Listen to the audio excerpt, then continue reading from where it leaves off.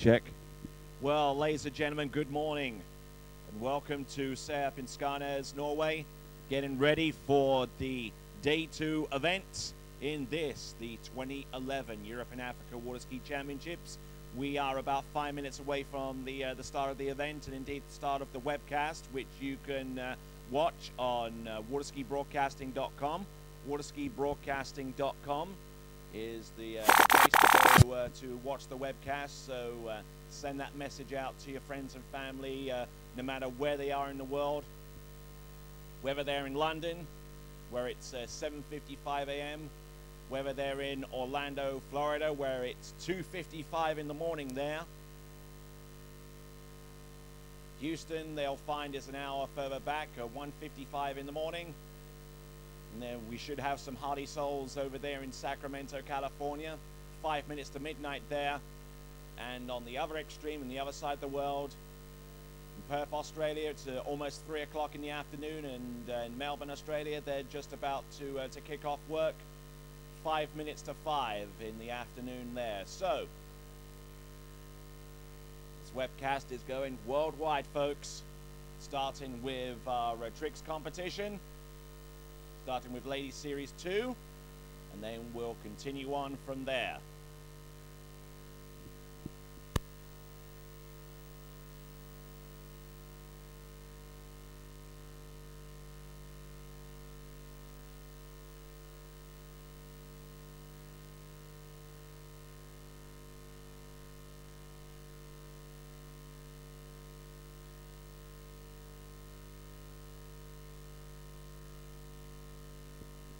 Ok, mine damer og herrer, velkommen til dag 3 i dette Europamesterskapet. Vi har jo vært gjennom noen dager her nå med mye action i denne glimrende sporten vannski og dette Europa- og Afrika-mesterskapet.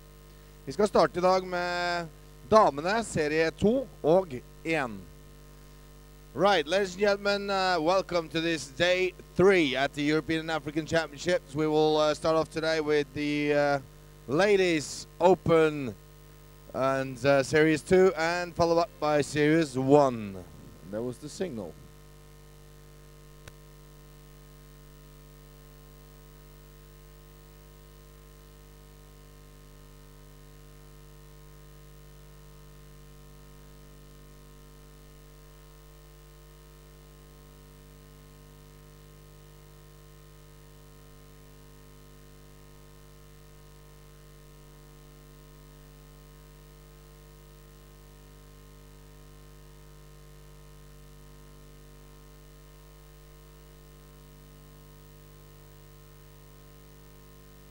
Okay, Tony, so we already have our forerunner on the water, and that means that we will go straight into the competition in about 2 minutes. Just first here, we'll test down the course and see if everything is set, everything's fine. And you all know by now that you can start your tricking by the red buoy. The red buoy, don't start at the white.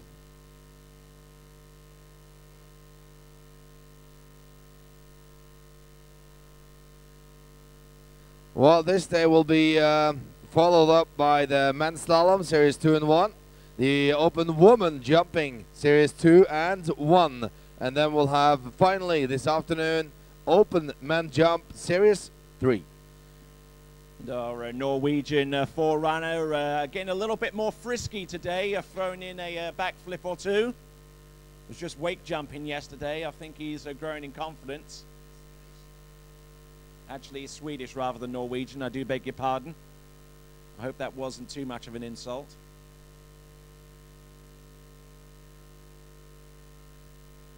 All right.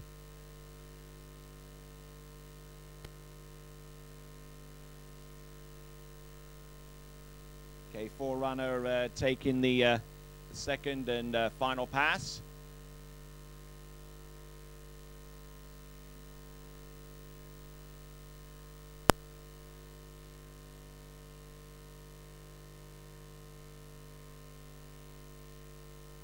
Time now is 8:59 and 20 seconds. So by the time the skier gets back to the dock, we should be ready with our first competitor. Looks like all systems are go, apparently. And let's see if he's got to do another backflip. Oh, nice landing there.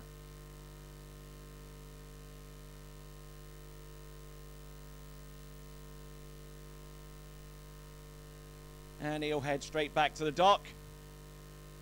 And now we're going to get ready for the first.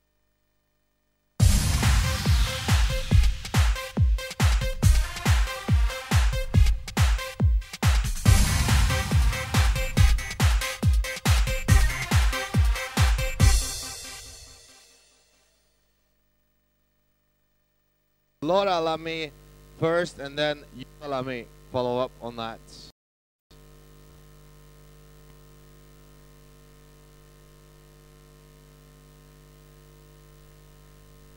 So, first competitor up indeed, Laura Lamy. Now, spoken to the officials prior to this event, and just to confirm that 12 skiers will be advancing from the elimination round of the women's competition through to the final. So, whom will it be making an appearance in the trick and final? Well, then it's pretty safe to know that there are T runners in the 10 runners up in this series 2. So if you win this series 2, you're pretty safe into the finals. That's what you're saying, Tony. Well, there still could be an awful lot happening between now and the end. Anything can happen, and you know how unpredictable the tricks event can be. So we're not going to be preempting anything too much, as just going to just try and let the event play out as much as it can during the course of the elimination round, as we did yesterday with the men's competition, which saw Alexei Zarnasek take the lead with a score of over 10,000 points. So, Laura Lamy from Finland on the water right now. We'll see how she gets along. Looks like she's coming into the course, foot out of the back binding. This is going to be toe tricks.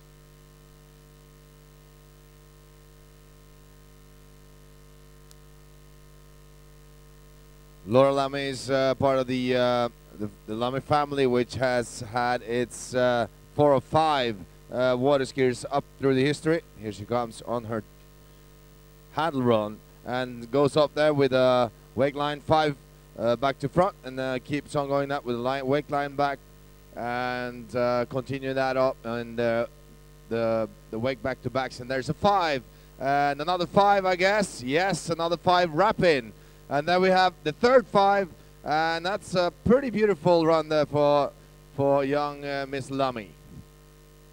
Yes, very good indeed. A good stand-up run there from Laura Lamy. Some great trick skiing there from her, and look forward to seeing a lot more out of her with the next pass to come.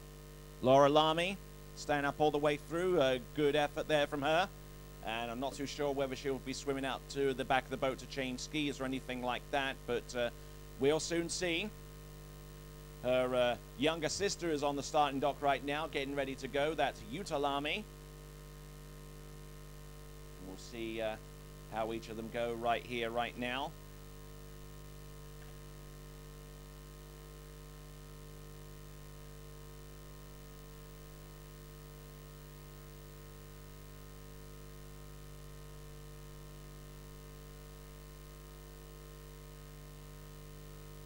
So, still getting plenty of comments through on the Cover It Live feature on the left-hand side of the webcast. So, keep them coming in, folks. Love to hear your reactions to this this coverage of the 2011 Europe and Africa Water Ski Championships. Laura Lamy approaching the course right now. Getting set for what we believe to be a toe 7 front.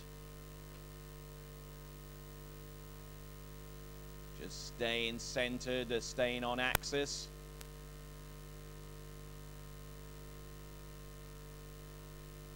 Looking very strong out there thus far. Laura Lamy doing the business on the tricking course right now. Great skiing from Laura. Nicely done. Excellently executed there from her. She's actually pretty happy with that. She signals that to everybody that this is a good 2 sets for Laura Lamy of Finland. Let's see what happens to the sister. Yes, indeed. That's Jutta Lamy coming up next.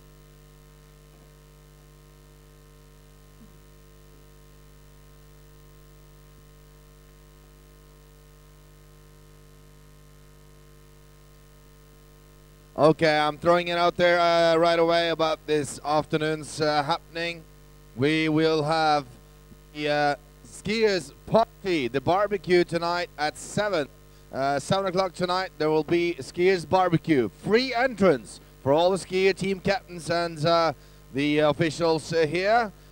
You could just go to, well, if you go actually 3 kilometers east from this point, you will find the spot. It's called Slobrua, and that's going to be in the pavilion right there. We're going to have some live music at 10 o'clock. We're going to have nice prizes in the bar between 7 and 9, and it's going to be a funny event. Yes, of course, it's going to be party time. And I promise you that event won't be webcast. All right then, coming into the course, we've got Jutta Lamy from Finland.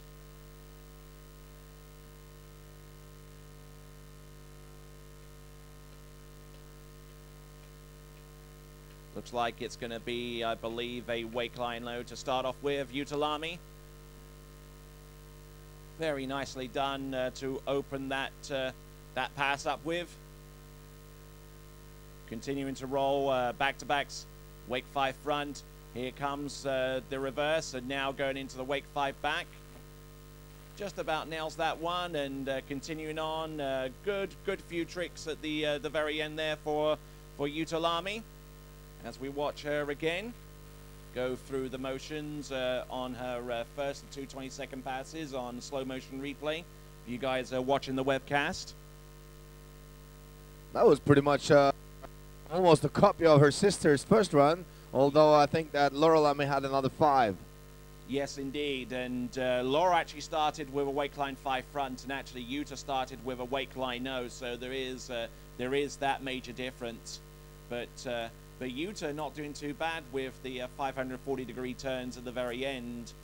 310 points for each of those particular tricks.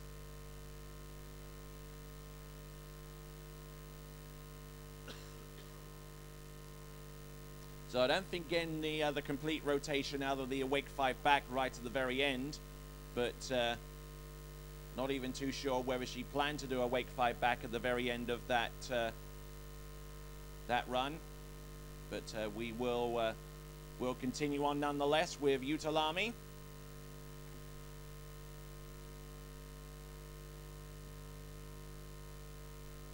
Now approaching the course, getting the boat speed set, that 0 off, very efficient in doing so.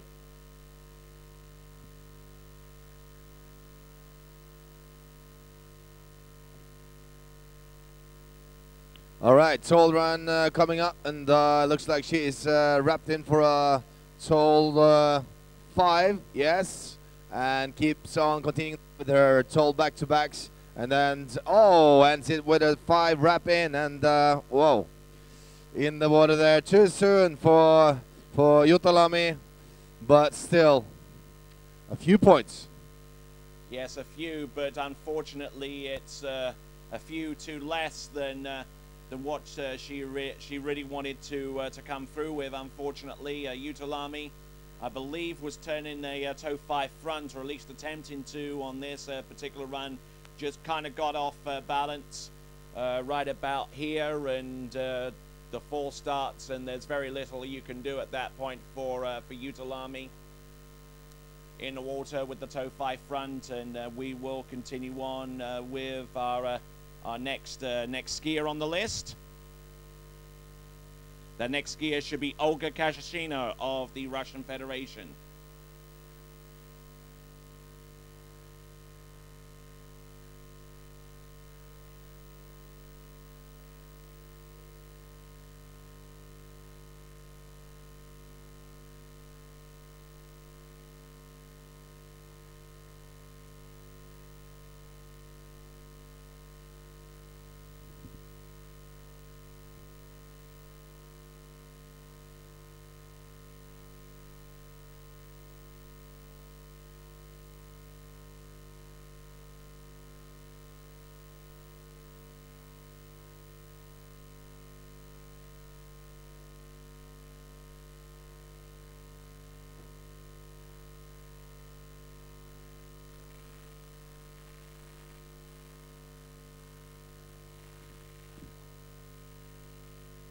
So it looks like our utility boat is making its way into the course to maybe move a buoy or remove it from the course. But once we get that done, then we'll put Olga Kashashina back into the course. Looks like we got a good friend from Finland watching this particular event with interest, Mr. Anu Rittanen. We thank him for tuning into this webcast, as well as the multitude of people who have tuned into us from wherever they happen to be in the world. Thank you once again for supporting this event and its webcast, no matter where you happen to be.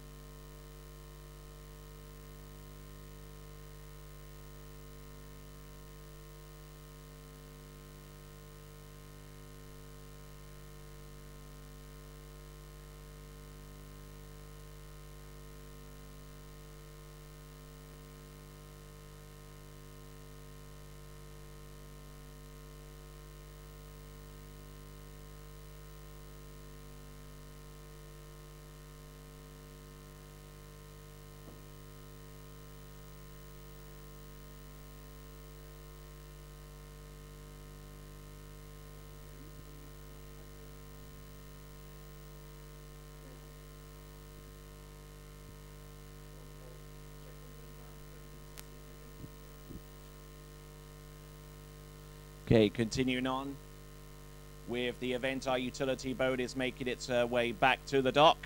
For those of you who are watching us online and curious as to what our weather conditions are, there they are up on the screen.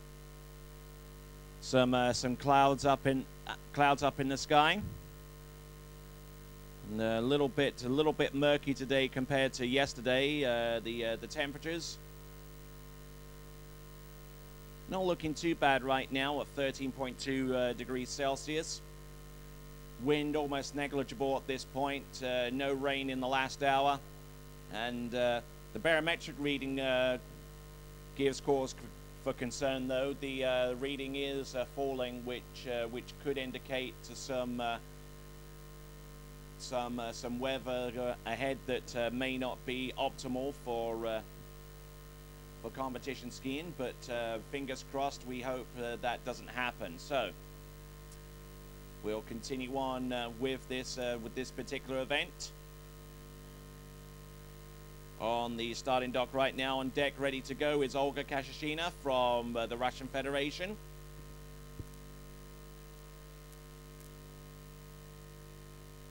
Yes, and I just have to repeat that. Throughout the day, we'll have these tricks go through. After this, Open Men's Slalom Series 2 and 1, Open Woman Jump Series 2 and 1, and Open Men Jump Series 3 will complete the water skiing of the day. But this afternoon, the skiers party, barbecue at 7 o'clock, and there's free entrance and barbecue all night long. Happy hours in the bar between 7 and 9. All right. Getting ready for Olga Kashashina coming into the tricking course right here and now.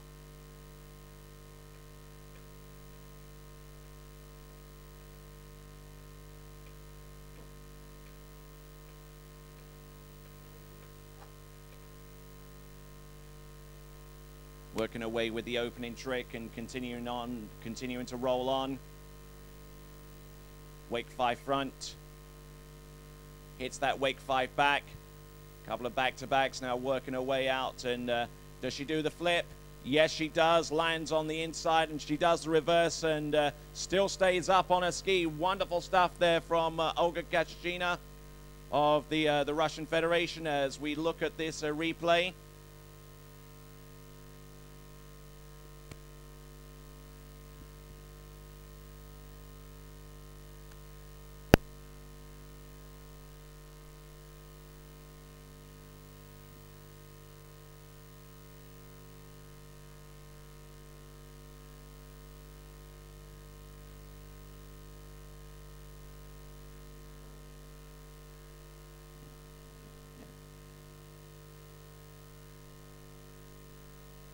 So looking at this, continuing to look at this replay for Olga Kashina, going through the first few tricks on this pass, looking very, very decent indeed, and now getting ready for the toe tricks that will constitute her second and final pass.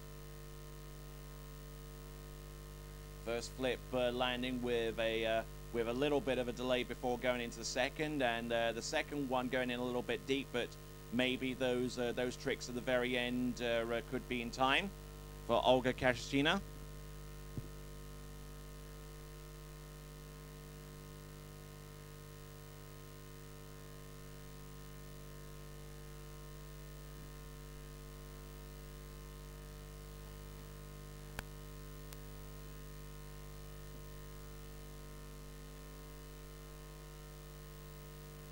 So back on top of the water and now getting ready for a second and final pass. Olga Kashina from the Russian Federation, who is our third skier in this Women's Series 2. Let's see what she has for an encore.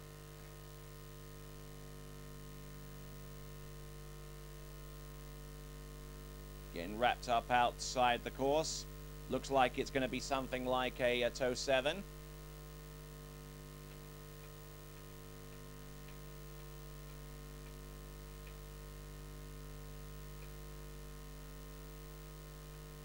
Working her way through the opening tricks of this second pass.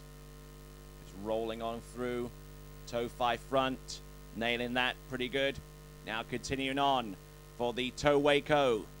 Stomps that one. Toe wake back to back.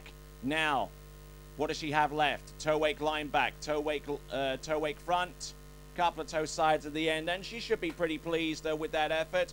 Olga Kashina from the Russian Federation. We'll have a look at this one last time. Just staying very steady and very stable, not doing anything to rush it or put herself out of position. Very, very aware of where her body position is on the ski. And doing everything possible to stay on axis as she performs that toe wake O towards about the halfway point in the pass. And from here, just trying to maintain her body position and everything. There we go. Toe wake line back, toe wake front, a couple of sides at the end, and that is the pass for Olga Kashina of the Russian Federation. And on that view on the webcast, she's on the dock that you see in the foreground. And on the dock in the background, we will see our next competitor representing Great Britain. This will be Danielle Shorten.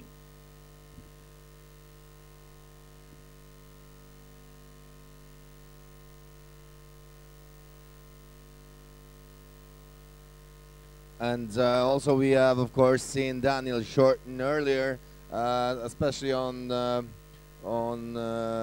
Wednesday's team competition. All right, Danielle Shorten. Let's see what she's got in store for us. Approaching the trick course right now.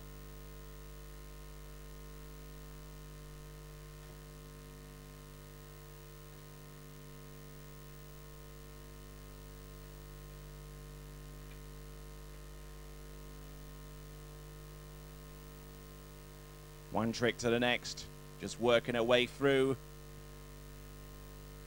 Wake 5 front, Now the line back and the line front, foot in the back again. A Waco, and tries to reverse, I believe, but wake line back and the wake line front. And not a bad little effort there from Danielle Shorten, as we'll look at the replay for the benefit of you guys watching on a webcast, especially for you people watching at home in the United Kingdom, where it's 20 past 8 in the morning over there, and I hope you're enjoying watching some top-class skiing action over breakfast. Nicely done from Danielle Shorten, just very, very stable on that trick ski. Much like Olga Kashina, not doing anything really too abrupt or out of the ordinary that would throw her off her ski. Indeed, that trick after the Waco was just a simple wake back, and that looked pretty clean to me. But of course, any decision on scoring from the judges rests with them and them alone. And Danielle Shorten on top of the water right now, making the turn on the southwestern island.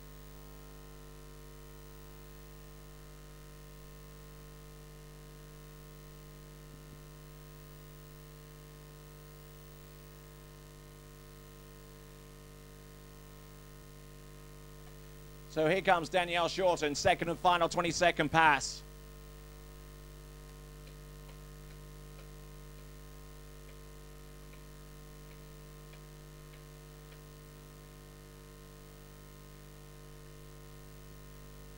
And doing that toe hold run, looks like she's, well, compared to a couple of others, she's a little bit stiff today. Could be, well, the temperature, the water, everything, but still, she comes right about in the middle of her second run, and unfortunately had to fall down on that. Yeah, as you rightly said, looking just a little bit stiff with the toe tricks. Even at the beginning portion of that run, there were already signs of trouble for Danielle Shorten. Having said that, she did the toe wake back to back, looking pretty good. She then turned to the front and then attempted a reverse toe wake back, and unfortunately her axis wasn't quite there. So Danielle Shorten in the water, and that completes the second and final 20-second pass a little bit sooner than she anticipated. So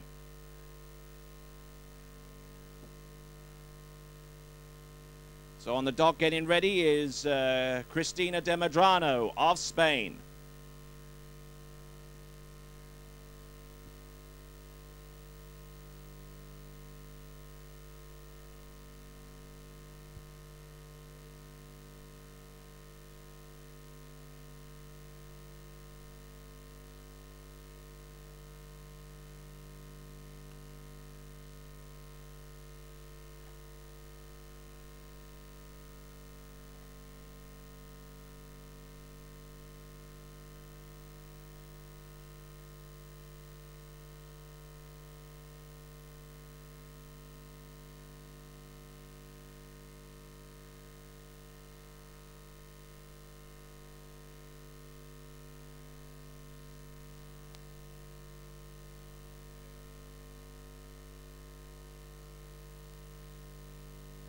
So now,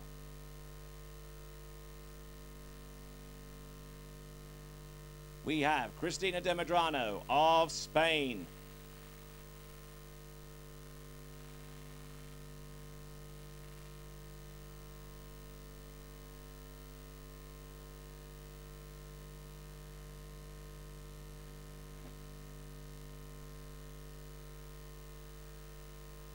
So now getting that Nautica 200 set up and ready to come into the course.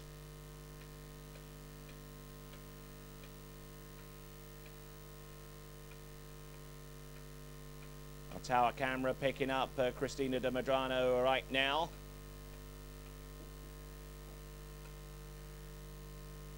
Opening trick, a wake 5 front. Now working her way to its reverse and its wake 5 back. continuing to roll for this this particular run. There's the flips. That's the first of them. Here comes the second. Nicely done, and continuing to perform flips from one side of the wake to the other. Nicely done. A couple of sides at the end, and that is a great looking run there from Cristina de Medrano of Spain. Or as they say in Spanish, muy bien, muy bien. Para ella, Tina Cristina de Medrano. Well, then your Spanish is far better than mine. And Cristina de Medrano, her tricking looked very, very good there. Very, very stable at the opening portion of her run. That gave her enough confidence to come in and throw these backflips from one side to the next. And Cristina de Medrano, skier used to ski on the collegiate scene in the United States of America, skied for the University of Louisiana at Monroe at one time. And doing a fine, outstanding job there, Cristina de Medrano. As we now go back to live pictures with Cristina at the back of the towboat. Her pin person is Luis Nogueira, who I'm sure she'll find inspiration in the fact that he will make it to the he's on his way to the tricking final on the basis of the Series 2 and Series 1 tricking event yesterday. So let's see if Cristina can match that feat. It will take a score into the top 12 for our lady skiers to advance through to the tricking final. So we'll see what she has in store for us.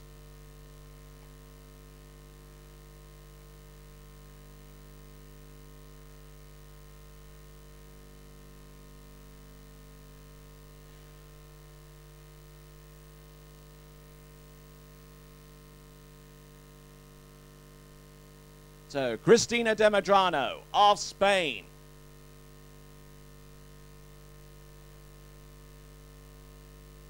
Coming in. Second and final 20-second pass. This will consist of toe tricks.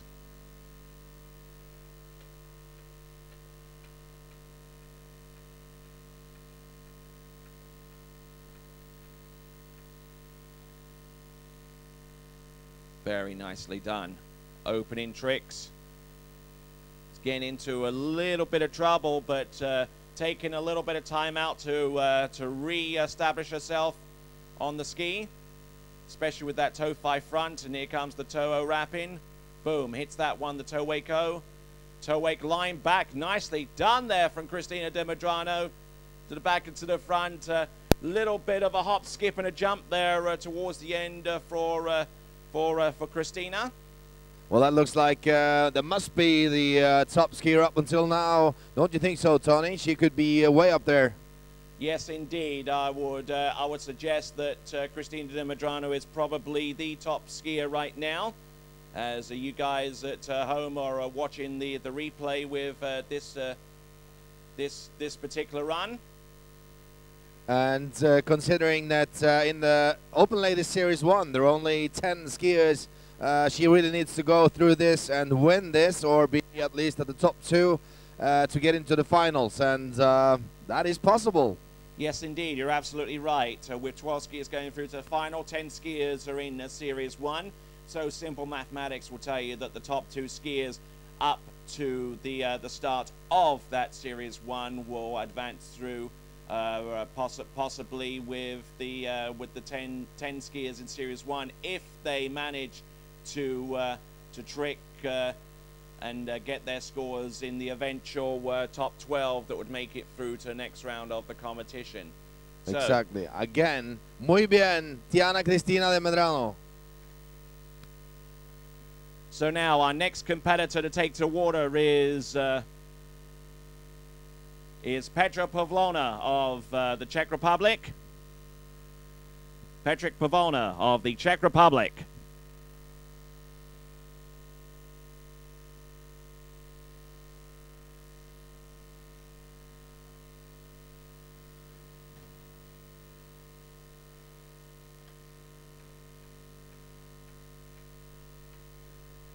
Okay, comes here with her handle run, and this is a fast tricker. You can see her attacking those tricks very fast. very progressive.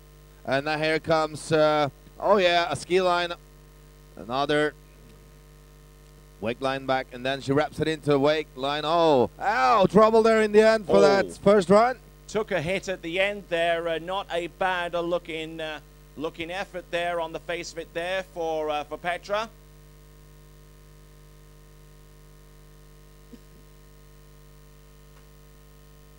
So watching the replay from Petra, very dynamic trick skiing there from her. Definitely like her style, like her aggression there on the water. And this is the trekker that the Czech Republic team actually left out of the team competition, but proving to her teammates that she is absolutely no slouch out in the water when it comes to tricking. And of course, when it comes down to the teams, each one of our teams participating in the open competition are in the process of qualifying for the European Cup next year in Riceto, Italy. The top 8 team scores calculated on the basis of the open competition will make it to the European Cup next season. So that target has to be kept in the back of our minds of the skiers approaching this event.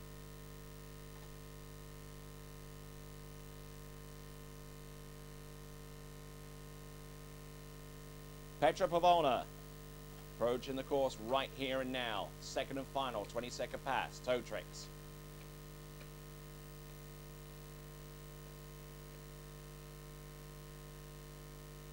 Oh, again, a little bit wayward on that toe 7 front, but having the presence of mind to slow it all down and continue on. And unfortunately, with the toe 5 front, just completely losing it. And we'll take a look at the action replay for Petra Pavona of the Czech Republic, her final effort there.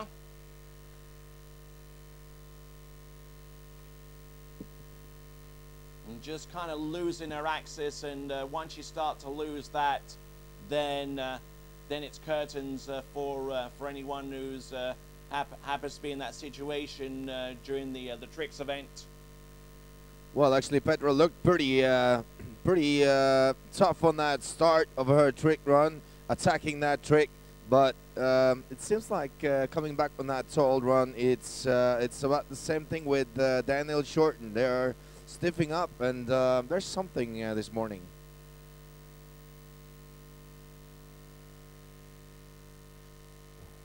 Certainly, and our next skier to take to the water, representing the representing Belarus, in fact. I do beg your pardon. Representing Belarus, this is Irina Turets. Yes, indeed. And looking at our time schedule right now, Tony, we are more than halfway through these Series 2, and we'll be done by 10 o'clock with this series, so we can calculate for another hour. About 11 o'clock, we'll start with the next round of slalom. Yeah, really working through this event very, very quickly indeed, and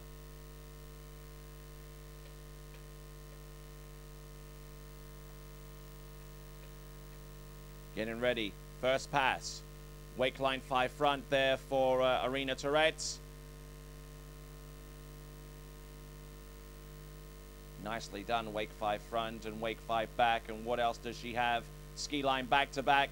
Does she have anything more? Looks like she's going to attempt the backflip. Oh, nicely done, and has the reverse. Boom, hits. Oh, and butt checks that one. And a nice looking pass there for Irina Turets. Yeah, it looks pretty good that first run, and she looks to be a bit more smooth on the water. Very prepared for that first run, but still, Tony, I think that Tiana Cristina de Medrano has the longest straw on this first run. Certainly, and Cristina Medrano a little bit earlier on, definitely looking very, very stable, but that's not to say that Rena Tourette, for whom we're watching the replay on right now, isn't just as competent to go through her first 22nd pass, especially when she can stomp a ski line back-to-back, which she did right then, and then move into to 2 flips that constituted the end of her pass. And the reverse backflip that she produced, little bit of a butt check on the landing, but as long as the ski was out in front of her and she regained her balance, she was good to go. So Rena Tourette very rapidly back on top of the water and getting ready for a second and final 22nd effort out there. So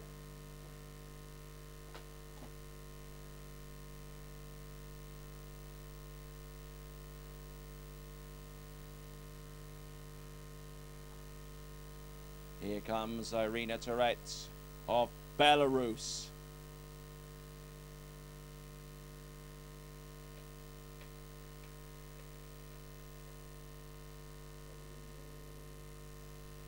Working her way through the initial tricks. Toe wake back to back, and it's, oh, bulks out on the reverse. Significant there for Rena Tourette as she goes with a toe 5 front, toe out, toe back in, toe wake-o.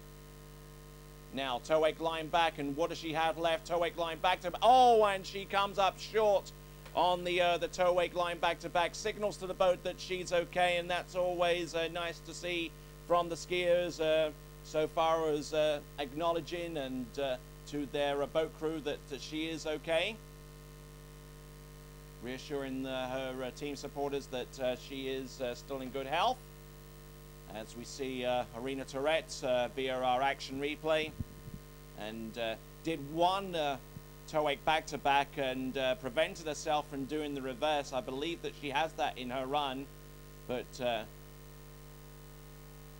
she took that out so that she could continue for the remaining tricks. She knows that basically a toe wake front is a lot easier to land than the reverse toe wake back to back.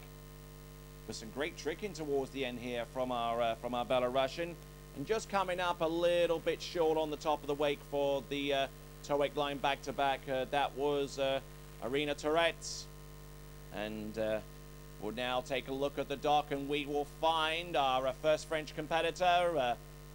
We've got Anaïs Ahmad about to take to the water. That's correct, and my guess is that she will put up some competition up against Tiana Cristina de Medrano, looking at their previous scores. Tony, do you have any scores yet? Not quite yet, but I will check with the live scoring in just a moment or so. But first off, we'll introduce Anaïs Ahmad, who comes to us from Paris in France. Remember then that Tiana Cristina had a couple of ski lines and also 4 flips on that first run. Let's see what, oh, she's going to start off with her toe run, looks like. Yes, indeed. Looks like it's going to be something resembling a toe 7 front. It's going to be a 7. 7 following up on that 5, going on back, wake, back to back, and then following up on the back to back toe. And then there's another 5 in, and then it's a wake, line. Whoa. Oh, and then there's a ski line. Tall ski line. Wow. Wow, some good stuff there from Anaïs Ahmad. Great tricking there from her as we have a look at the action replay. Toe wake lino towards the end of this first 22nd pass, and then followed it on with a toe wake line back to back. Those of you watching the instant replay will see those tricks in a moment. Definitely one of those top 2 best runs we've ever seen. Well, ever. That's what I meant, but today. But so far, yes. So far, so good for Anaïs Ahmad. But those of you watching the webcast, you've been treated to some great tricking action, getting plenty of elevation there. Anaïs Ahmad a little bit stiff on the landing, but continuing to roll for the remaining tricks, which had consisted of a toe wake line back and then toe wake line back to back, just a little short on top of the wake, but she's fine, she's good to go. And that was Anaïs Ahmad as we return to live pictures inside that towboat as she switches out lines, switches out skis. We'll also put in mind that France is a trick nation. Yes, they've contributed many trick skiers into an event of this caliber. They've won several European Cups over the years on the strength of their trick skiing. And I mean, you don't have to remember that far back. I mean, you've got skiers such as Patrice Martin back in the day. You still got Nicolas Laforestier and other great luminaries, Pierre Carman, who used to trick extremely well back in the day. And then you have other skiers such as Luc Seigneur, really stretching back to the 80s there. But just really suffice to say that the trick skiing is something that the French pride themselves on, and it continues to this day. Okay, Tony, here she comes back now. Anaïs Amad, France.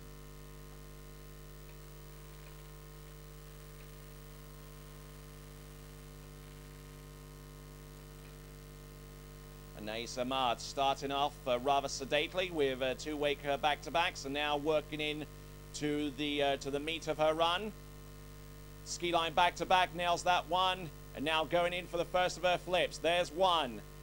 Here's the second. Boom, hits that one. Now, flip twist back to front, nails that one too. A couple of sides at the end, and she is loving life out there. That is Anaïs Amad.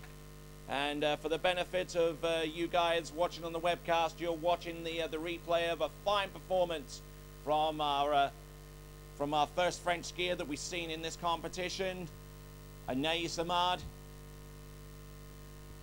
Very nice tricking there from this young French lady, Anaïs Amad. Still, I have been counting those flips and those ski lines and all that, and I still have in favor right now Tiana Cristina de Merano, but Anaïs Amad is a close race behind her. Let's see what the official does with the scores. We just have to see what's going to happen. There are five judges going to go through those tricks and give us some preliminary scores. And why do we say preliminary? Yes, of course, because half an hour after those results have been posted, the skiers and the team captains can go through their sheets and see if there's anything to complain about. All right, then. Looks like we've got some provisional trick scores. Laura Lamy, 52.10. Yuta Lamy with 2,700 points. Olga Kashishina with 42.50. Danielle Shorten with 29.60. Cristina De Medrano, whom you mentioned there, Ola, 61.80. And Petra Pavona of the Czech Republic with 29.70. Still waiting on the score for Arena Tourette's and indeed Anaïs Amad as we introduce Tina Rockenwald on the water right now.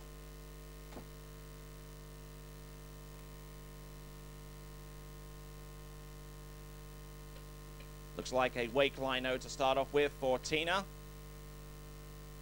Seems to get that down pretty well.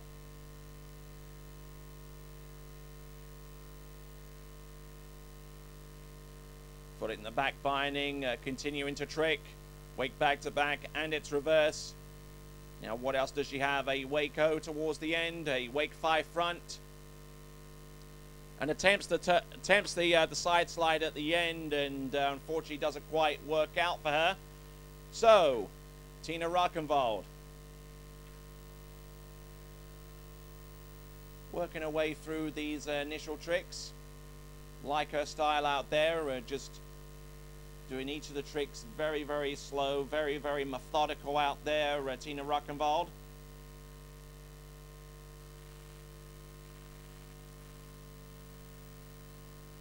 Just keeping the handle centered and keeping the ski rotating, and good elevation, good trick in there from Tina thus far.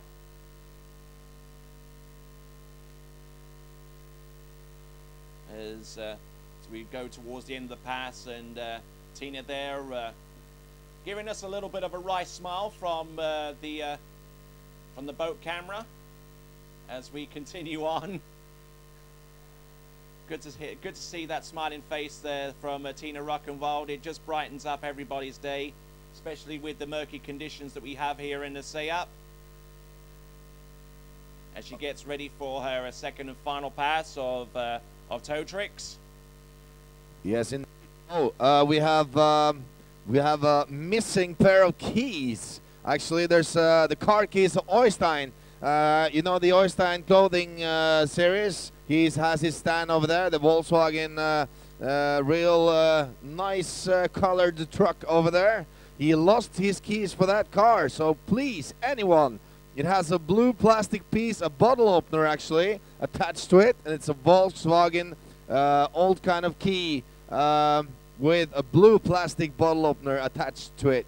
If you find that, please put it into the secretary. They have been informed about this. All right then, we have got Tina Ruckenwald approaching the course once again.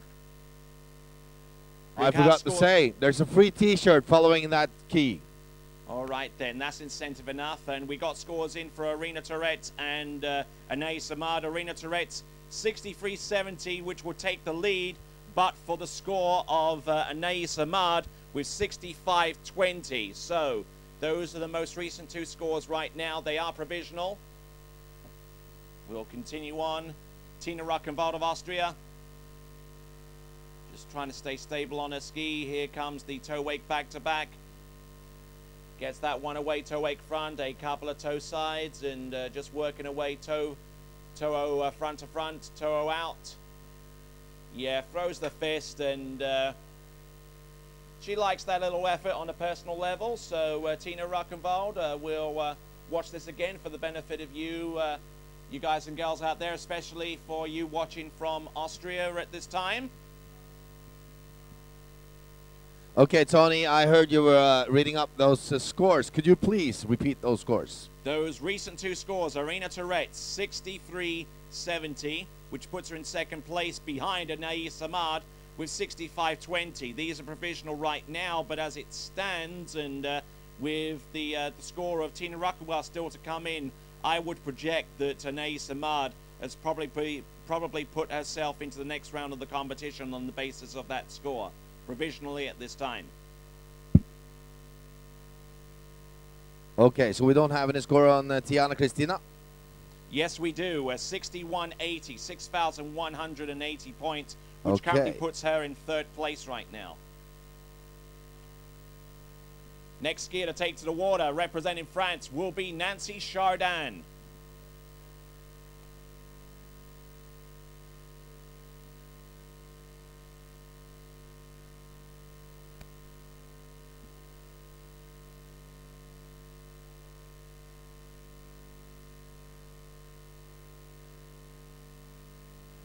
So Nancy Chardin about to take to the water.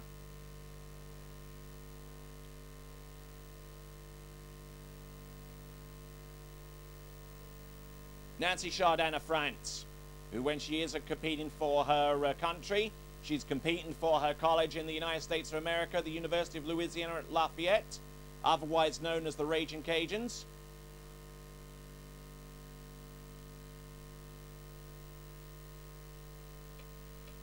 Looking set to do something like a toe O or a toe 5 back, and requesting a drop of speed going into the course.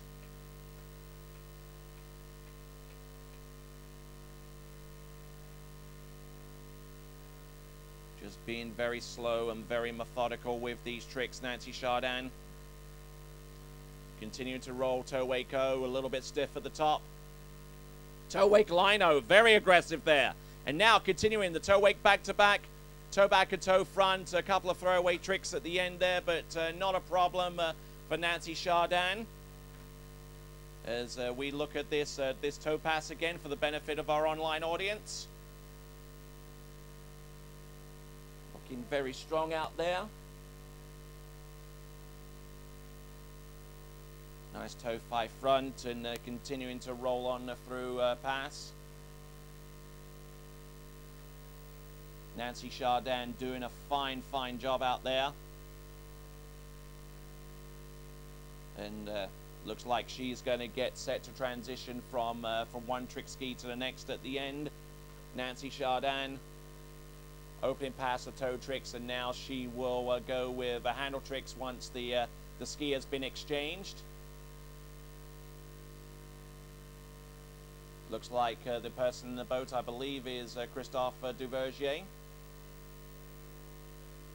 And switching out reflex trick ski with one to the other. Actually, it isn't Christophe Duvergier, it's one of the other French coaches. And just kind of wear the same hat. All right, Nancy Chardin of France, getting ready to get back onto the water. Hand tricks, second pass.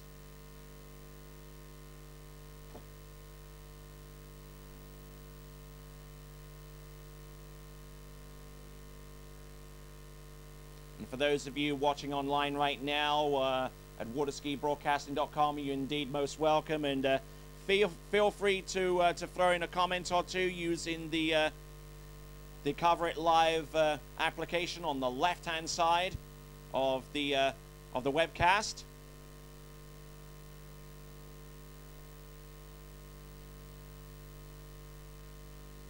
Got messages from a French skier, Maria Mathieu. Thanks a lot indeed.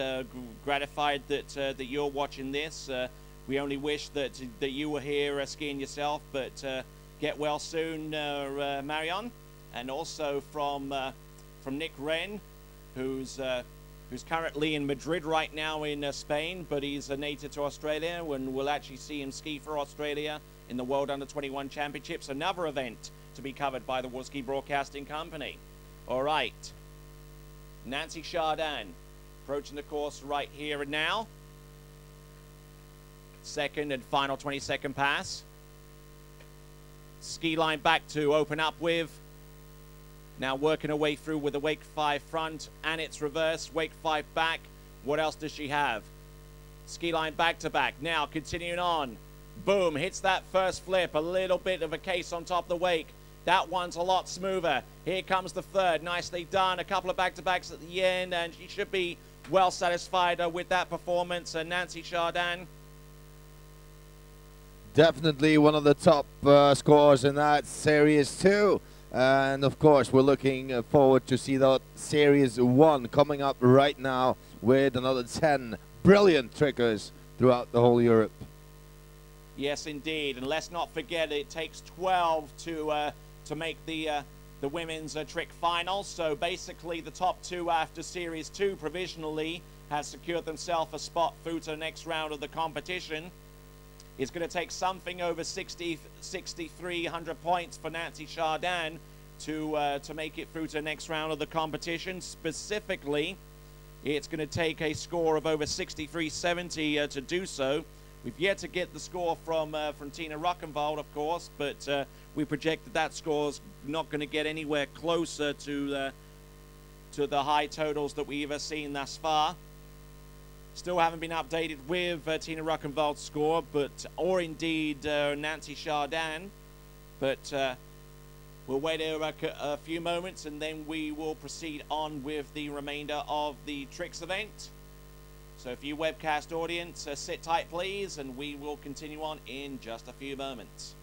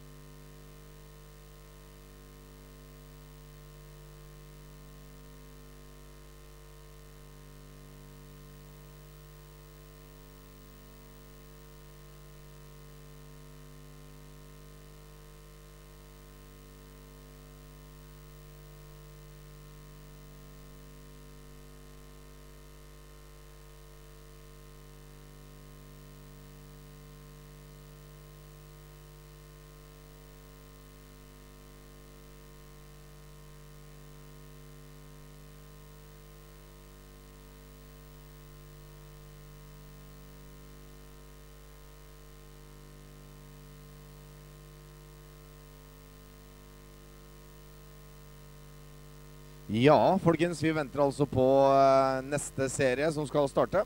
Vi har hatt damer serie 2 i denne trikk preliminary round, som det heter, eller første runde. Og skal fortsette nå med damer serie 1 i trikk. Det er 10 løpere, og når vi er ferdig med det, så skal vi fortsette med slalom.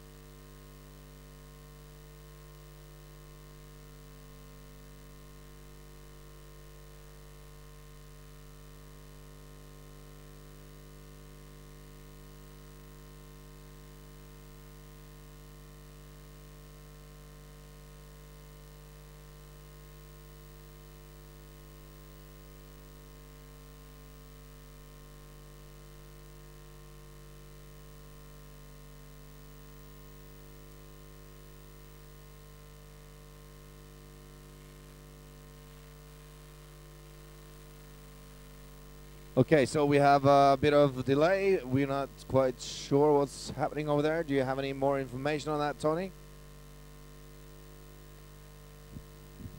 Yeah, I'm a little bit in the dark myself, unfortunately. But once we get some information, we'll bring our next competitor out, and that would be the first competitor in Ladies Series 1. But we are in a little bit of a holding pattern right now, so for those of you on site, and indeed those of you watching online, please sit tight, and we will bring you Series 1 Ladies Tricks momentarily.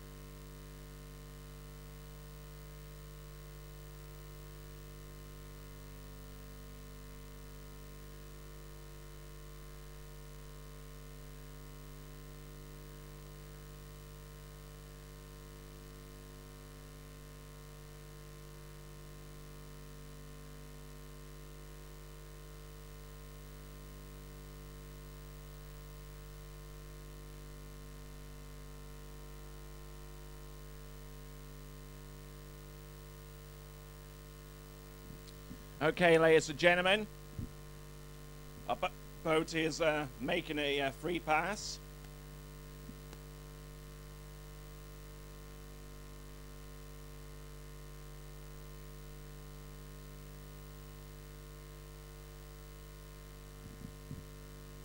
Boat is now making a free pass up and down the course because the delay has been in excess of 10 minutes.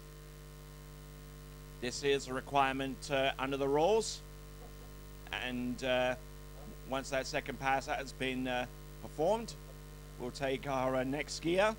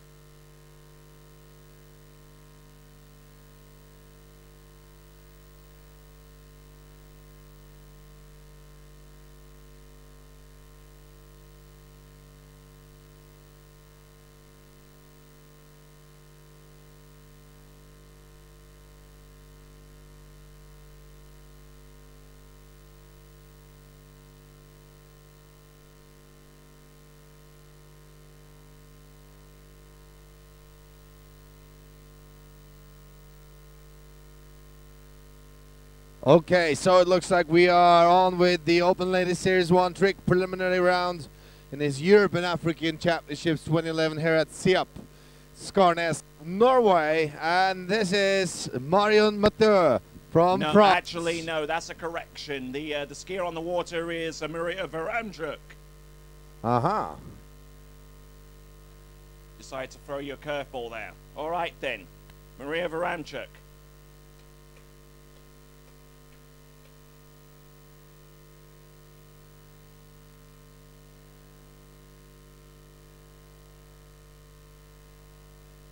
Beautiful tricking so far from Maria. Nice toe wake line out, toe wake line back. And toe wake line 5 back. Beautifully executed at the end, and that's the first time that I've personally seen a women's competitor produce that trick in the flesh. Beautifully executed pass there from Maria Varamchuk of Belarus. And certainly proving that she's spent a lot of time training on this particular run. The Belarusian skiers, the majority of them, in fact all of them, all train at the Novopolsk in the northern part of Belarus. And not only do they train at a nearby lake, but they also train during the winter in the local swimming pool facility, where they have an overhead cable system that enables them to train year-round and also enables them to obtain the best technique possible, including for an execution of the toe anchor line 5 back, and a beautifully executed trick there from Maria Varamchuk of Belarus. We look forward to seeing her do great things with the next pass to come. Handle tricks coming up next for Maria Varamchuk.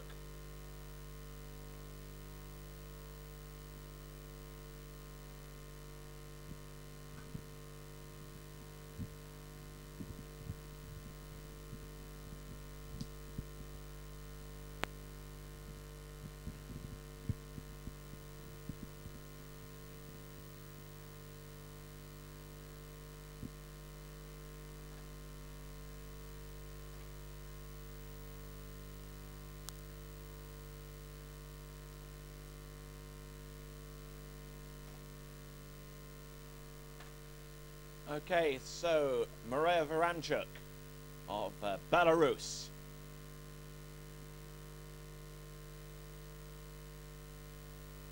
Second and final 20-second pass coming up right now.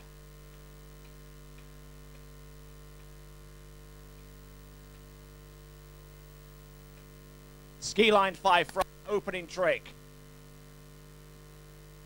Beautifully executed wake 5 front and wake 5 back now. Ski line back to back. Now what has she got left?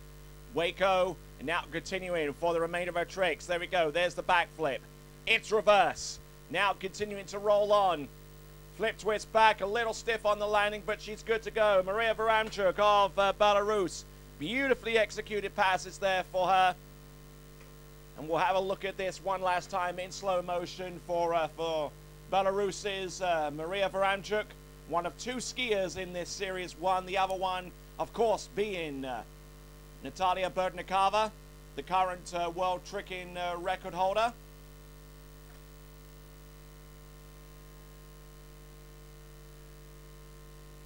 Ja, samtidig må vi takke våre sponsorer naturligvis, og vi ser også at Glommen Bil alltid er på plass og støtter arrangementene her på SIAP.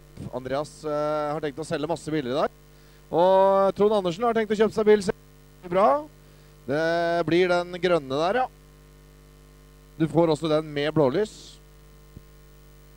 Forresten, den bandasjen sitter fast i såret. Litt vondt. And watching this replay for Maria Varamchuk, very, very light on the ski. Doesn't really have to put too much effort into to clearing the wakes, and beautiful pass. Nice iron fist at the end there for her, and great, great trick skiing for Maria Varamchuk. And our next competitor to go representing France will be Clémentine Lucine. Clémentine Lucine of France on the water right now.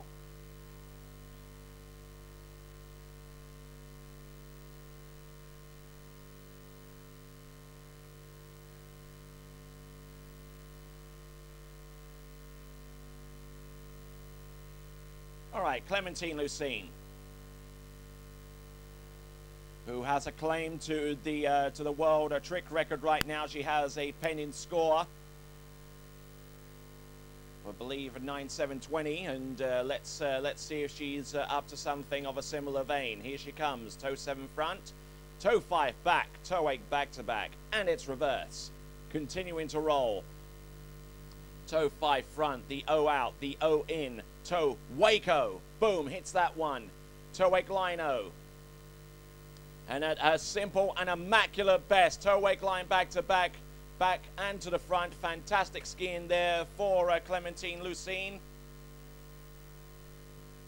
Yeah, that was beautiful skiing there, and it looks very steady on the water, and she is very confident with that first run.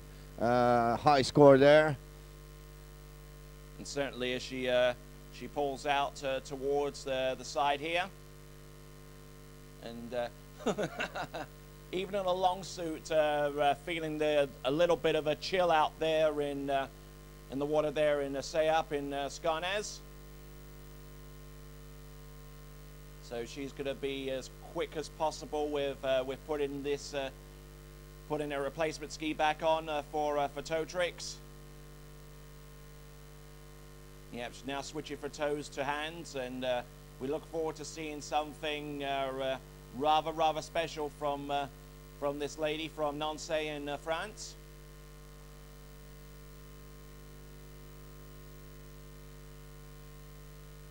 So Clementine Lucene, her parents continue to instruct her figure skating, and certainly they would have instilled upon Clementine, even in this sport, the importance of maintaining one's axis and keeping complete control over your balance.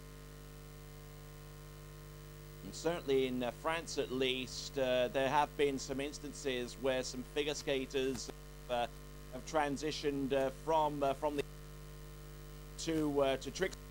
So the one reference that I do make is Vanessa Guzmaroli a few years ago, who was challenging for a place on the French team several years ago, and actually competed for France in at least 1 or 2 Winter Olympic Games. And those of you who are watching this sport for the very first time will no doubt see some similarities between figure skating and water skiing tricks. We'll see what Clementine can do right here, right now, with this second and final pass. Good opening trick. Now ski line back to back. Ski line back, and now rolls into her flips. There's the first. Here's the second. Nice elevation. Continuing on with the flip twist back. Beautifully landed. Now flip twist back to the front. Here comes the back move. Nicely done. It's reversed. Boom, hits. Oh, and she cases the top of the wake right at the end there. That is Clementine Lucene. We're going to take a look at this pass one more time at 1/3 speed for you guys watching out there on a webcast.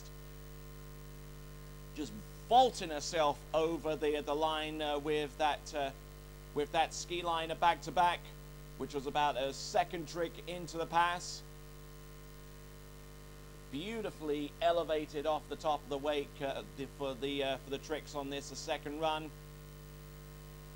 Impressive flips on there from Clementine, and that was actually her 6th flip on that run. Yes, indeed, that was a final flip, so she only had basically some back-to-backs to come afterwards, but she'll obviously lose the points potential on the basis of that second back-to-back flip. Just basically just makes contact with the top of the second wake, and kind of sending her tumbling down. But for Clementine Lucene, I believe that she's probably tricked enough to make it through to the next round anyway. So as she swims into shore, our boat camera picks up our next competitor, who should be Italy's Silvia Caruso.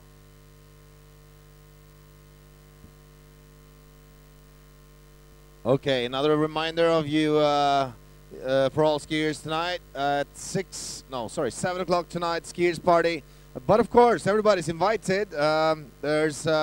Will be a barbecue between 7 and 9, and we'll have a live band playing at at Slobroa tonight at 10 o'clock. We'll have a live band, and the band's company is Johnson's Company.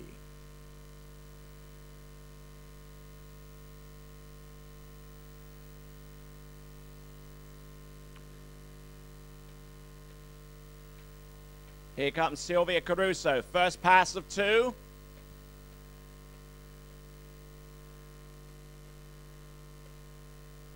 Rocking and rolling from start, and hopefully to a great finish on this first pass. There's the Waco. She bulked out of the Wake 5 back. Now she continues on for the remaining tricks. Here comes the flip twist back. Nails that one. Now to the front. The flip twist back reverse. Couple of back-to-backs at the end. Nicely done there for Silvia Caruso. She'll no doubt be pleased with that effort. So far, so good for Silvia Caruso. Has that certain bounce upon with her on the on that opening pass of handle tricks. Just trying to establish her balance and keep it going, keep the heart pumping and keeping the flow.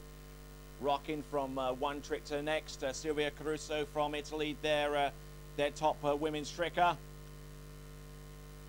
She competed in the European Cup a couple of days ago. Beautiful to see these tricks, including that flip twist back and surface back-to-backs outside the wake. Then she just pauses long enough for the back to the front and then to the back. Just a few tricks at the end there, and Silvia Caruso getting ready for a second and final 22nd pass of toe tricks.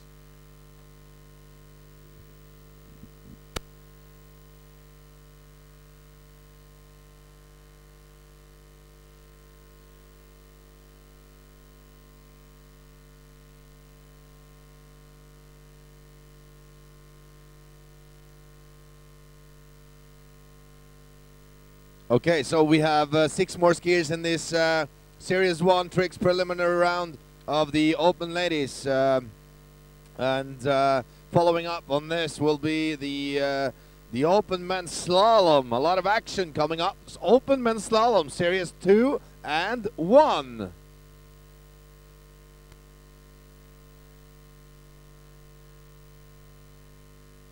We have Silvia Caruso coming into the course right now.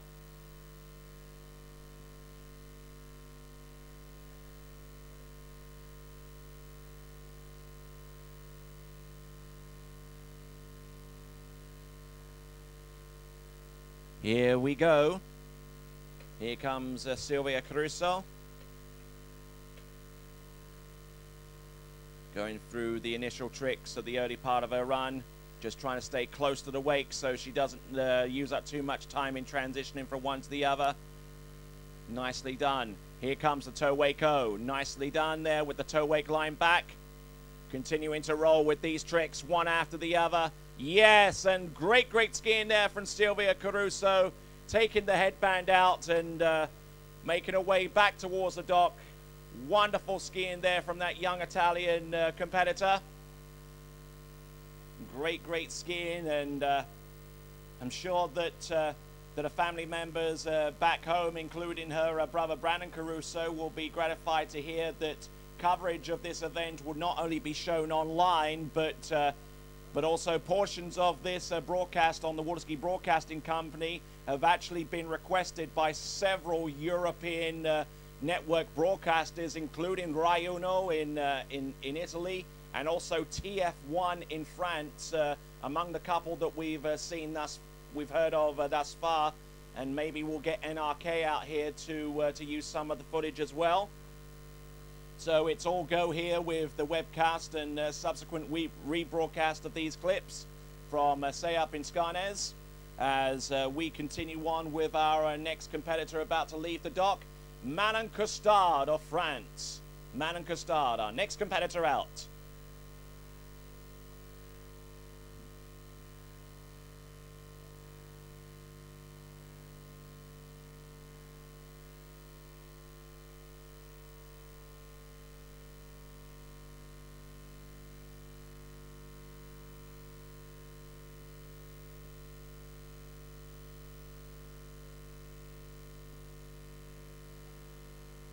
So Manon Costard of France approaching the course right here and now. And as we said earlier, France is known for its trickers, so we're going to see a high-level, skilled tricker on the water right now. Tune in on this. Yes, indeed. Manon Costard. Ski line back to open up with, then continuing on. Beautifully executed, continuing to roll. With the fives, here comes the flip. Here's the first of them. The second, boom, hits that one too. Little over her ski. Butt checks the third one and goes down in the water. As a result, Manon Costard will now wait for the boat to pick her up. But not before we take a look at this action replay. The first trick there for Manon Costard was in fact a ski line back, and then she continued on with the, rather the ski line back to back, and then she continued on with the ski line back, and has a 540-degree turns at the top third of this particular run, and then just edged outside, just knocked that flip twist down, and then went in for the reverse.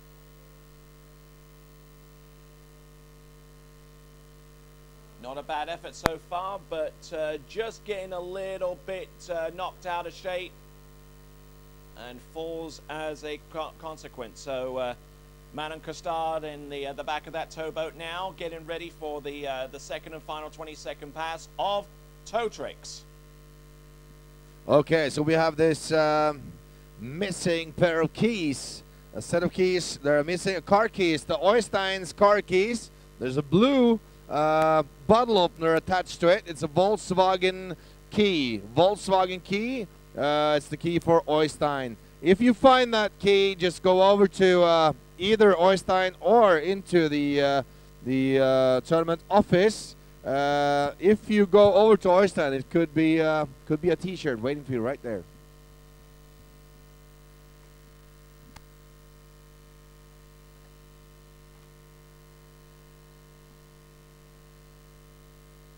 Ok, så har vi en liten opplysning om det som skjer på arenaen her hver eneste dag. Det er slik at hver dag mellom klokken 11 og 2 så er det en turmarsj som arrangeres i Teigen, nærteigen, så du kan se arenaen. Det er altså mellom klokken 11 og 2.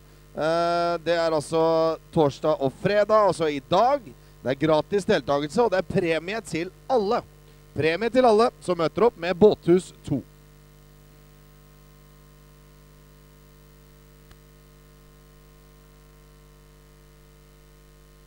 All right then, here we go, Manon Costard. Pretty much an uphill task for her coming into the course right now with that fall at about the 3/4 mark on that handle pass. We'll see what she can do with the tricks that she has for toes. Toe 7 front, toe 5 back, working away the toe wake back to back, and it's reverse. Just trying to stay positionally where on that ski. Fantastic so far. Toe wake O. Toe wake line O. Beautifully executed. Toe wake line back. Toe wake line back to back. Nicely done. Great skiing there from Manon Costard. We'll have a look at this replay for her, and not too sure whether she would be particularly pleased with that overall effort, but certainly the toe pass wasn't anything to be too upset about.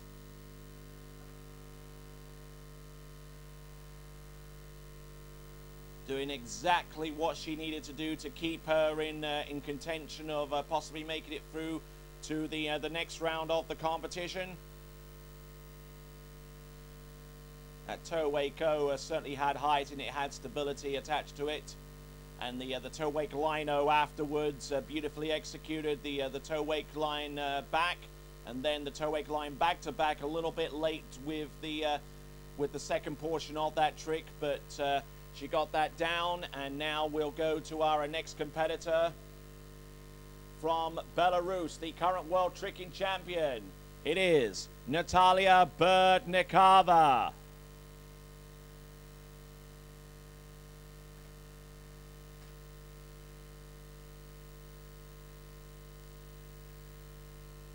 And you can tell by the sequel of the starring list and in this Series 1 that we have actually, I'm counting 1, 2, 3, 4, 5 French skiers in this Series 1.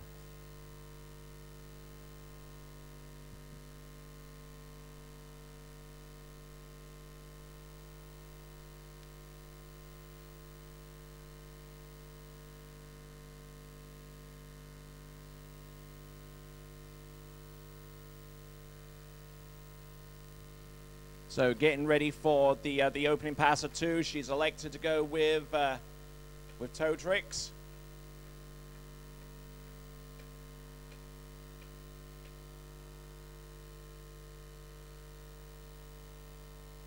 Toe wake back to back, and it's reverse, and trying to stay steady on axis and working her way through. Oh, look at this. Very, very quick.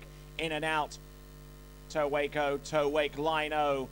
Beautifully executed. Toe wake line back to back to finish off with, and beautifully executed there from Natalia Berdnikova. As we take a look at this again via our action replay. Yeah, and have a look on that tall wake.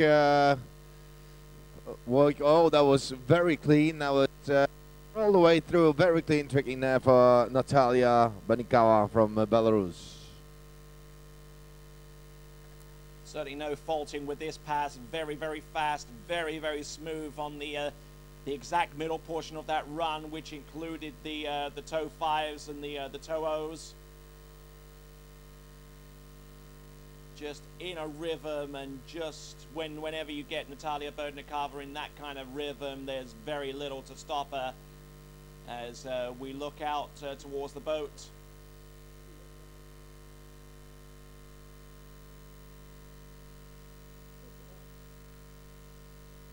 So we find Natalia Berdnikova about to get back in the water.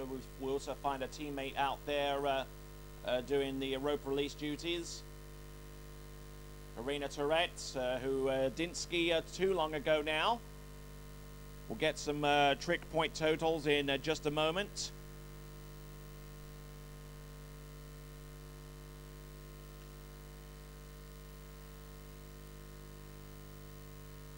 Okay, just to keep you updated, Tina Rockenwald's score was 39.50.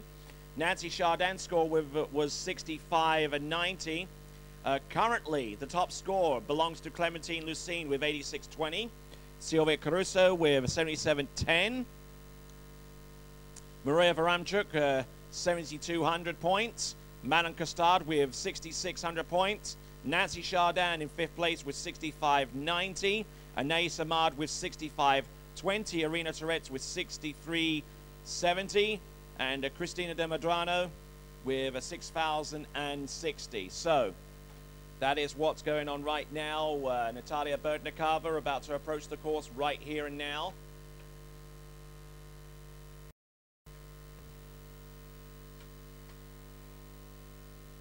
Good start there. Ski line back to back. There's the ski line back. Now working away through the flip sequence. There's 1. There's 2. There's the 3rd.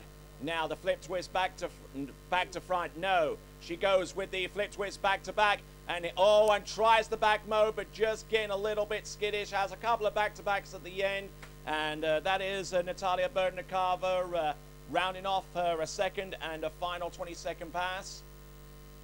This must be the judge's dream tricker. She is tricking so clean and so perfection. It's a beautiful sight to see those tricks being done by Natalia Berdnikova from Belarus. Yes, indeed, but that final trick that she was about to attempt at the end, she just didn't quite get her balance situated off that first flip twist back-to-back, and that affected her approach for the second one. There, right there, she landed on that that flip twist back-to-back. The first one kind of got on the back foot, could have gone down at that point, but kept hold of the handle, stayed on top, and continued just for a back and a front, couple of back-to-backs, and those were the tricks that she would have wanted to put after the second flip twist, but unfortunately wasn't in a position to. All right then, our next competitor representing France. This is Iris Cambrai.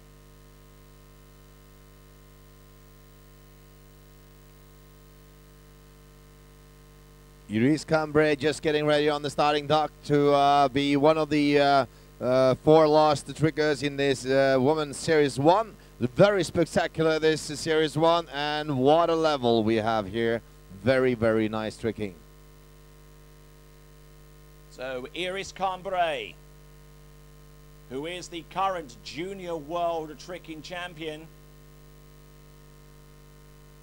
won't be able to defend that title next season, wherever the Junior Worlds happens to take place, but still one of the finest trickers you'll ever see in the world. Great opening so far from Iris. Ski line back-to-back, nicely done. There's the Waco, continuing on with the first of her flips. There's the second. Now here comes the flip twist back, nails that one shot. Flip twist back, reverse now. Does she go for the back-to-back? Yes, she does. And a couple of tricks outside the wake. Iris Cambrai, fine job. And we'll have a look at this pass from Iris Cambrai via our action replay. What can we say? Another French expert in this trick competition. Very beautiful tricking there from Iris Cambrai. Yes, indeed, and staying very close to the wake and getting the necessary elevation to complete these tricks. And Iris Cambrai not only is the current Junior World Champion, but we'll try to add the World Under-21 Championship to a list of accomplishments when that event takes place on a very home water in Mouzac, which is in the Haute-Vienne in France, and that's an event which will be covered live and exclusively by the Water Ski Broadcasting Company. And I'm sure that Frédérique Cambrai and Rima Cambrai, probably not so much Rima, because she basically doesn't watch her daughter trick when she's performing out there. Would like to hide in the corner of a room somewhere and just wait until Iris is completed her tricking. But Frederick doesn't have the same disposition, and he will be watching this coverage here with great anticipation as we see Iris Cambrai come into the course right here, right now. Second and final 20-second pass.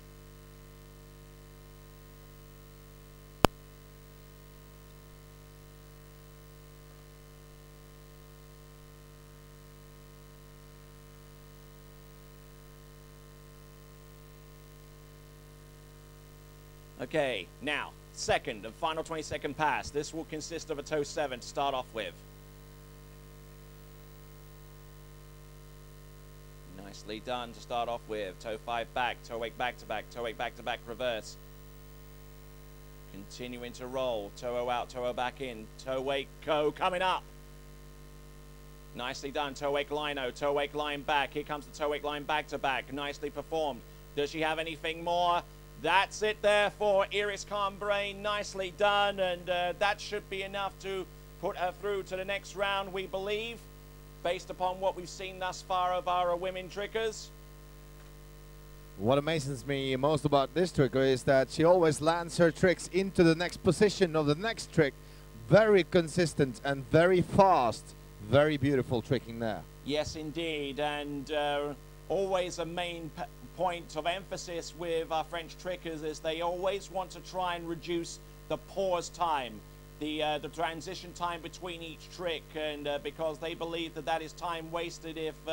If they can't shrink that time down, then it reduces the amount of time for the tricks to be performed. And Iris Cambrai doing a fine job out there, and great trick skiing there from that young French competitor. As we now get ready to bring on our last 3 skiers, one from Russia, one from Belgium, and another from France. The first of those skiers to take to the water will be Tatiana Turakova. Yes, you are indeed right. Tatiana Churakova of the Russian Federation.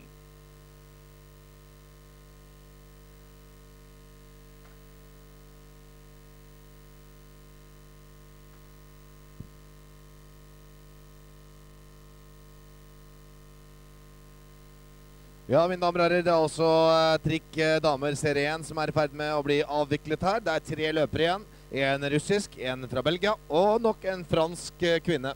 Det er spektakulært å se, og det er altså Europa og verdens beste trikkere som er på banen akkurat nå. Tatiana Churakova.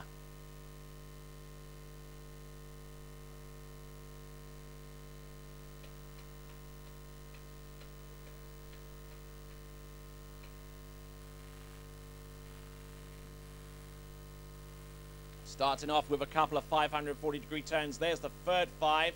Now a ski line back. Now continuing on for the flips. Now's the first one. Now she starts to accelerate and pump up the volume with 2 regular flips. The flip twist. Now here comes the flip twist back to front. Nicely done. A couple of back-to-backs at the end, and beautifully performed there from Tatiana Churakova of the Russian Federation. As we have a look at this one more time. At 1/2 speed.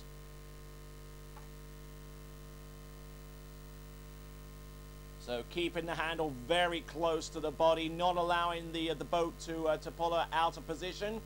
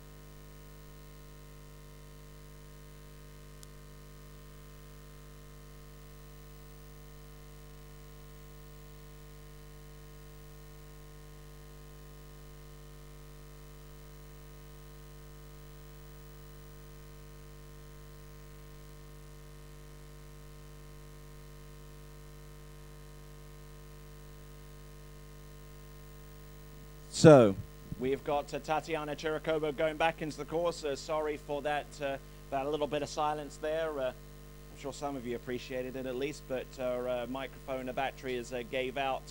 Both of ours did at the exact same time. What are the odds there?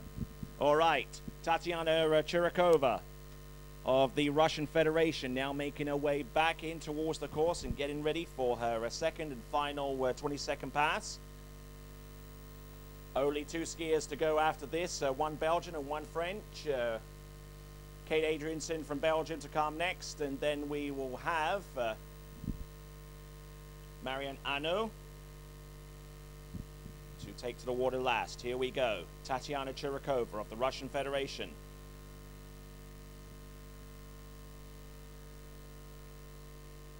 Just trying to stay on her axis. Beautifully executed tricks. Very, very quick spins. Toe wake lino and getting a little bit pitched forward, but continuing to roll nonetheless. Beautifully executed up to a certain point there from Tatiana Churakova. As we look at this replay of some fine trick skiing up to that point from our Russian competitor.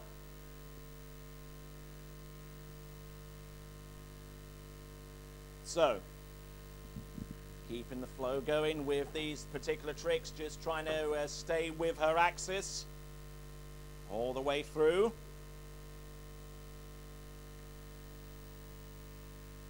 Especially with the toe wako releasing the line just before she hit the top of the wake. The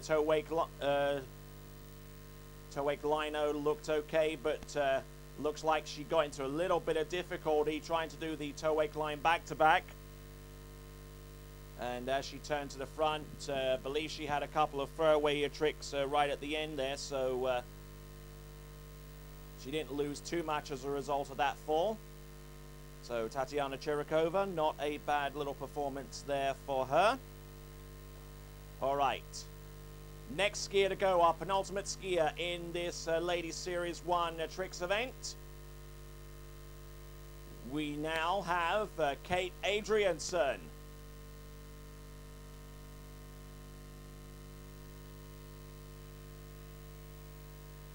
Kate Adrianson. From Belgium. Of Belgium. You are indeed right. Not too many skiers from Belgium in these Europeans, but still, that name, Kate Adriansen, sounds to me as must be some Danish origin or something. Okay, well, you know better than me, Ola, but coming into the course, her first of two 20-second passes.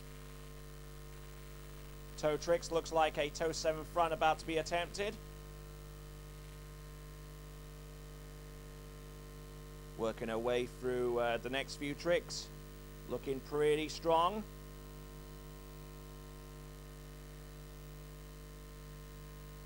Toe wake O, and here comes the toe wake lino, stomping that one quite literally, and with the toe wake line back.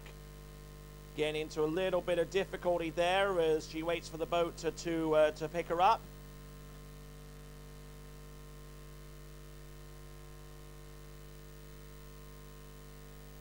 So, as Kate Adrianson gets set to come back with the handle pass, we watch her at 1/3 speed during the webcast.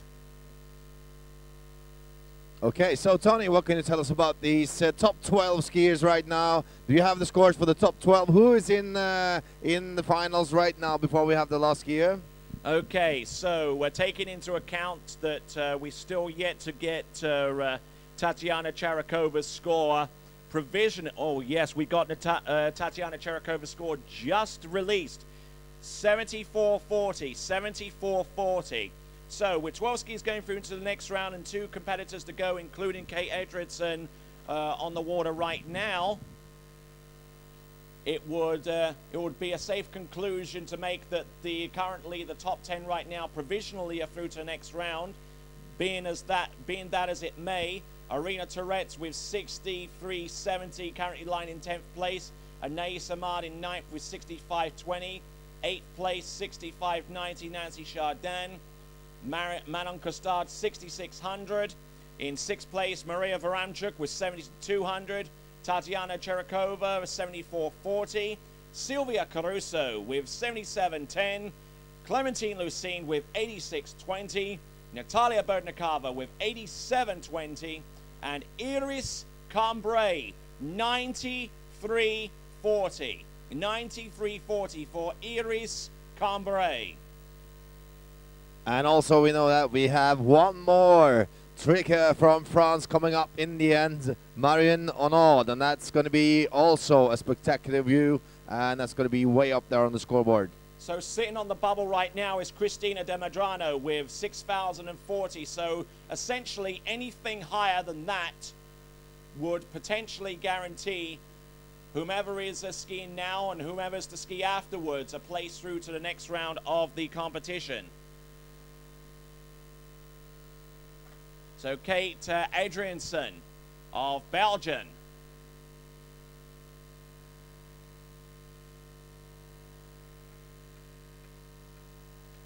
Approaching the course right here, right now. Ski line back to open up with. Wake back to back, and it's reverse. Now working away for the 5 front. Stalls on the landing, but a little early on the wake with that wake 5 front reverse. Now does a wake go as a safe opt-out with 2 flips. Now coming in with the flip twist back to front, and Kate Adrianson swimming in towards the shore. Probably not one of her best performances, as we'll take a look at the action replay. for Kate Adrianson of Belgium. Only one more ski to come, and it's looking pretty grim for Kate Adrianson right now as she swims in, realizing that she needs just a shade under 6,100 points to make it through to the next round of the competition, and unfortunately losing a lot of tricks as a result of the fall that our webcast audience will see right there with the flip twist back to front. So that is Kate Adrianson, and our next skier to take to water representing France, it's Marianne Arnaud. And you are correct, that is also the last tricker in this preliminary round of ladies tricks in total. So right now we're looking at 6,000 something, well 6,000, just about 6,000 points to get into the finals. Okay, under the assumption that Cristina de Medrano is through to the next round, having scored 6,040 points, under the assumption that that Kate Adrianson hasn't scored over that total, it would potentially mean that for Marianne Arnaud to make it through to the next round of the competition, anything above 52.10 would do the trick for her. So Marianne Arnaud of France approaching the course right here and now. Let's see if she is up to the task. Marianne Arnaud. Toe wake 5 back to open up with. Toe wake back to back. Oh, and it's reversed. Nicely done. Holding it together. Toe wake O. Here comes the toe wake line O to follow. Look at her go. Toe wake line 5 back and stomps wow. it. Beautifully executed trick at the end there. And a toe wake line back just to end off that run. Fantastic skiing there from Marianne Arnaud. That's the second one we've seen today. Yes, that particular trick, you're absolutely right, Ola. Some great tricks at the beginning, though. A toe wake 5 back. We don't very often see that trick performed out of the wrap as a starting trick. That kind of lost its fashion towards the late 80s, early part of the 90s, when more of our trickers were starting to do toe wake line tricks. But seems that Marianne Arnaud seems to have found a home for it at the end, at the first part of her run, especially with the toe wake line 5 back to come at the end, and beautifully executed, and has a little bit of time at the end for a toe wake line back, and some great tricking there from her on the opening part of the run. Yeah, and now we're going to see that same thing again from these young French lady trickers that on their handle run also, they are experts in landing in next position and not wasting the time in between the tricks to get into a position again. And that is so spectacular. We're gonna see that again right now. So Marianne Arnaud of France just getting ready to come back into the course for her second and final 22nd pass. Dette er altså den siste trikkeren i denne klasse 1 i denne trikk første runde. Og det er altså en fransk dame som heter Marianne Arnaud, som er på vannet. Og hun har sitt siste 20 sekunder. Og følg med nå, det her er et trikk av høy kvalitet og klasse. Og legg merke til hvor kjapt det går mellom trikkene. So, out the water, our very last pass in the women's trick elimination round, belonging to Marianne Arnaud.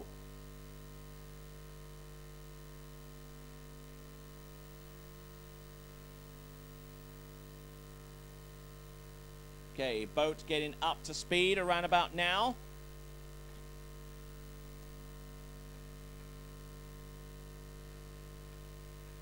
Okay, here we go. Marianne Arnaud, positional back outside the wake. Nice wake 5 front, and it's reverse. Wake 5 back coming up straight away. Here comes the ski line back to back. Nails that one, the ski line back. And now continuing to roll with these flips. There's the first. Here's the second. She nails that one too. The third, the flip twist back. Flip twist front. Little bit sketchy on the top of the wake, but good skiing there from Marion Arnault as she now makes her way back towards the dock to complete the tricks event. And that could be a safe run into the finals for this last tricker, Marion Arnault. Yes, I think she may have a safe passage through to the next round of the competition. All right. Kate Adrianson, her point score is now the bubble, 55.70, 55.70. So, one skier's score yet to be released. Cristina De Medrano, her score of 60.40 is good enough for her to make it through to the next round of the competition, taking 12 through to the final. One score to come, so simple math will tell you that the top 11 right now are through to the next round.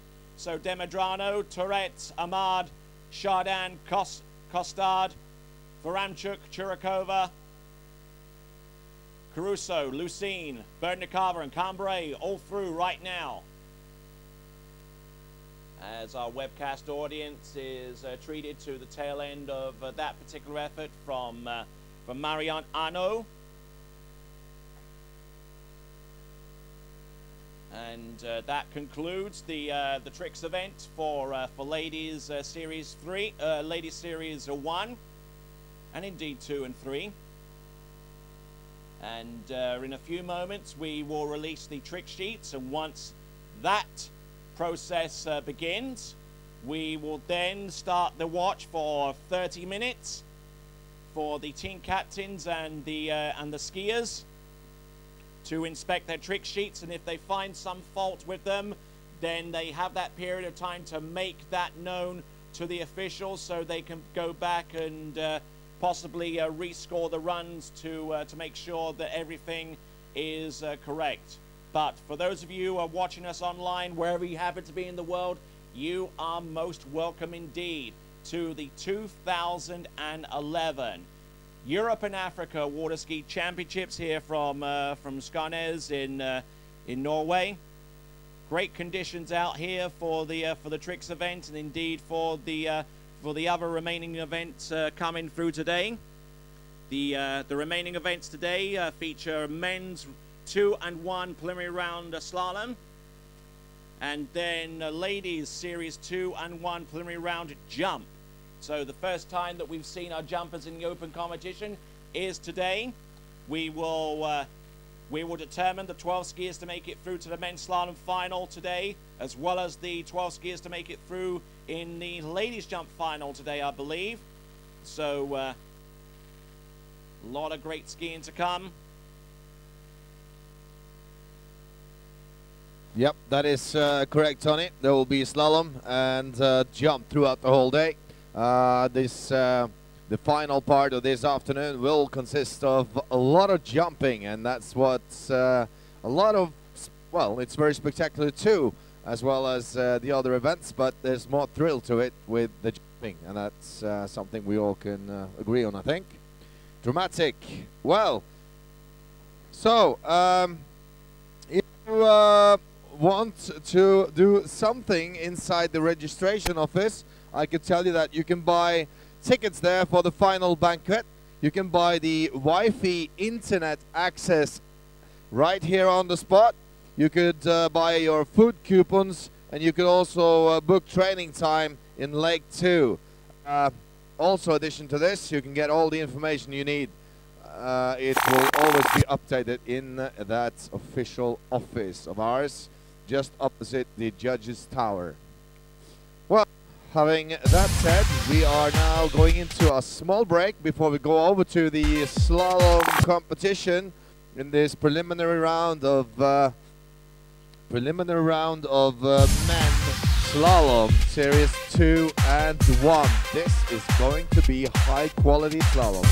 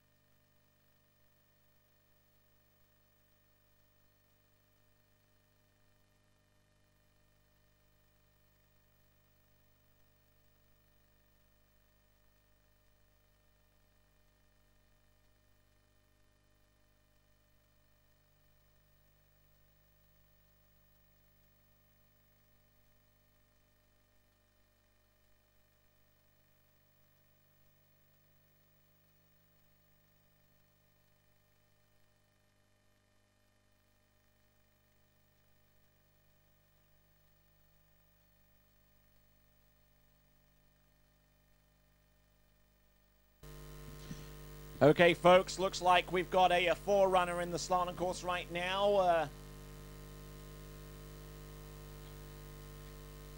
Getting ready for the event to come, which is Series 2 men's slalom.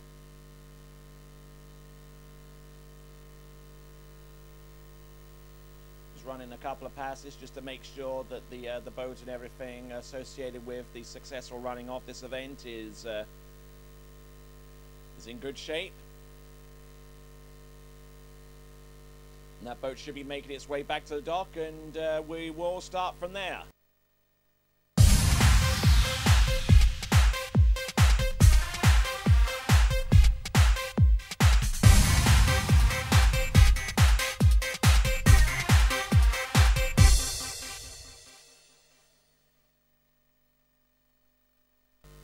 And ladies and gentlemen, welcome back to live and continuing coverage of this, the 2011 Europe and Africa Waterski Championships alongside Ola Tomta. This is Tony Lightfoot providing you with live commentary and also the webcast from this particular event at waterskibroadcasting.com.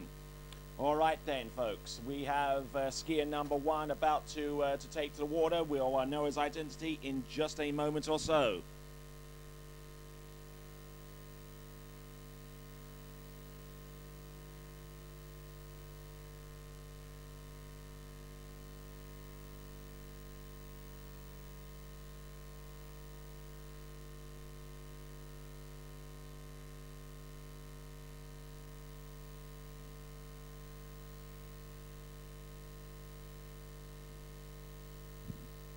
So if the running order is correct, this should be our skier from Switzerland, Jeremy Collot.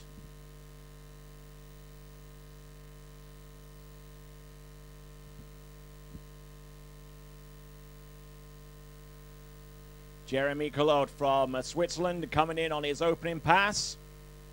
This should be 14.25 meters. Entrance gates number 1.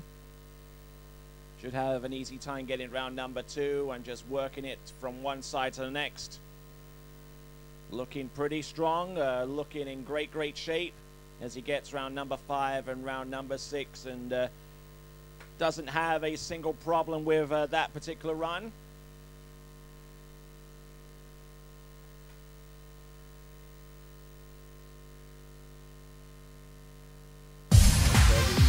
We look at this pass again.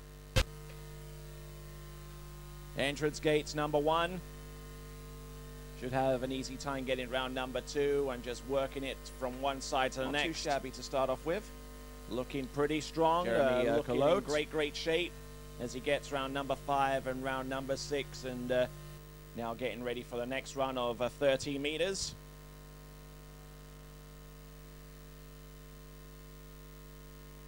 So 30 meters now for Jeremy Collot. Boat speed remains the same.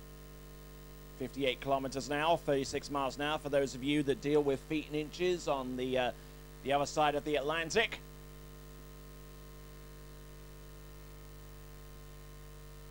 With a 6-hour time difference, it's about 5:15 in the morning there on Friday.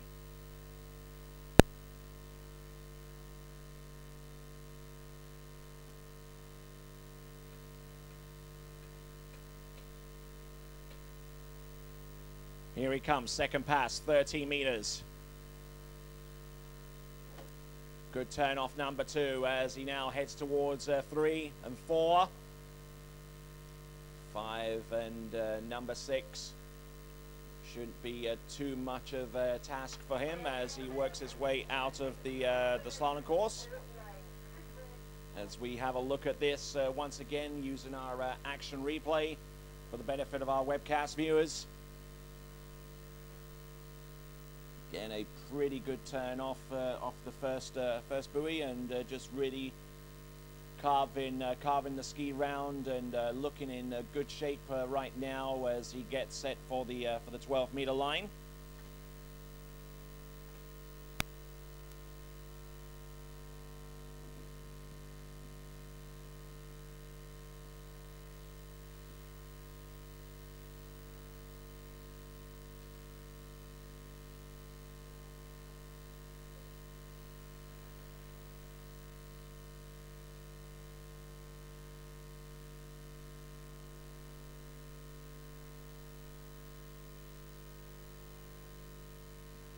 So we're about to pick him up around the island. This is Jeremy Collot.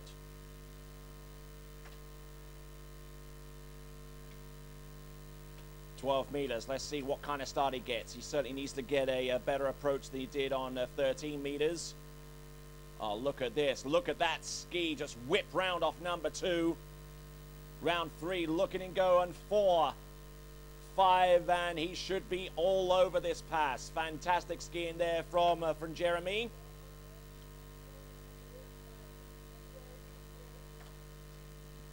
As we take just one more look on this particular pass at 12 meters or 35 off, as those of our viewers in the United States like to express their line lengths in feet and inches, but this is 12 meters for everyone else. Around number 1, 2, 3, 4, 5, and indeed number 6. So Jeremy Collot on this particular run, looking in great shape, and now 11.25 meters beckons for him.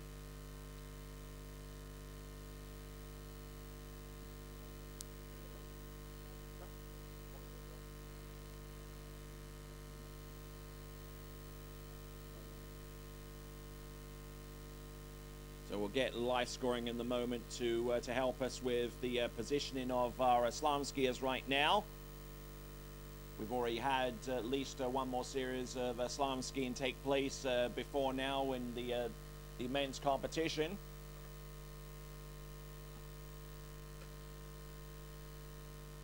Entrance gates, round number 1, continuing to roll. Round number 2, 11.25 meters. Whoa, getting pitched out into number 4. Can he make it? Around number 5, not quite, but it's a commendable effort nonetheless, as Jeremy Collot skis in towards the dock, having completed 4 on 11.25 meters. 4 at 11.25 meters is going to be the score awarded to him on the strength of this run right here. Just getting into to a little bit of difficulty towards the latter portion of this run.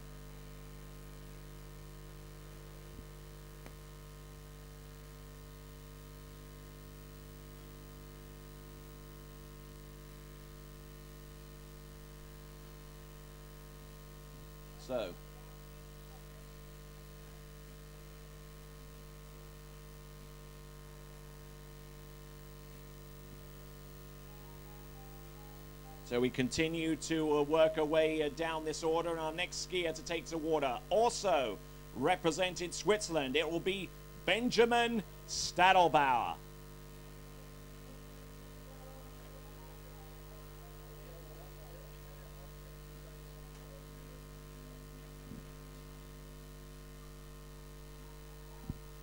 So Benjamin Stadelbauer of Switzerland.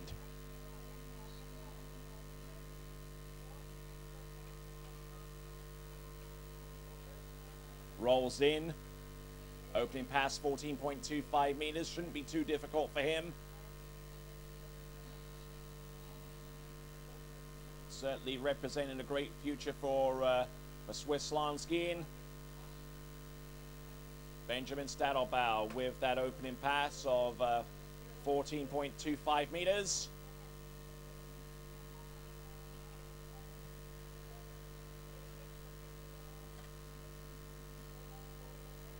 Just seems to have a real ease about his slalom style.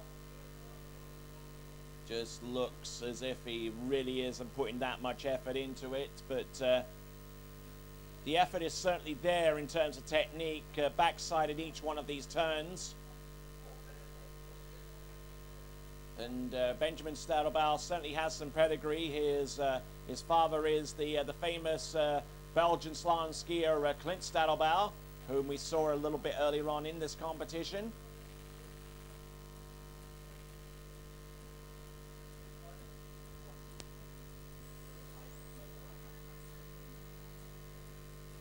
So, good looking pass there, as we now welcome Benjamin Stadelbauer back into the course. 30 meters is next. Boat now making its way to 58 kilometers an hour. The Ski Nautique 200 doing a fine job in that regard. Rolls into his turn. Entrance number 1. Beautiful turn off number 2. Staying with this pass. Just really cranking off those turns. He is right foot forward, which means his 2, 4, 6 side turns tend to be the better side. As we watch this again for the webcast fans.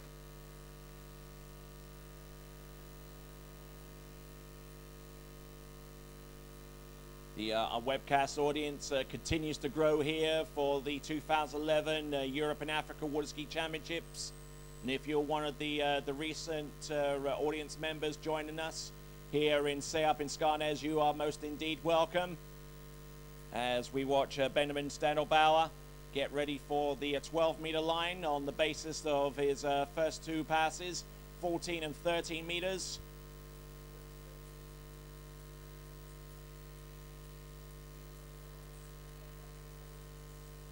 The 12-meter pass is coming up next for Benjamin Stadelbauer through the exit gates.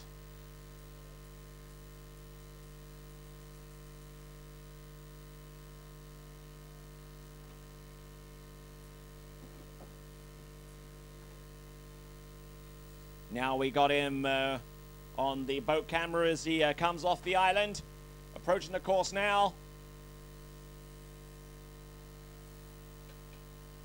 12 meters. The approach, the turn, and the setup has got to be impeccable in order for this pass to be run.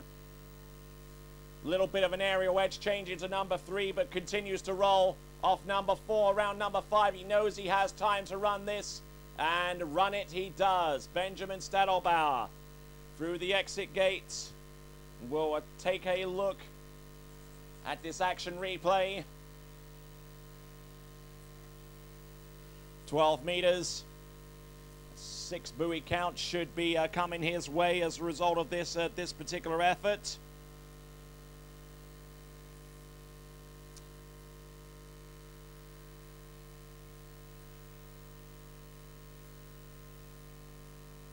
So from one side to the next, he really never looked in doubt with this particular run. And certainly one of the things that is emphasized in training the slalom skiers nowadays is the whole thing with patience at the end of the turn. Don't be in such a hurry to go to guns with the pull and the acceleration behind the boat, because 9 times out of 10 that results in an unbalanced turn. And we'll now rejoin Benjamin Stadelbauer as he comes around the backside of that southwest island. Here comes Benjamin Stadelbauer for this pass.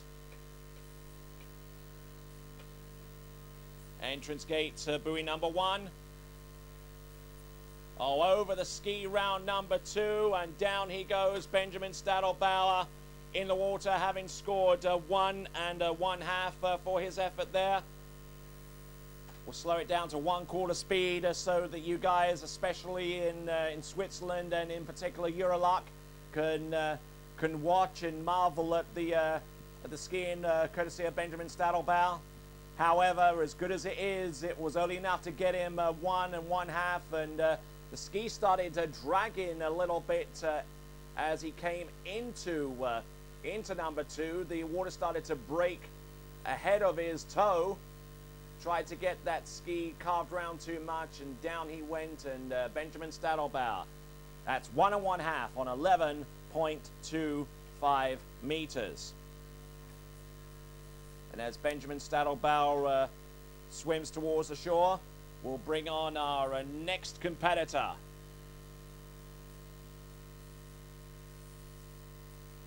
The next competitor representing Sweden will be Johan Efferström.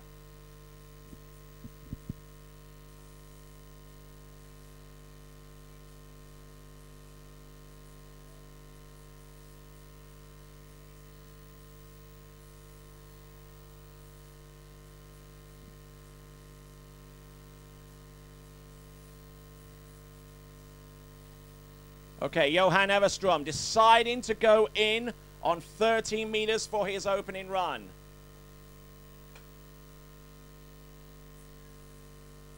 Entrance gates, number 1. Looking good.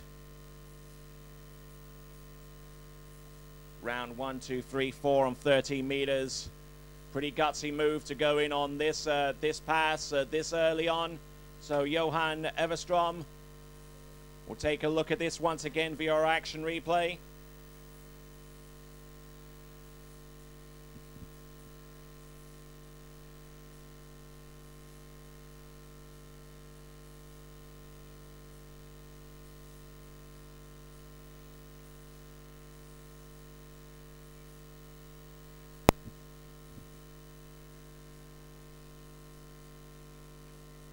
So Johan Everstrom in a pretty good position right now, having cleared through 13 meters, now getting ready for 12 meters now.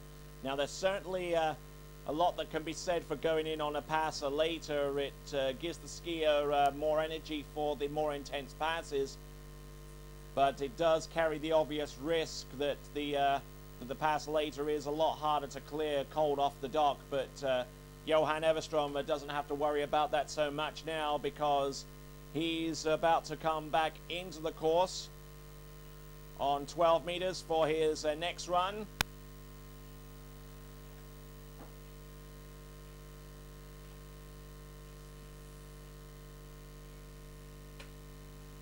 Entrance gates, number 1. Keeping the flow going from one side to the next. Keeping it rolling. Very, very good there from Johan Everstrom. And for those of you watching via our replay, we'll slow it down for a portion of this particular run. Again, in pretty decent shape on this run, it has to be said. And just grabbing the tail end of this particular run for our replay. Apologies for those of you watching that you didn't get the full effects of that pass from Johan Everstrom. But we'll try and get the latter passes. But having said all that, he's cleared 13, he's cleared 12 meters, and now he has a chance at 11.25 meters to really assert his case for a place into the next round of the competition. 12 skiers go through.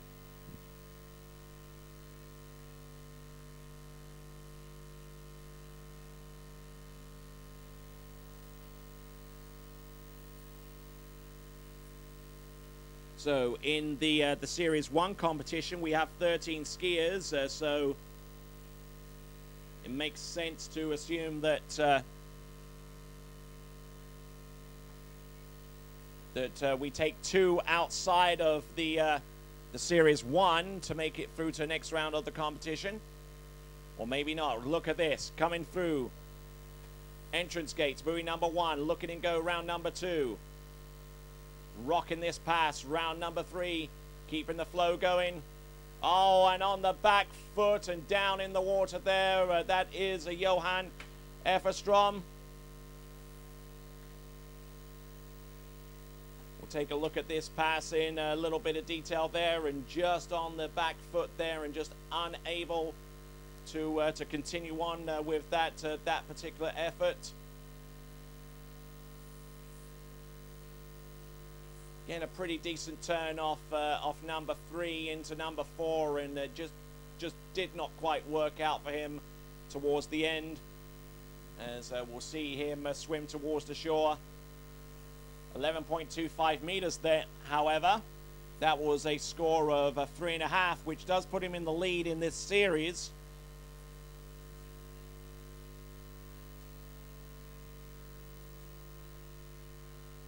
The scores that we have from the series previous to this, we are reminded of that score, 1.5 on 10.75 meters, and that score of 3.5 at 11.25 meters currently puts Johan Everstrom in second place right now with 3.5 on 11.25 meters. Clint Stadelbauer with 3 in third place right now.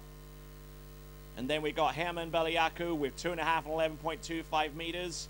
We got Ole Johan Bjorne of of Norway with 2:11, tied with Lorenzo de Alberto, also with a score of 2 on 11.25 meters. So a lot to consider as we update the live results to reflect the slalom competition. And yes, indeed, it comes up with Frank Desboyeux still in the lead with 1.5 at 10.75 meters. As we now pick up our next competitor. Next competitor should be Luis Noguera of Spain.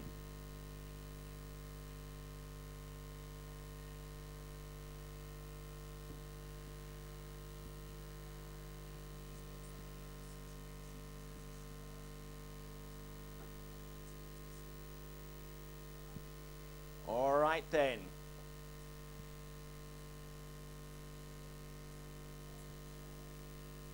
Continuing to roll with our next competitor, Luis Noguera.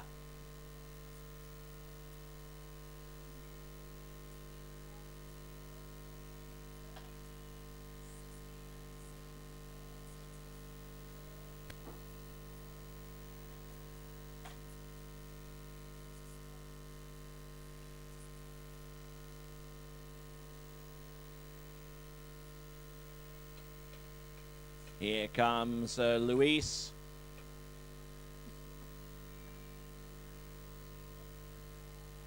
First two buoys so far looking pretty strong.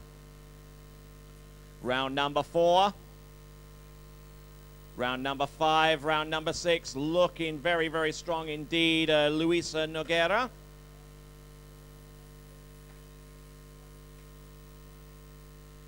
At 14.25 meters, he's certainly going to be taking the long route to try and make it through to next round of the competition, obviously in comparison to Johan Everstrom, who started in on 13 meters.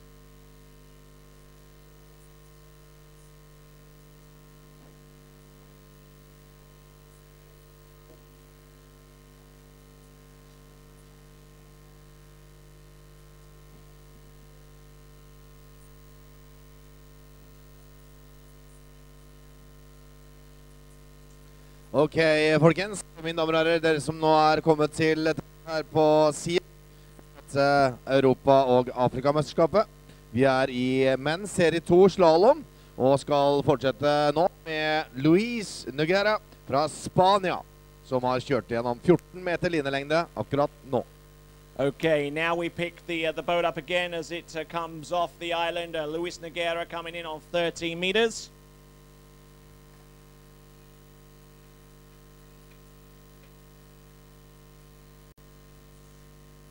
Looking particularly strong right now from one side to the next. Round number 1, 2, 3, 4, 5, and indeed number 6. In total control on that pass from Spain, Luis Noguera, who's attempting to make it into his second consecutive final. Made the tricks finals yesterday. In order to make it through to the slalom final, he's going to have to get to deep down 11.25 meters, but there is one pass ahead of that, and that's the 12-meter run to come up next. We discussed this yesterday, and to get into the finals here in slalom, we are looking at somewhat results on maybe 10.75 meters. Possibly, yes, considering the array of talent that we've got ahead of us. 13 skiers in men's series 1, so it's not looking too promising for some of the skiers from series 3 or series 2. One or two of those skiers have got to hope for something to come their way in terms of fortune, in order for any of them to make it through to the next round of the competition. Let's see if Luis Noguera can do something. Through 12 meters, round number 1, boom, hits number 1. Round number 2, continuing to roll. Very strong skiing here, and this young man is, well, he's consistent of going through that. with no problems at all. Very good skiing. Looking extremely good out there as he now pulls out to shorten for the 11.25 meter line. He certainly deserved every single bit of this pass with a good entrance gate into number one. Just allowed the ski to carve round and just stayed on top of his ski. Not getting on the back, not adjusting his weight distribution on that ski one iota. A little bit late off number two, but as long as he was able to get back on and get the angle across course, that pass was always going to be on the cards. And a beautiful turn round number three. He's a left foot forward skier, so he can afford to whip that ski around on command. His 2, 4, 6 side turns don't look too bad either. Just skiing fairly neutral on those turns and just trying to hold his balance, but really a great looking pass from start to finish there for Luis Nogueira. As we now get prepared to pick him up around the island and take him into the course once again, 11.25 meters.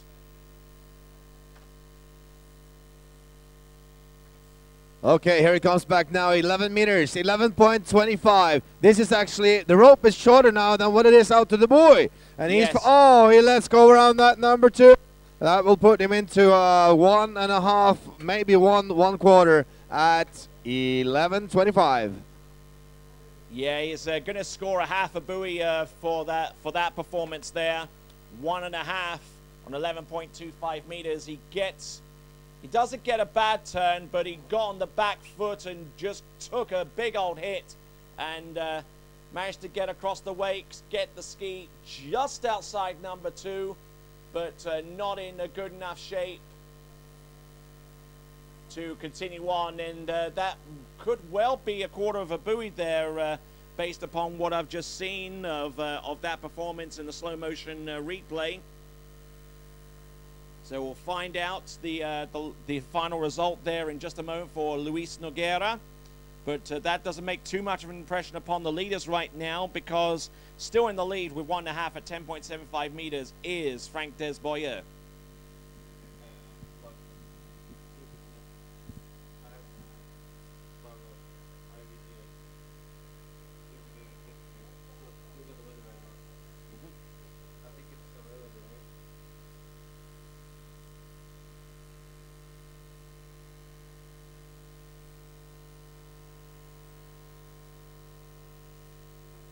Okay, so still in this men's series. And, do you actually know what is the limit to get into series 2? So far as the qualification score to make it into series 2? Yeah. Not too sure, but I know that that just by judging by the skiers, it seems that that the limit, the qualification score to make it into series 2 appears to be something on 11.25 meters, maybe about halfway down this list. And obviously to get into series 1, those skiers are really putting out all the stops, getting into 10.75 meters. Well, so that kind of gives you an idea of the skill level of our skiers as we get ready for our next competitor from France. It's Guillaume Devenoy.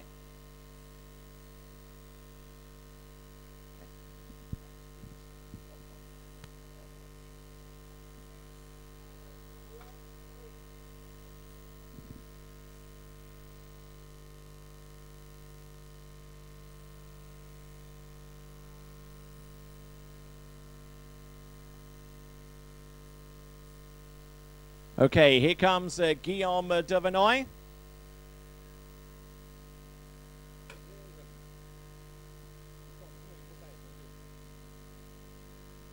Okay, we can see that he goes out on this 13-meter rope length, and that will be a very easy fight for this young man, this young Frenchman, going through that as any walk in the park.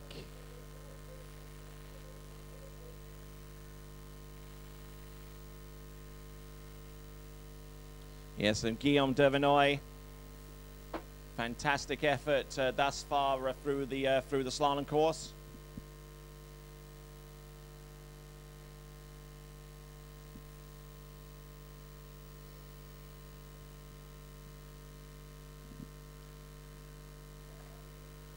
audience taking a look at the action replay on 13 meters.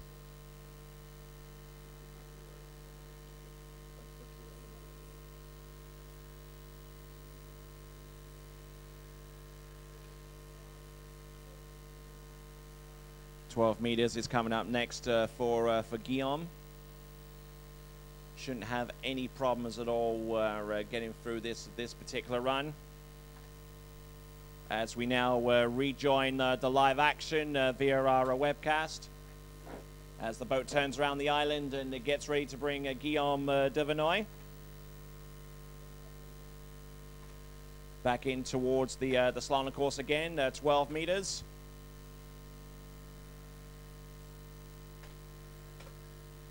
Entrance gates number 1, attacking that one with full vigor. Continuing to roll off number 3, round number 4. He's getting a little bit pitched out on some of these turns, but he's good to go for this pass, I believe. Guillaume Devenoy. Actually fighting his way through that number 4. That was not a good turn on that 4, but he pulled it back on run number 5 and 6, safe through the gates. Certainly in good shape right now on this pass of 12 meters. So let's not forget, he's already at the point where he can start attacking for a potential spot through to the next round of the competition. And realistically, he knows he's got to get through 11.25 meters to make that happen, because Frank Desboyer had a score into 10.75 meters to currently lead the competition with 1 1/2. So that is the situation as it stands right now. Still a lot to play for in this slalom event, as the set down timer winds down to about 45 seconds, and now we will bring on Guillaume Devenoy of France as he comes around that turn island. Now we see him at 11.25 meters. Approaching the course right here, right now. 11.25, and this is actually a shorter rope length than what it is out to. And he falls around that number 3. And the ski skips out on him on that particular turn, and he had that pass almost going on there. Guillaume Devenoy of France certainly had the first 2 buoys covered, but when it came down to number 3, he was looking for the ski to cooperate with him on that particular turn, and it just did not quite happen. But a lot of the problems started at the end of number 2. It got him off balance, and that ski just popped the fin, and down in the water he went. So that is Guillaume Devenoy of France, with that score of, I believe, 2.5 at 11.25 meters. Now the boat making its way back to the starting dock as we see Guillaume swimming towards the shore.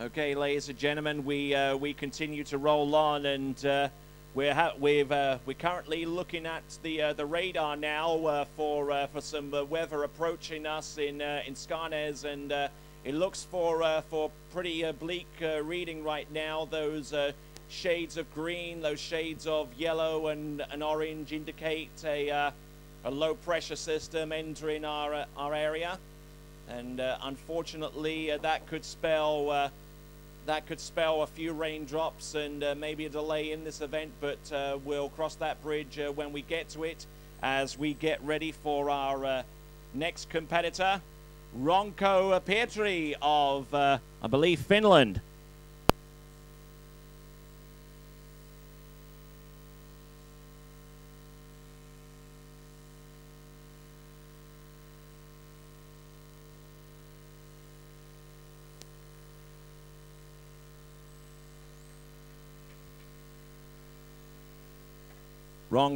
Petri Ronko of Finland.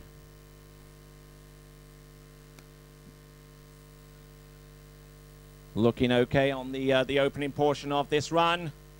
Nicely done from one side of the course to the next. Great looking skiing there from him.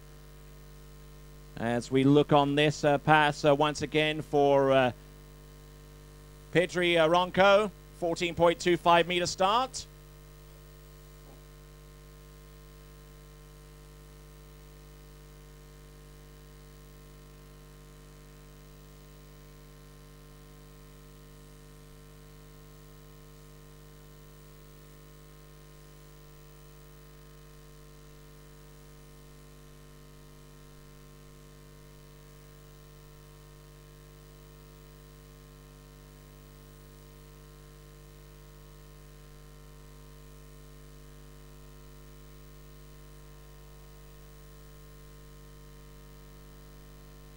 So Petri Ronko.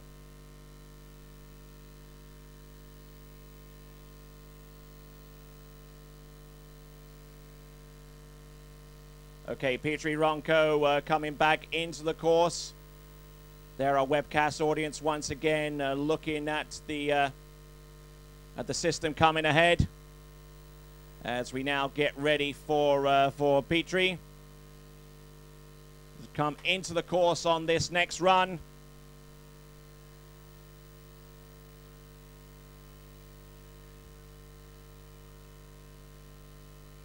One side to the next, looking in good shape right now for Petri. Nicely done.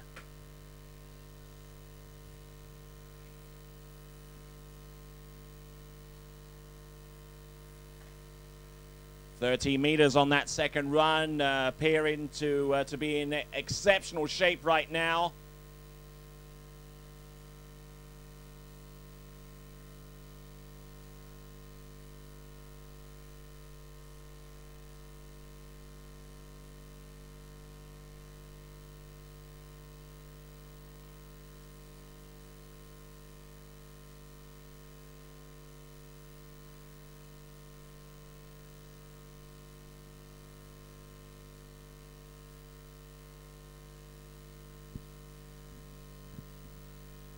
All right, continuing on with Ronko Petri.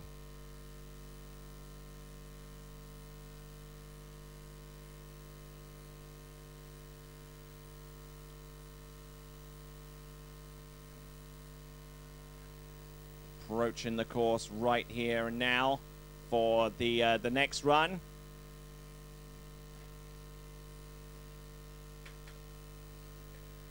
Entrance gates.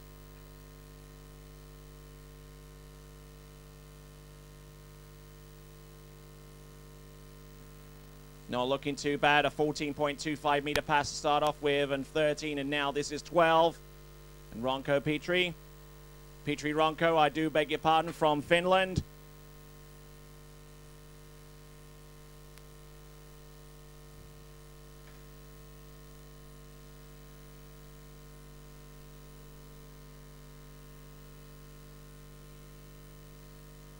Actually started in on, I believe he started in on 14.25 meters, and either way is looking in great shape right now out in the slalom course.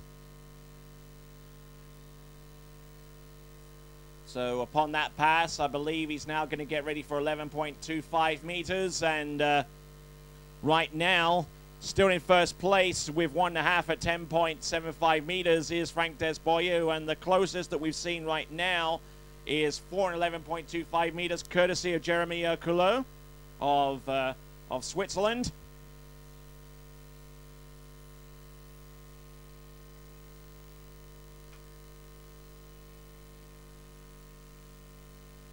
So back to live pictures with Petri Ronko. 38 off, 11.25 meters now coming right at you.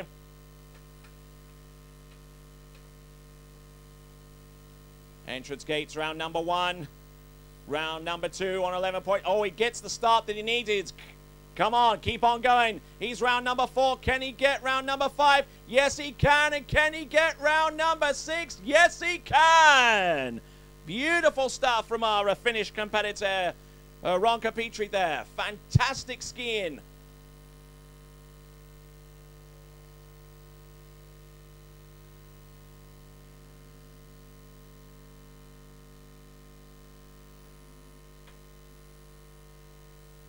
Got the start that he needed and just continued to roll from one side of the course to the next. Petri Ronko of Finland. Basically the only member of the Finnish team that doesn't have the Lami surname in their team coming into this competition. But outside the family references, of course, Petri Ronko establishing himself as a superb competitor, and now this is 10.75 meters. He can now strike for the lead. 1.5 stands in his way between the lead of Frank Desboyeux and Petri Ronko. Here he comes. Entrance gates number 1.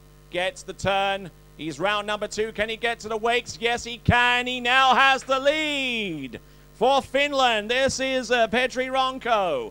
As we have a look at this one last time via our action replay. Certainly got the gate shot that he needed to continue on with this pass, and just brought the handle up too high.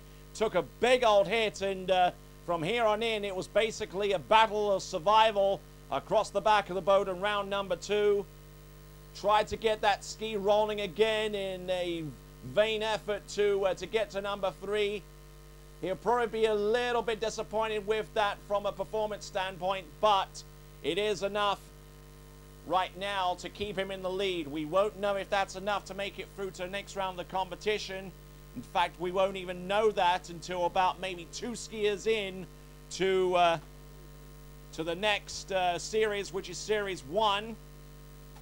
This is actually a very good result for this young Petri Ronko from Finland. And let's hear it. Give him a big hand from Finland. 2 at 10.75.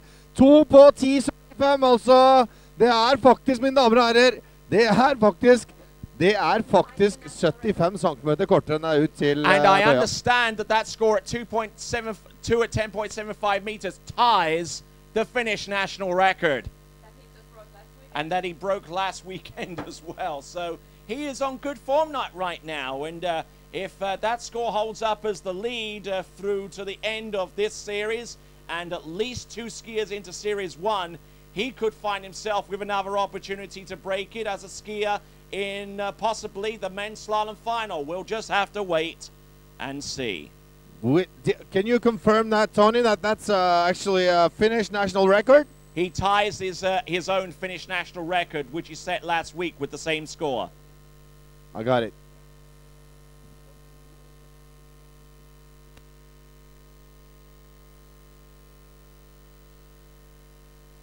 All right, next competitor up. Austria's Claudio Kostenberger.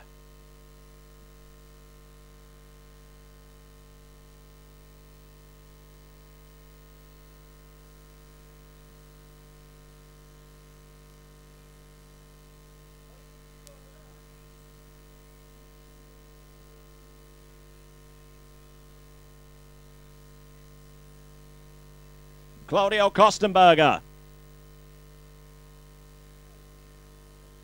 from Austria, now making his way in towards the slalom course. And this is 14 meters. That's correct, 14.25 meter start.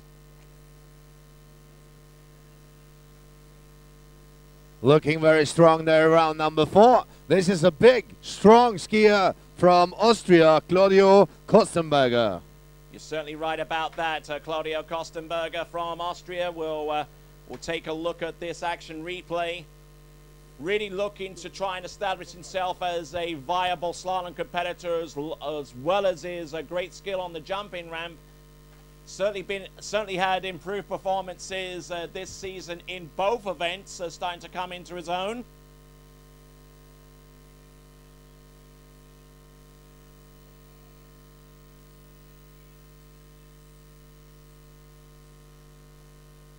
For so many years, skiers like Franz Oberleitner have been the figurehead for Austrian water skiing over the last few years, last few decades, and I'm sure that that Franzi is watching this right now from his home just outside Gmunden in Austria.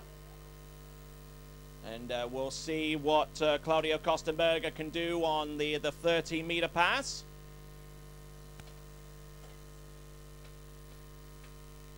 Coming in. 13 meters. Looking in pretty good shape right now, around number 3. And number 4 looking in great shape. Round each one of those turns, out the exit gates, completes 13 meters. And now we'll have a look at this. Here our action replay from the towboat. Those of you watching us online, you're being treated to some great slalom skiing courtesy of Claudio Kostenberger. Now chasing the lead that's currently being set by Petri Ronko from Finland with 2 at 10.75 meters. Frank Desboyou just half a buoy behind in second place with 1.5 at 10.75 meters.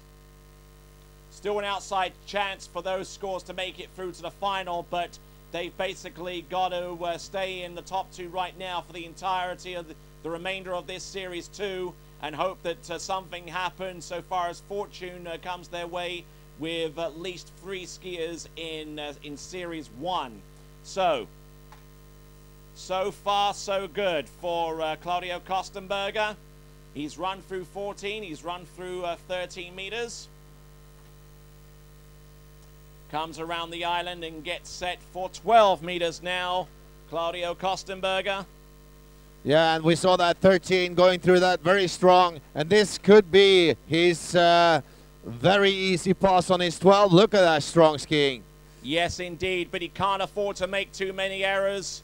Right now, Claudio Kostenberger doing his finest to make it through the slalom course. Round number 5, round number 6. Good effort there from Claudio Kostenberger. Very strong skiing there from Claudio Kostenberger of Austria. And we saw that him going through that 12, just pulling him way through that. And that takes a lot of muscle to do that. Yes, indeed. He has a certain amount of patience at the end of the turn as well.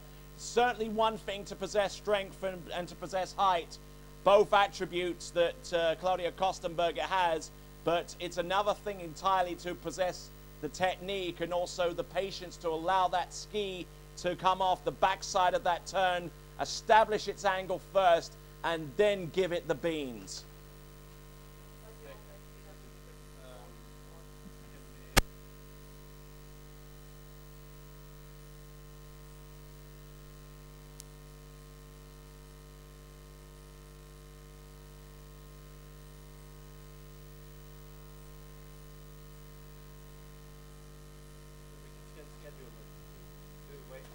Okay, here we go. Claudio Kostenberger coming into the course at 11.25 meters.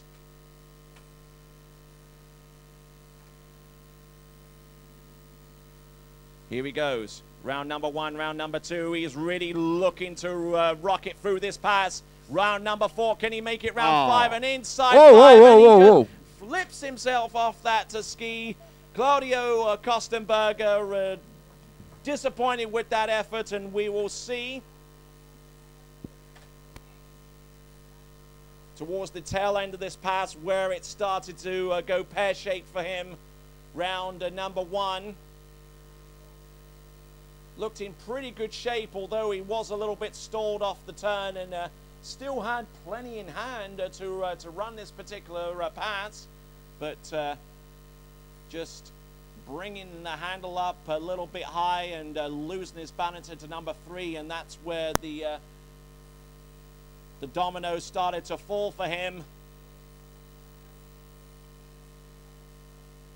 He was still in pretty good shape for number 4 and just brought the ski round, and at the tail end on the tail of the ski just could not keep his composure going.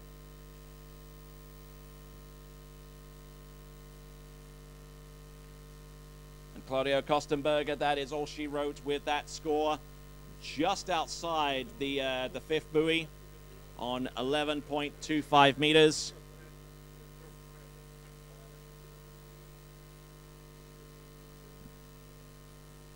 So, back to matters at hand. Our skier about to go will be Germany's sole competitor in these championships, Bojan Šipna.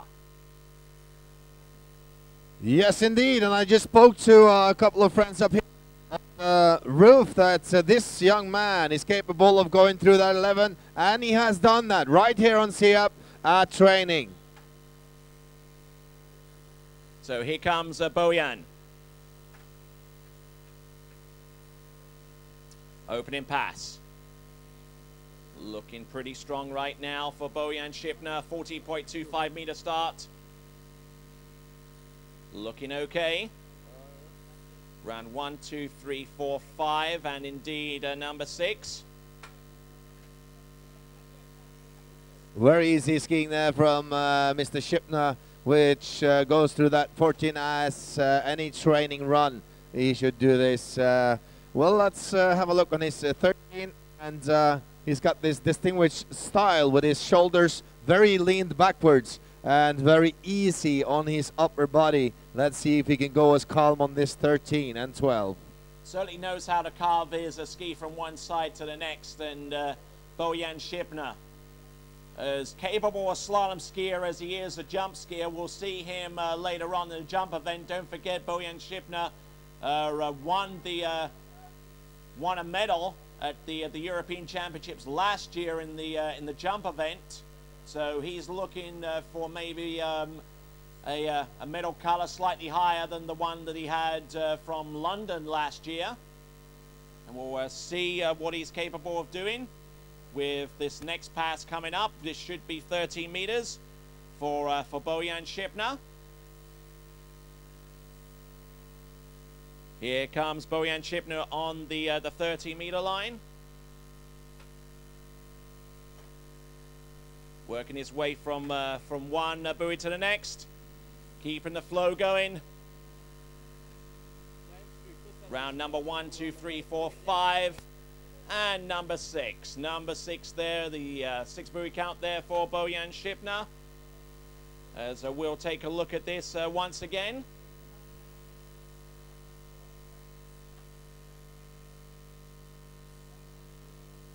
We saw that 13 also, as we saw that 14, very easy and lean backwards for him. This looks so easy. But I believe me, those who have never tried this before, this is not easy. They go actually from around 10 kilometers around that buoy up until 100 kilometers and breakdowns again to 10. So it's a very, very, very good effort to just be out there skiing, and it just takes the breath out of you. Yes, absolutely right indeed. It does take a lot of effort, both technically and also from the strength point of view for each of these competitors. Getting ready now for the next pass of 12 meters. He knows that he's going to go perfect on this particular run. Now approaching the course, 12 meters. Now watch out, here he comes, the strong man doing his 12. Round number 1. Oh, look at that. Good Beautiful. snap of the line. Working his way from one side of the course to the next. Uh-oh. But he's strong enough to recover, and looks like he's going to run through this pass. 6 on 12 meters for Bojan Šipna. Fantastic effort there from him. As we look at this once again via our action replay. 12 meters in the bag for Bojan Šipna, although On a couple of those turns, it looked like Bojan Šipner might have been off a little bit more than he could chew, but still looking okay and still in good shape. So nice skiing there from Bojan Šipner, and I just wonder, I ask myself here, Tony, where is this going to end? Well, it's going to end after the last skier on men's Series 1 slalom. I tell you what, we've got some of the world's best slalom skiers on tap coming up. We've got skiers such as Thomas de Gasperi, Will Asher, Glenn Campbell, Carlo Elias, among a whole bunch of skiers in men's Series 1 to come. But let's not take anything away from the skiers that we're seeing ahead of us. As Bojan Šipner now approaches the course. On 11.25 meters, let's see how he gets along. 11 meters. 11.25, keeping the flow going, keeping it running from one side to the next. This has a chance. Round number he one. Does that. Round number 1, 3, 4, 5, and indeed Woo! 6. Nice. Great stuff there from Bojan Šipner. Great looking pass there from him. Germany's sole competitor in this competition, Bojan Šipner. Superb effort there from him thus far. One side to the next.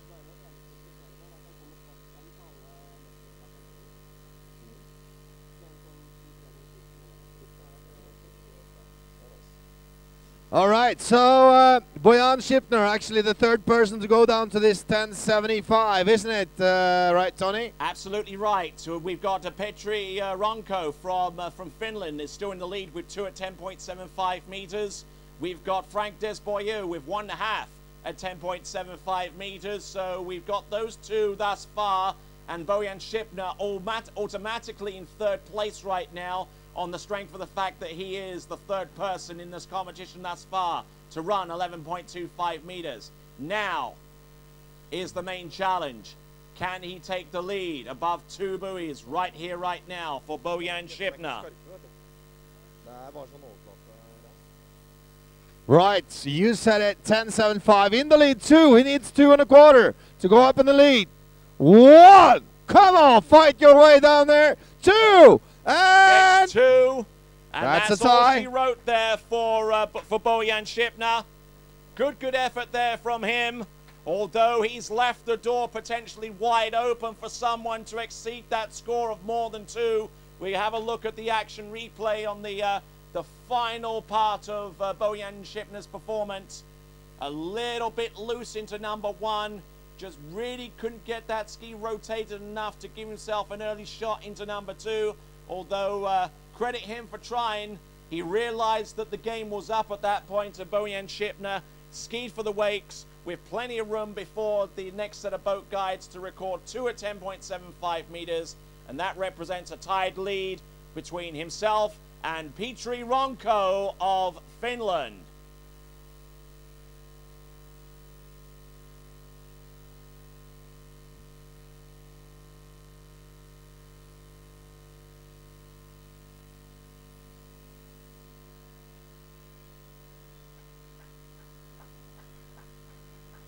Yes, ladies and gentlemen, please do give him a big cheer. That is Bojan Šipner with that performance.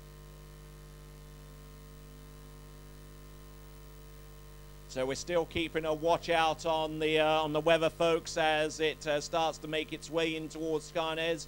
You're looking at a map on the webcast showing the low pressure system heading our way with those bands of green, those bands of yellow, those bands of yellow and orange and sometimes red making their way here, and that can only spell trouble for the event as we continue to roll on. We hope that there's a high pressure system hiding somewhere in Sweden that can make its way towards the west and push that away. But failing that, we'll continue to roll, and our next competitor to take to the water, representing the Czech Republic, will be Martin Coleman.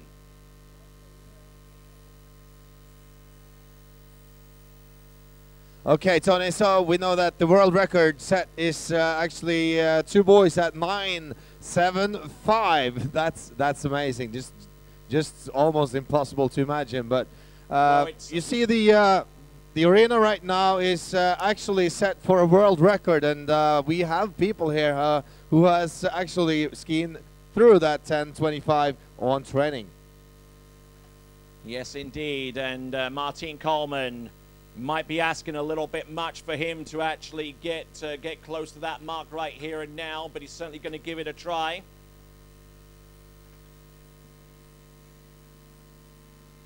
Good start, continuing to exert himself on the slalom course. Nicely done. Round 1, 2, 3, 4, 5, and indeed number 6. So we'll have a look at Martin.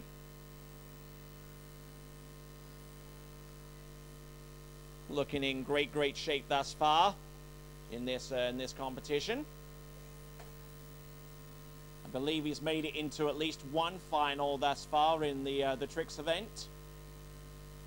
We'll get confirmation on that. I believe I saw him among the 12 skiers through to the men's trick final, representing the Czech Republic not only in this competition but also in the team competition, the European Cup, where he was a major part of the Czech Republic's team performance that put him on the podium for the very first time in their water skiing history.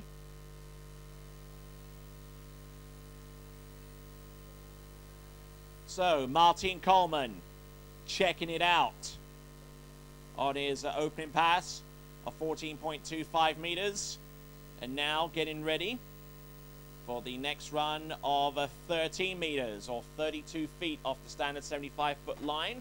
For those of you watching us from the United States. Here comes Martin Coleman.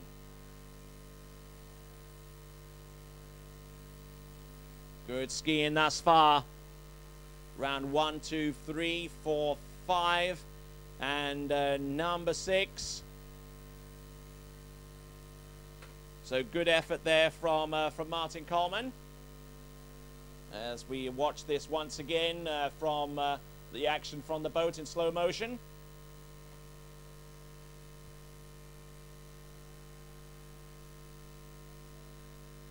And for those of you webcast fans joining in at thewaterskibroadcasting.com, you are most welcome indeed.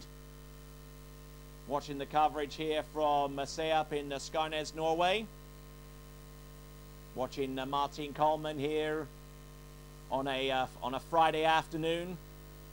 It's just Friday afternoon here in Norway, and for most of Europe, it's still about 6:15 in the morning on the eastern seaboard of the United States, and it's even earlier for some of the states west of that. In Australia, in Perth, Australia, it's about just a little after 6 o'clock in the evening, after 8 o'clock in the evening on the eastern coast of Australia. As we now look at Martin Coleman coming back into the course right here and now.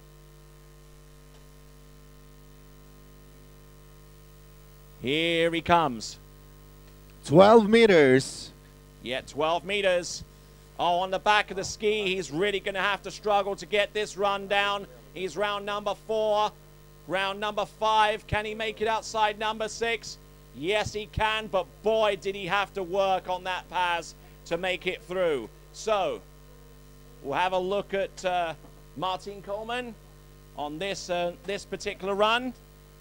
Getting round number 1 on 12 meters, and we'll let this replay play out so that you guys on the webcast can watch and admire his slalom skiing without too much interference from me.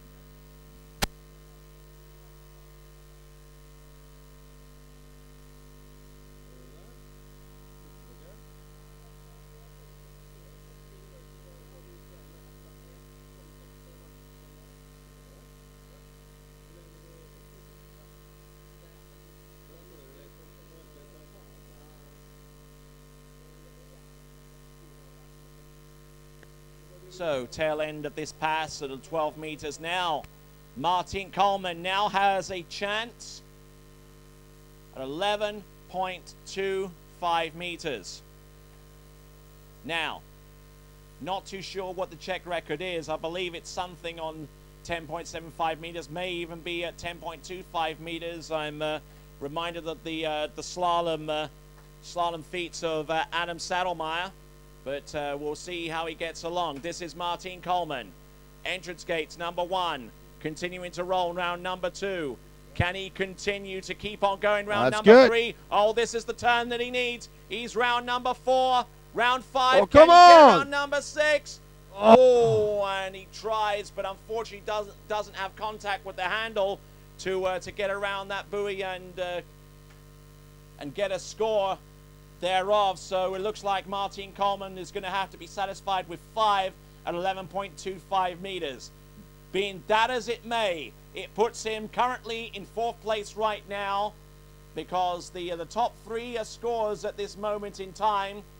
We have got Petri Ronko of Finland and Bojan Šipner of Germany with 2 at 10.75 meters, and Frank Desboyer with 1.5 on 10.75 meters. And here is a special message for Bojan Šipner.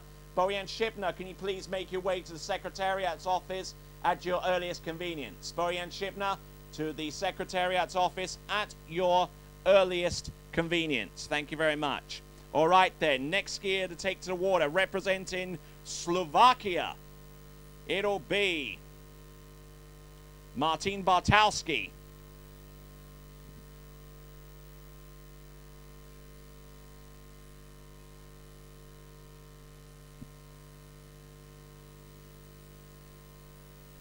Okay, Martin Bartowski.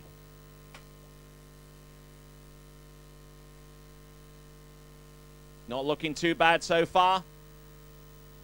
The opening part of this run.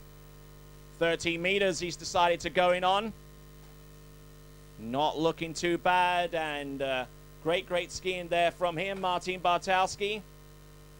We'll have a look at the replay for him, and just about now. Slowing these past it about 1/4 speed, so that you on the webcast audience can take a little longer time to watch and reflect on the turbulence of Martin Bartowski.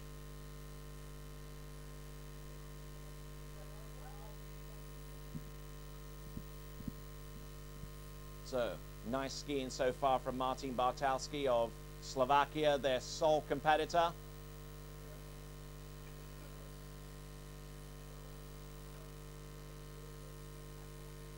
So now the boat again in position and getting ready for Martin Bartowski. 12 meters next. Okay, we're excited to see what Mr.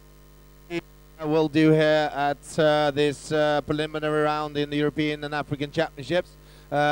We have people here predicting that he can actually go through 11 himself. Comes back at 12 meters. Nice setup there. First, oh, nice first buoy. Very nice. Oh, trouble on that second. Well, pulls himself into that number 3 and turns easy number 4, and that's a wrap. That's easy going through number 12. Very good looking pass from Martin Bartowski. We'll have a look at this run once again. Rolls in on 12 meters after a successful 13. It's getting ready for 11.25 meters next, don't forget. And we've already had 3 people go through that run. 2 of them currently hold the lead right now with 2 to 10.75 meters. And wow, even that turn on number 2 wasn't particularly clean for Martin Bartowski, but he has enough of a head on his shoulders to maintain his leverage and his cross-course angle to get round 3, and better still, get a good turn off number 4, good recovery turn off 4, and establish a great angle across the course. All right then, Martin Bartowski. Getting ready right here, right now.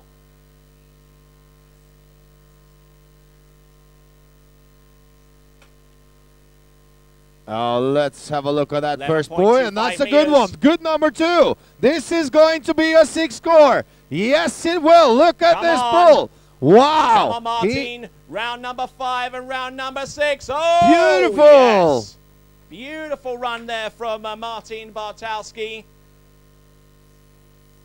We'll have a look at this again in 25% speed for Martin Bartowski, 11.25 meters. He's cleared it. The 4th person now to clear this pass, and by that virtue, he has now placed himself in 4th place. But can he ascend higher? He needs more than 1.5 to put himself in at least 3rd place. If he can get past 2, then he puts himself in 1st place. Well, I'll tell you this, Tony, that this guy is capable of pulling through this 10.75. So let's just wait and see. We might have a deep score like 4 or 5 boys. So we're very excited. Which foot is does he has in front? He is, yeah, he's a right foot forward skier, which means he's going to get a better gate shot and buoys 2 and 4. Yeah, exactly, right. All right then, so here we go. Martin Bartowski coming into the course right here and now. At 10.75 meters, gets a horrid turn on buoy number 1 and doesn't even get back to the wake. So it looks like Martin Bartowski is going to be swimming into the shore. Half on 10.75 meters. That consolidates his position right now in 4th place. We'll take a look at this frame by frame for Martin Bartowski. We'll see where it all went pear-shaped. Actually, the problem started as soon as he made it past the 2nd wake, because that ski bounced into his pre-turn into number 1. Couldn't re-establish his balance on time, and pushing on the front part of the ski and the fin washing out. And that is all she wrote for Martin Bartowski. Alrighty, we'll continue on to our next slalom skier, who should be from Great Britain, Tom Asher. Tom Asher is next from Great Britain. Ja, folkens, det på tide å takke våre sponsorer igjen. Det fantastisk å se at så mange har opp om dette Europamesterskapet. Og vi ser jo den rekken av sponsorer som henger på andre siden av vannet her. I tillegg selvfølgelig de som representert på arenaen. Vi har jo naturligvis Morgård som har stilt opp start her med en fantastisk gourmetrestaurant. Der unge Lendel det sjef der oppe. Det verdt et forsøk for å si det. Det også kioskutsalg der oppe for de som ønsker det.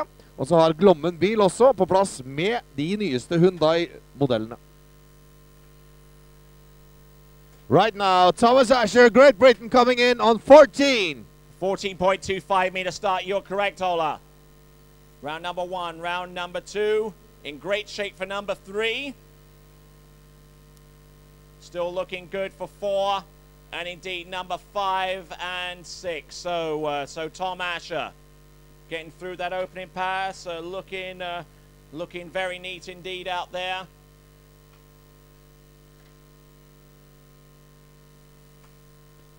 You probably know a lot about this young skier from Great Britain, Tony, so tell us about his personal best. Just a little bit. His personal best is into a 10.75 meters, I know that. Tom Asher, though, has been suffering a little bit this season due to injury. Couldn't ski the early tournaments that he would have liked to, such as Moomba and the Masters and LA Night Jam, and those tournaments are pretty much a deal with his specialty, which is the jump event. But that's not to say he isn't a decent overall skier in his own right. Slaloming pretty deep into 11.25 meters and even into 10.75 meters on occasion. And he's a pretty good trick skier as well to boot. So, Tom Asher, probably Great Britain's best overall competitor coming into this event. And we'll see what he is capable of right here and now with this next pass of 13 meters. Let's see what kind of start he gets. Appears to be in good shape right now, Tom Asher. 13 meters. Rocking this from one side to the next. round number 5, round number 6, not a problem at all for Tom Asher. As we look at him roll once more with this particular run, 30 meters.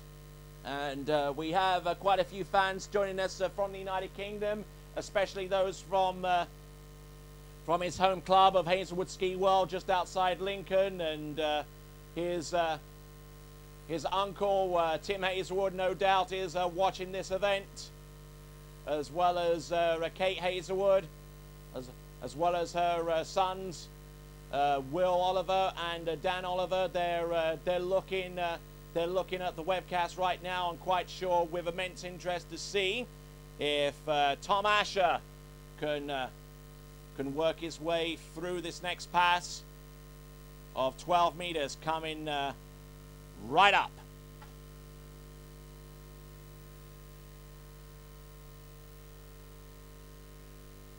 And also, let's not forget that Jill and Adrian Asher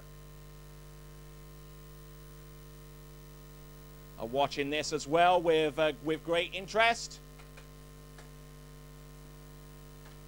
Needs to start. Round number 1, keeping it rolling. Round number 2, going cross course here for number 4. Number 4 now, round number 5, and 12 meters, not a problem for Tom Asher. Easy money there for him. So Tom Asher.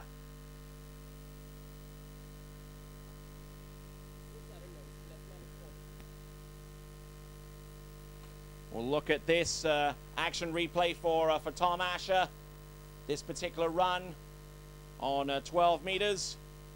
Graphics showing 11.25 meters. That's going to be his next run, and that's where the rope is being shortened to right now.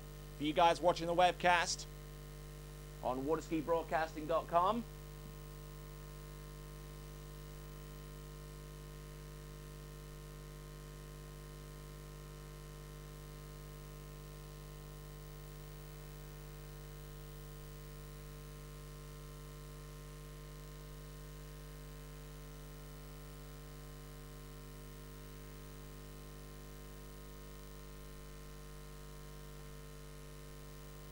So now, Tom Asher getting ready for the next pass. This is going to be 11.25 meters. 11.25 meters for Tom Asher. Good start. Continuing to roll off number 2. Little bit open into number 3. This is 11.25 meters. He can muscle through this pass if he has to. And ladies and gentlemen, off number 5. Oh, and inside number 6, Tom Asher ends up having to ski back to the dock at the end of that pass. And Tom Asher will have a look at this once again via our slow motion replay. Entrance gate didn't look too bad for Tom.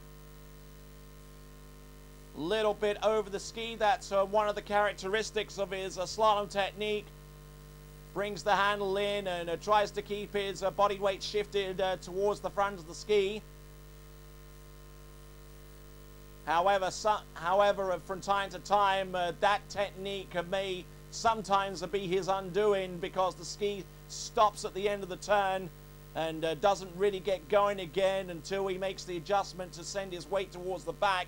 But by that time, on 11.25 meters, it was just a little bit too late for Tom Asher. So inside number 6, Tom Asher with a score of 5 at 11.25 meters. That being the case, I believe that puts him in around 5th or 6th place at this time. Ja, hyggelig å se at Lise og Robert har meldt seg på denne turmarsjen da. Veldig bra, Lise. Når du kommer i mål. Okay, David Napolitano. This is the 30-meter pass to open up with.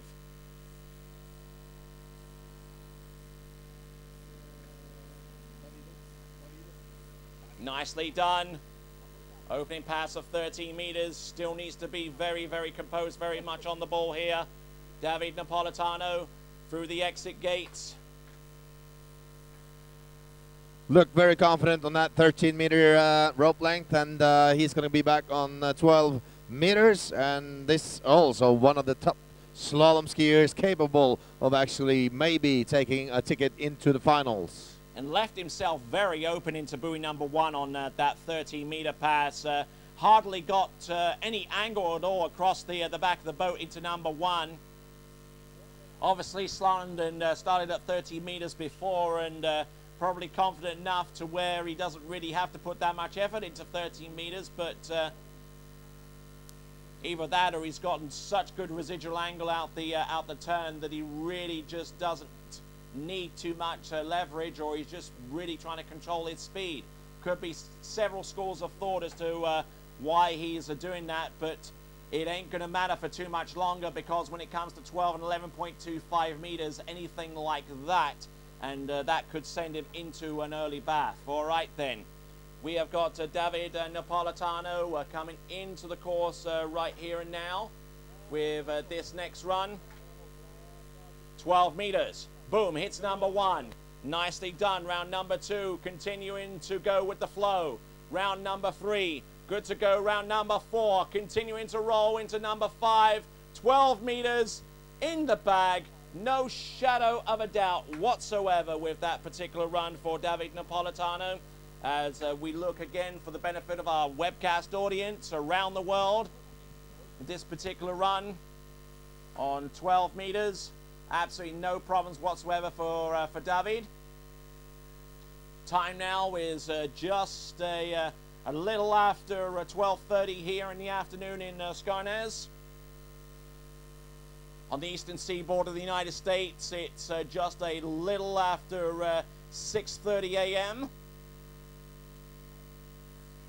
Central Time, it's a little after 5:30 in the morning, another couple of hours back. And you have some real hardy souls there at almost 35 minutes past the hour, past the 3 o'clock hour.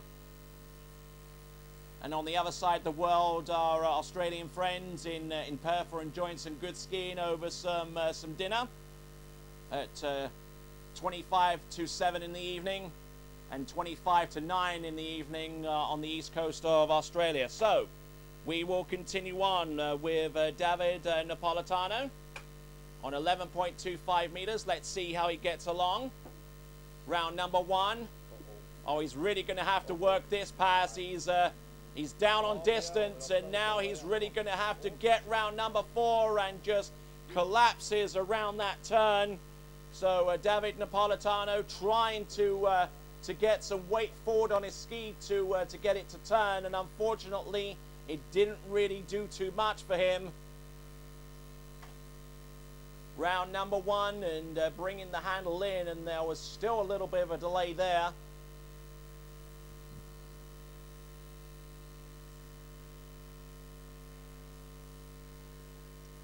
So David Napolitano, round number 3, got a pretty good recovery turn there, but still a little bit of a delay there for David Napolitano. And round number 4, the fin just popping out, and that is all she wrote there for David Napolitano. That is going to be a score of 3 1/2 at 11.25 meters.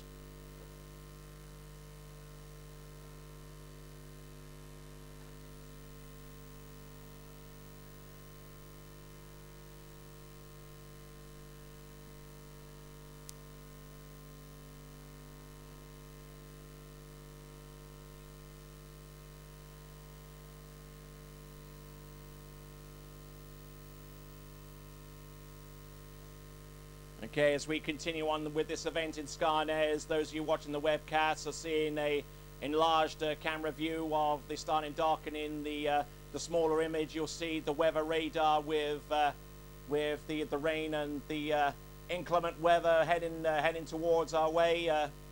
That low pressure system bringing us rain in varying amounts. We hope that doesn't come to fruition as we get ready to bring on our next combatant. It'll be Oleg Daviatovsky from Belarus, and he will be our next competitor. Oleg Daviatovsky from Belarus. Coming up next.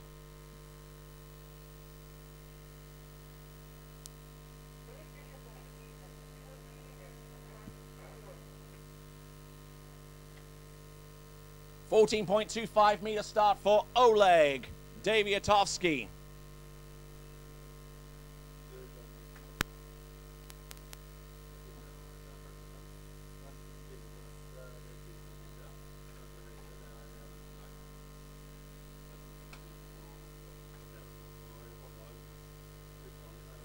Oleg Daviatovsky looking particularly good out there. Not too bad there, Oleg. Round number 5, round number 6. Good effort there from Oleg as he makes his way out towards the end of the slalom course as we watch him via a slow motion replay. 40.25 meters should be easy money.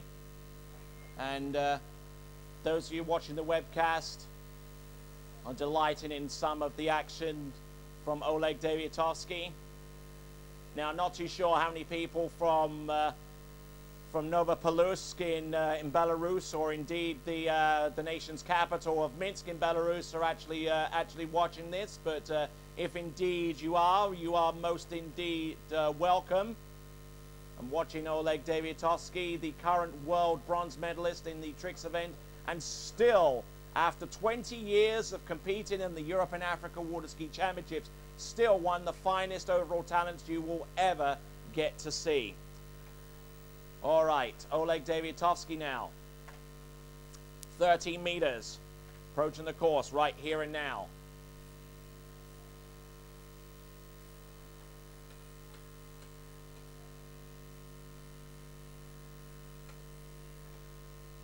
Entrance buoy number 1, entrance gates, round number 1 and number 2. Look at him go. Fine shape behind the back of that Ski Nautique 200. Working his way from one side to the next. Oleg Daviatovsky all over that 13-meter pass as he's expected to be. So we're going to take a replay of Oleg Daviatovsky once again on this run of 13 meters.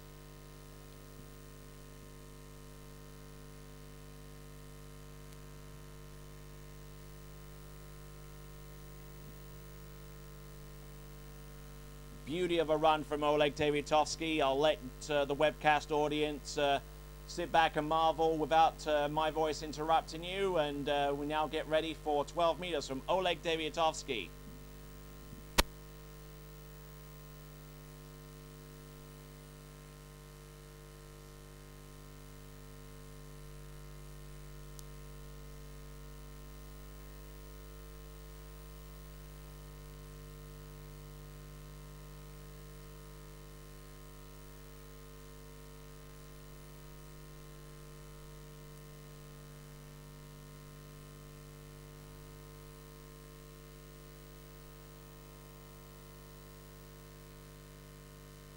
Oleg Daviatovsky coming in right now.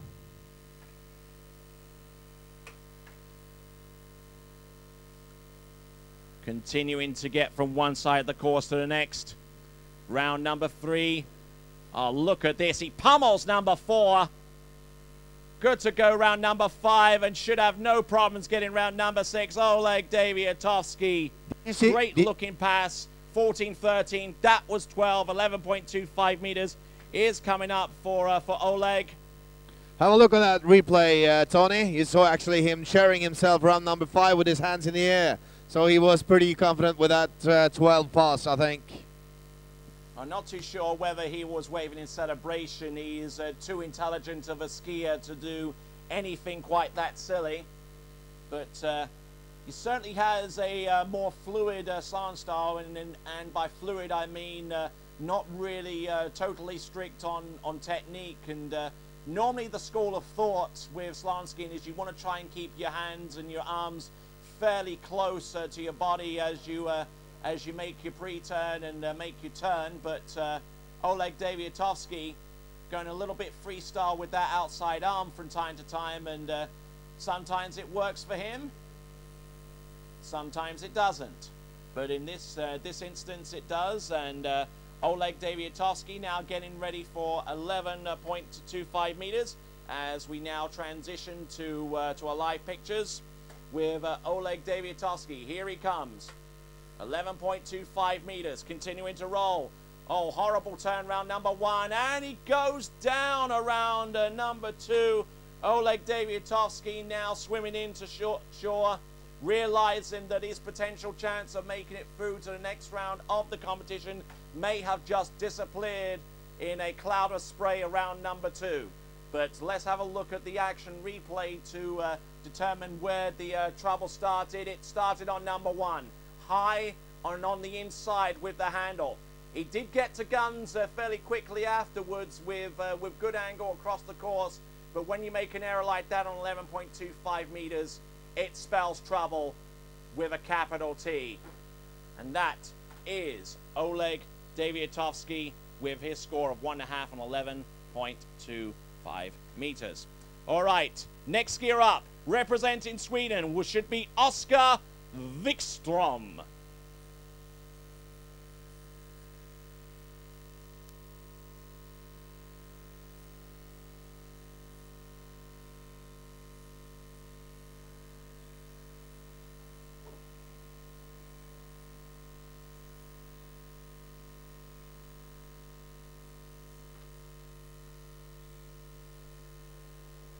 So Oskar Wikström coming off the starting dock and getting ready to enter the slalom course.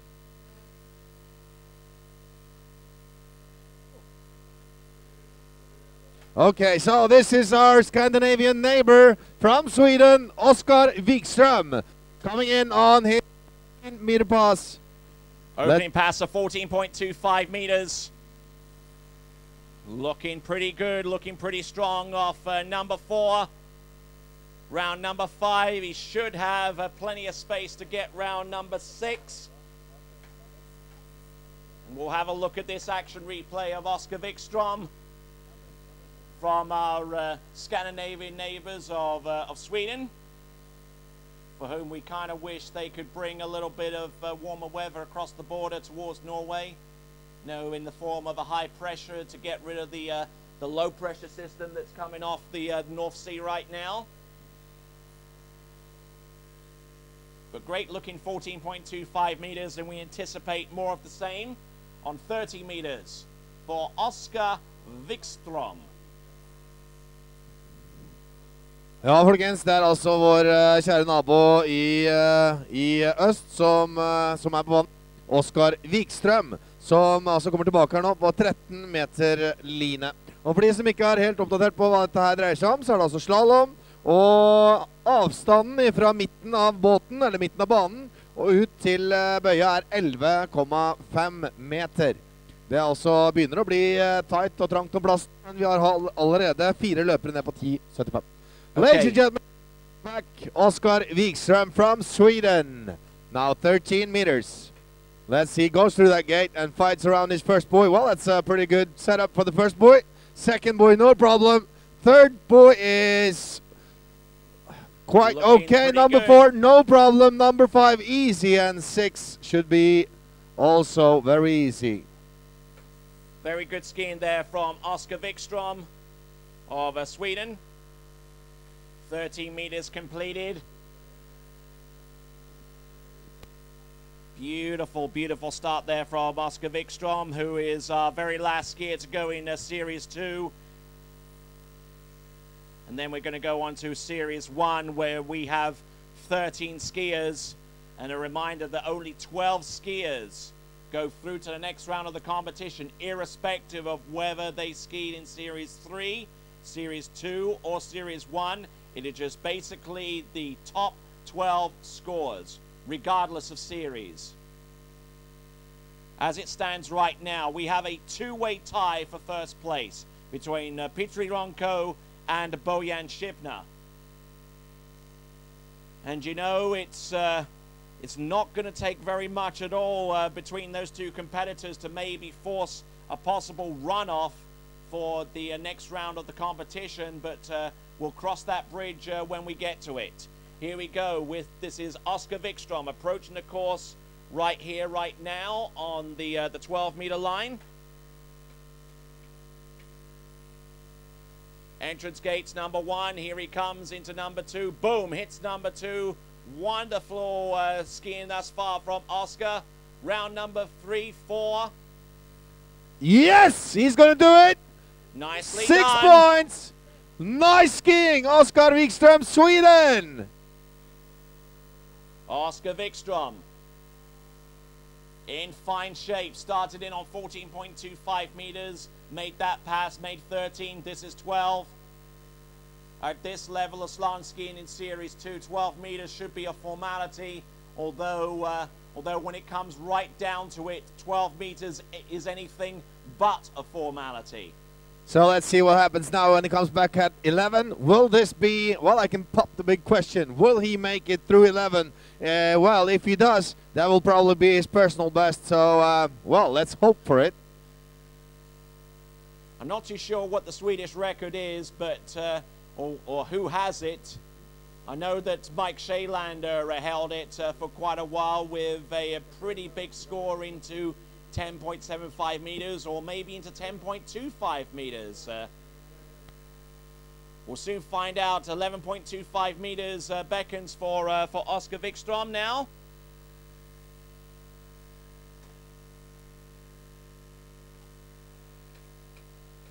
Here comes Oscar Wikström. Here he comes, round number 1.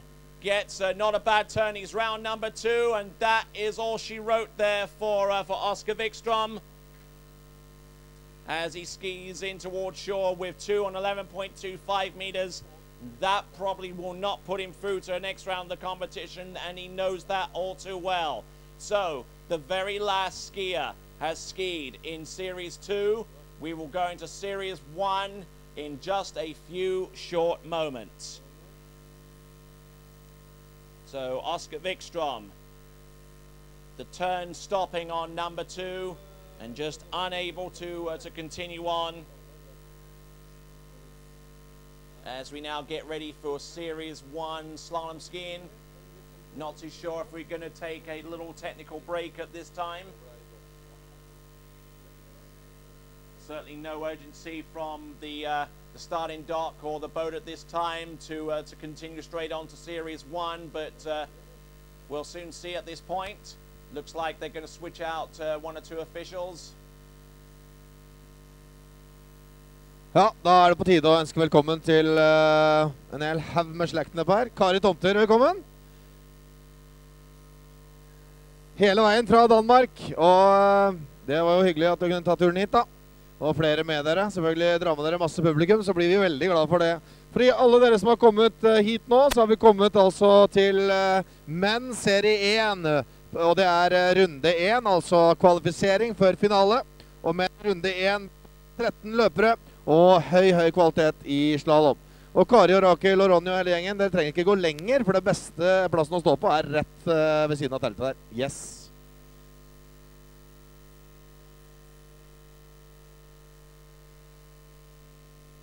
Ja, da det på tide å rette oppmerksomheten også imot våre sponsorer. En kjempetakk til alle sponsorene som har stilt opp til dette Europamesterskapet. Vi ser en mengde av sponsorer på andre siden av vannet her.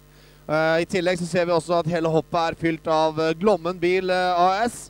Vi ser også at Morgård har etablert seg med gourmetsjef på plass, Mr. Enrique Grendel. Han skal levere masse god mat her under dette Europamesterskapet. Og i tillegg til det så har også Morgård en kiosk her oppe som dere kan benytte dere av hvis dere trenger noen forfriskninger. Det også slik at banketten, selve banketten på søndag kveld, den skal også foregå på Morgård. Og det i tillegg til dette så støtter de også dette med forlegningskapasitet til våre officials. De bor der, i skogen, og koser seg. Vilt, vakkert, velsmakende og vanvittig morsomt. Morgård.no. Ja, det det. Så ser dere at det utstilt en rekke spreke, utrolig bra ansiktsløfting vi har fått på denne Hyundai-bilen. Spesielt den grønne der borte har jeg falt litt for selv.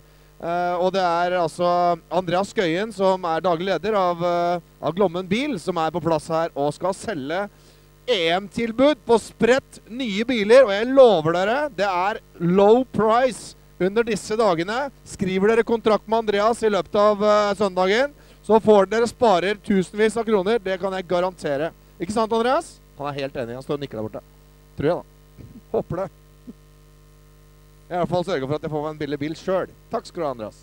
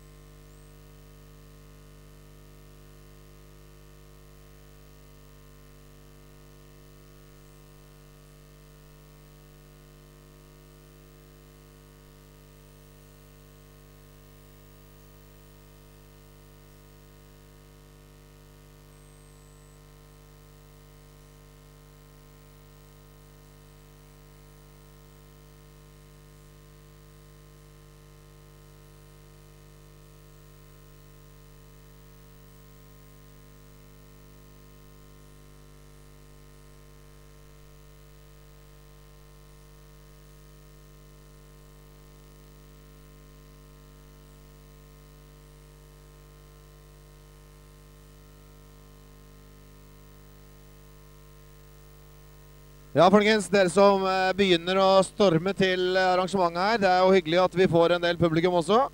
Og jeg kan fortelle at det som skjer her I dag skal vi se, hvor den? Den har vi her. Jo, vi har I dag turmarsj faktisk, som pågår hele tiden. Det Skarnes IL blant annet som arrangert her. Og alle som jeg borte nå, eller? Der, nesten. Alle som går bort til båthus nummer 2, da vil de finne en postkasse hvor det står hvor løypa går, og skrive dere opp og så videre. Og det premiering til alle som tar den turløypa. Vi vil jo selvfølgelig ikke ha at dere går så langt unna, men I pauser og sånn, så selvfølgelig kan dere gjøre det. Yes, og så I tillegg har vi har et hoppeslott, vi har noen sånn bungee-hopping tilsvarende, og så skal etter hvert Øystein, han driver, hvis dere ser bort på badedammen her nå, så driver de etablerer et par sånne gummibasseng, hvor dere skal snart få prøve dere på en sånn rail-show tilsvarende greie som skal foregå. Litt usikker på innholdet, men det skal dere få vite alt om litt senere. Ja, båten en Skinotic 500 som... Skinotic 200 ble korrigert kjapt her, som på vannet. Den selvfølgelig ny.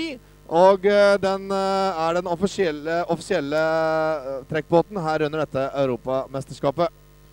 Vi har da til sammen cirka 100, eller for å være helt korrekt, jeg tror det er 98 vannskiløpere som er med under dette europamesterskapet. Og vi har allerede vært igjennom den første premieringen som har vært lagkonkurransen, som var på onsdag. Vi driver jo nå da med disse første kvalifiseringsrundene, og det er slalom som står på programmet til neste runde nå. Og det er slalom, men serie 1. Det si, mine damer og herrer, at det er verdens, jeg tør nesten påstå, at det er flere av verdens topp klasse som skal kjøre slalom her nå om noen få strakser. Og dere ser båten kjøre frem og tilbake i banen. Det betyr at nå kjører vi en såkalt, ja, det er egentlig svensken har det beste ordet på det her, og det heter renserepa. Og det betyr at man kjører gjennom for å rense opp bana, det er en ting, men det skal også være likt for alle løperne. Man har liksom kjørt gjennom en gang. Okay, Tony, are you ready for Men Series 1? You betcha. Series 1 men's slalom skiing starts off with our first competitor representing the Czech Republic. It will be Adam Sadelmeyer.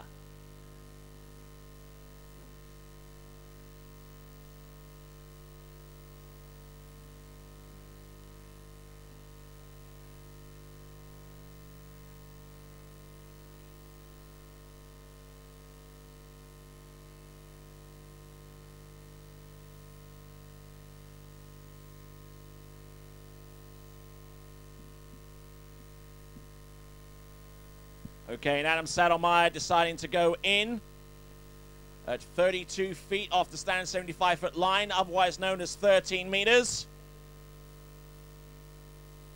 So they make reference to feet and inches on occasion because we do have a worldwide audience and they are tuning in from all corners of the world and they're getting ready to see Adam Sadelmeyer approach the course.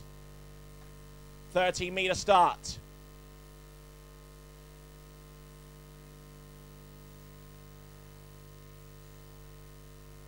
Okay, we have the first skier on the water from the Czech Republic, Adam Sadelmeyer. And from now on, Tony, we could see that almost everybody will start on the 13-meter rope length or shorter.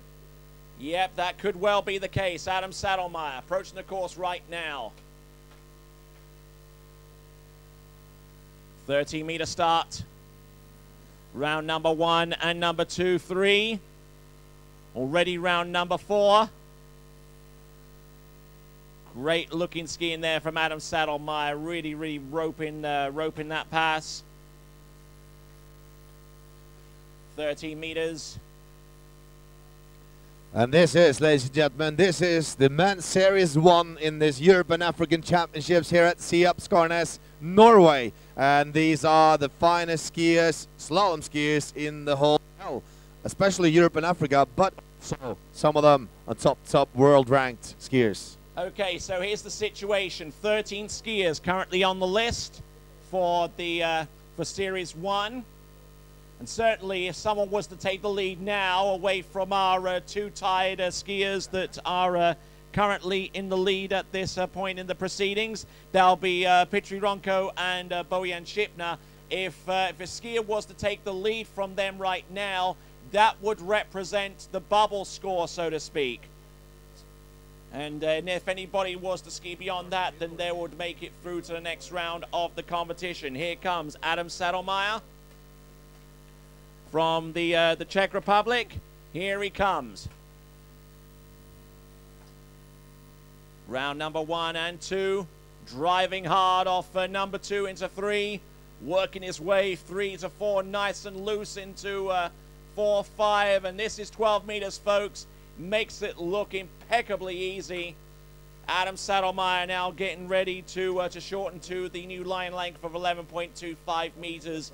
And at this point in the proceedings, he is about a shade under 9 buoys away from taking the lead. So, Adam Sadelmeyer. We watch him via this live action replay, 11.25 meters. No, actually 12 meters, 11.25 meters comes up next. Certainly in good shape to make an impact on the next round of 11.25 meters, that much is certain.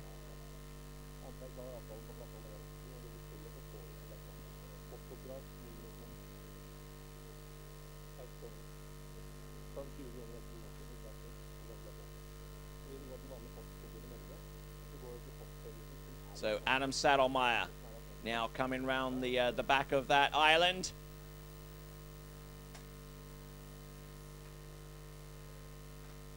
So, this is 11 meters. Watch out. Here he comes back now.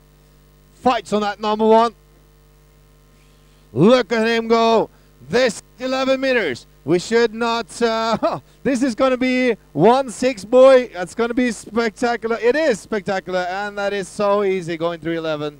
Very nice. Fantastic, making that 11.25 meter pass look like a 16 meter pass. Really, it's just amazing that these skiers this level can achieve such giddy heights on such short lines. 10.75 meters in next, and anything more than 2 will give him the lead, and the score that the remaining skiers have to beat to make it through to the next round of the competition for absolute certain. Adam Saddlemeyer certainly making his impact felt here in this competition.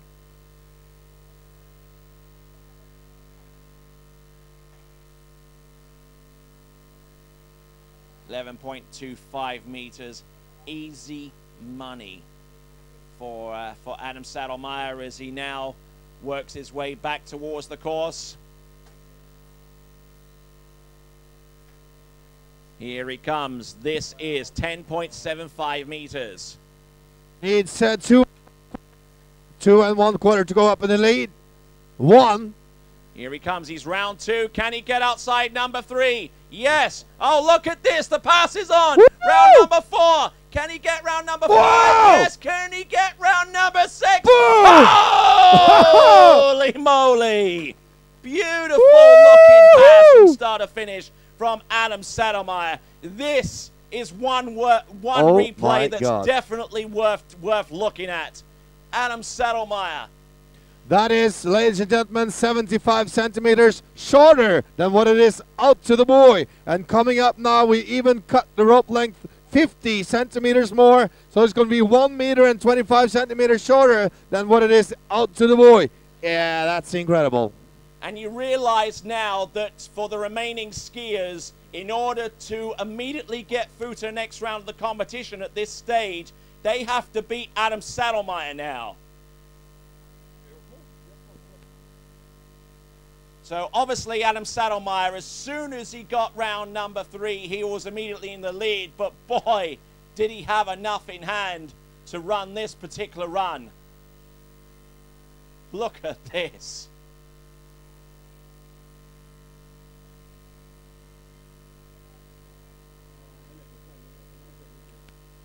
So Adam Saddlemeyer at the end and blowing a kiss towards the shoreline. Beautiful skiing there from Adam Saddlemeyer. Dette er 10.25. 10.25. Oh my God. Round number, oh, and just couldn't quite hold it together in time for number 2. But let's give it up, please, for Adam Saddlemeyer. Woohoo! It'd be worth taking a look at this pass and even taking a look a little bit further back into the gate shot for number 1, Adam Saddlemeyer. Round number 1, and at that point he was really getting strung out over the ski, and if he'd have held on any more, he would have completely collapsed and probably have slammed straight into number 2. But as it stands right now, it is 1 at 10.25 meters for Adam Saddlemeyer.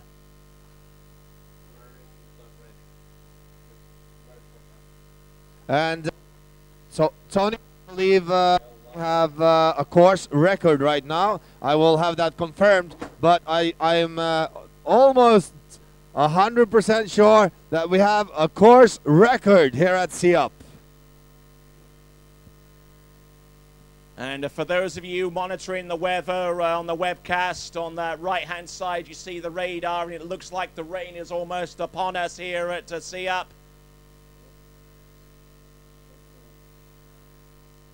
As we continue on with this event.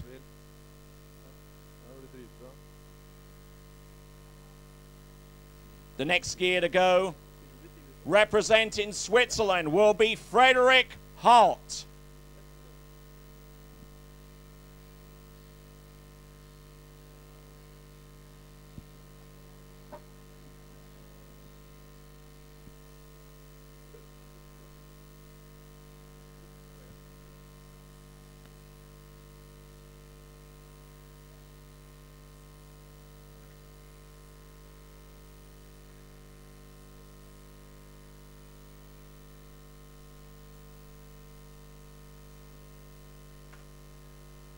So Frederik Holt, he will be going in on 13 meters as well.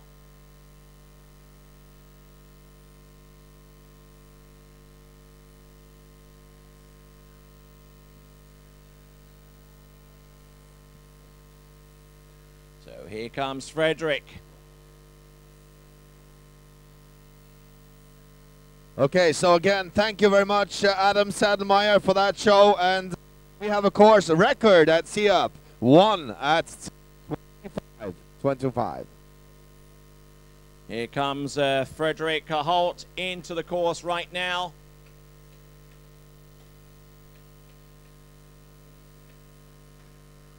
Entrance gate number 1, now getting ready for number 2. Beautiful turn on number 2 on 13 meters. Good to go around number 3, 4, 5, and shouldn't have any problems getting around the 6th and final buoy on that particular run. Frederik Holt.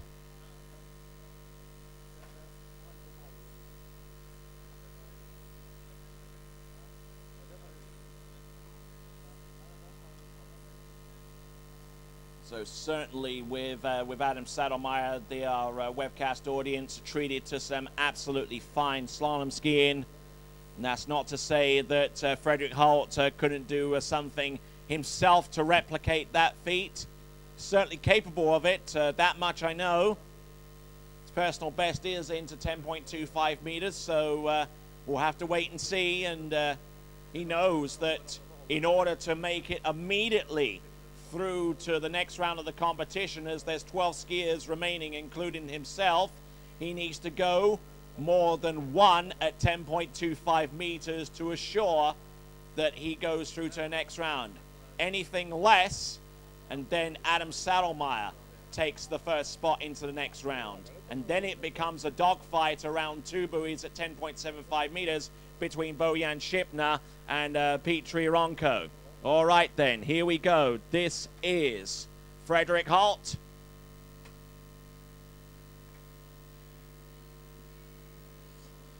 This is actually 12 meters, and look at him go on that second pass on his slalom competition. Yes, indeed, it is 12 meters. Working his way through from one side to the next. Great skiing there from Frederik Holt, and we'll take a look at the action replay on this second pass, 12 meters, otherwise known as 35 off, for our skiers on the other side of the pond, for whom they're watching us very early in the morning indeed, about 10 past 7 in the morning on the east coast of the United States, where I'm sure that Frederik's wife still has relatives, and watching their son-in-law ski from the Carolinas, I believe, and looking and seeing Frederik Holt performing wonders out there on the slalom course. Started on 30 meters, that is indeed 12. And we are now getting set for 11.25 meters as that Nautic 200 motors off and gets ready to go around the island. Here comes Frederik Holt on 11.25 meters. Here he comes. Entrance gates buoy 1. Oh, look at this. Round number 1. Round number 2 on 11.25 meters. He knows he's got to get it. Round number 4. Continuing on. Round 5. Can he make it? Round number 6. Oh, yes he can.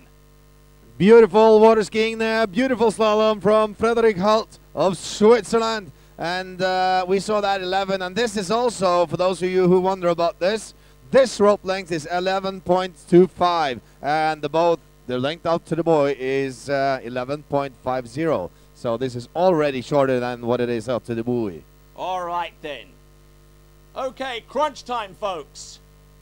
Frederick Halt, if he is to ensure that he gets through to the next round of the competition, he needs to run this next pass coming up at 10.75 meters and get more than 1 buoy on the pass after that. Anything less, and Adam Saddlemeyer would be the first skier through to the final.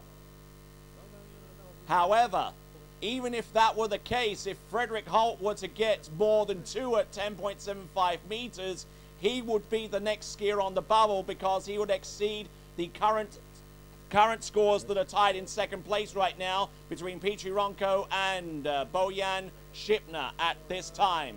So, here we go. We've got Frederick Halt coming into the course right here and now. Entrance gates, number 1, needs to start. Doesn't get it. Round number 2. Oh, look at him go. Look at that hillside turn on number 2. Beautiful turn. Round number 4. Does he get it to go? Round 5, not quite. So it looks like it's going to be a 4 buoy total. Puts him in second place outright right now. And we look at Frederick Halt once more. And on the strength of this performance, Adam Saddlemeyer is through to the next round of the competition in the slalom event. And on the bubble right now, Frederick Halt with a score of 4 at 10.75 meters. It is crunch time.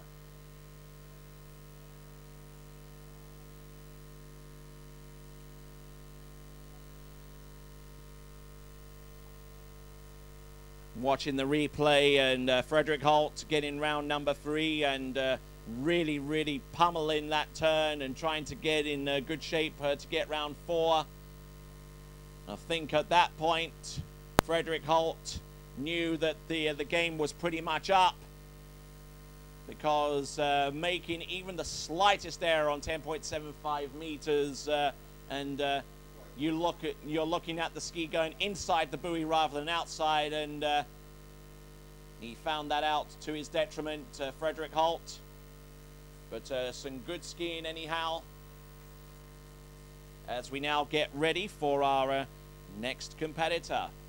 Our next competitor about to take to the water is the current world water ski slalom champion from Italia, Thomas De Gasperi.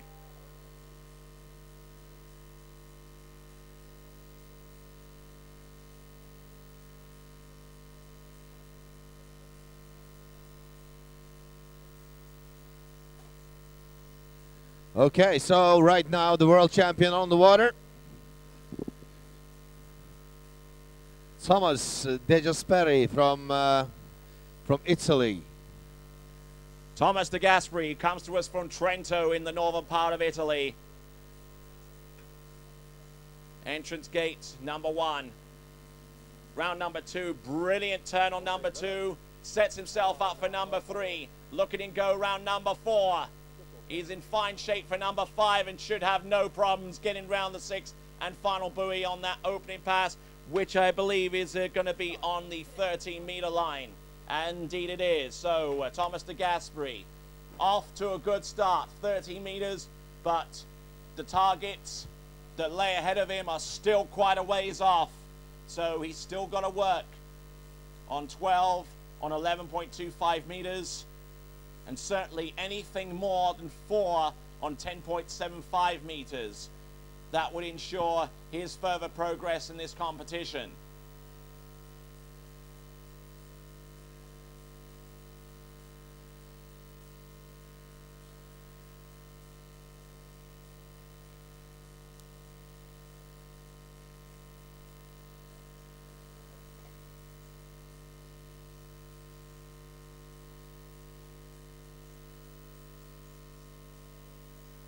So Thomas de Gasperi. Now, exit gates there on the action replay, and here comes Thomas de Gasperi approaching the course right here and now. Entrance gates number 1. Good shot at number 2. Gets that to go. Round number 3. Getting to a little bit off balance into number 3, 4, 5, and number 6. He's okay, though. He's able to handle that to great effect. And Thomas de Gasperi will look at his slalom one more time on this particular run. Entrance gates into number 1 is in good shape, in good form and fashion. So Thomas de Gasperi, 2-time world slalom champion, including this time around. First won the World Slalom Championship in 2007.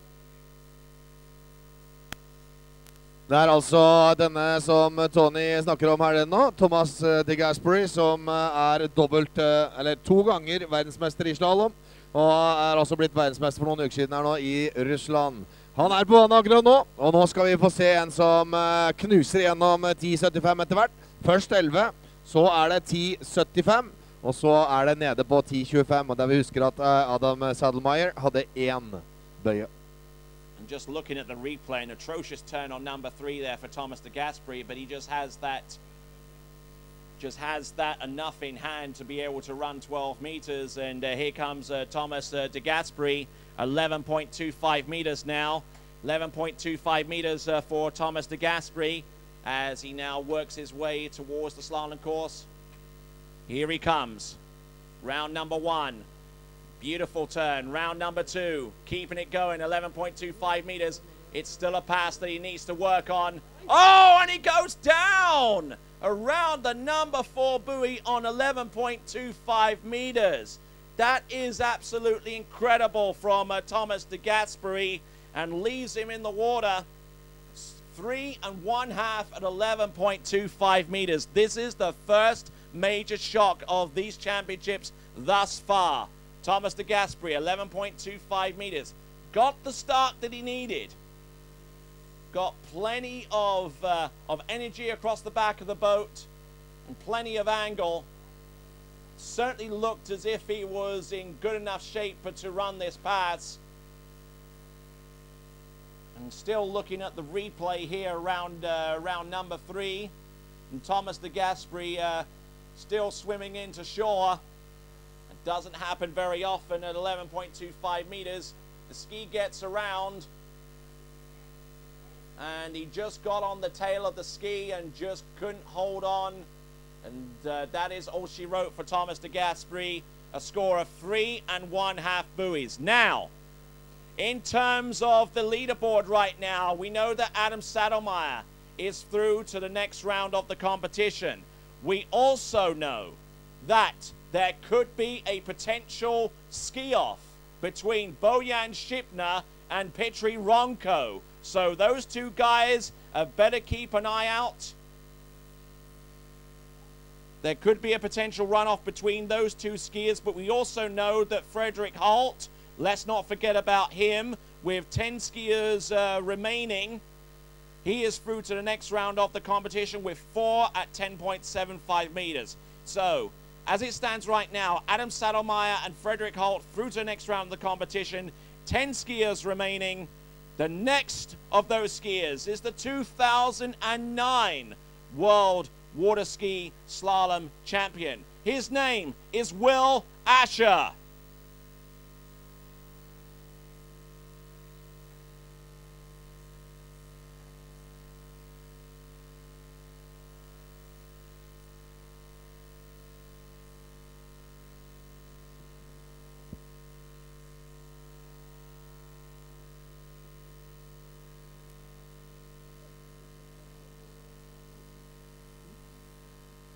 So coming round the turn island to begin his account here in SIAP in Skarnes, Norway.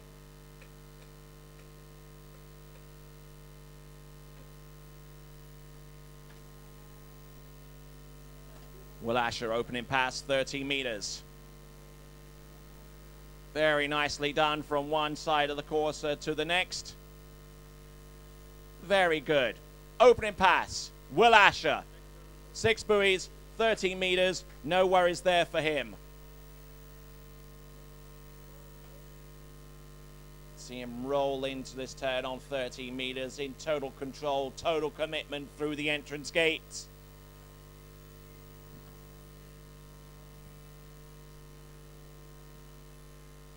So, just rocking this pass on 13 meters. Tom Asher getting ready for 12. Knows the task ahead of him.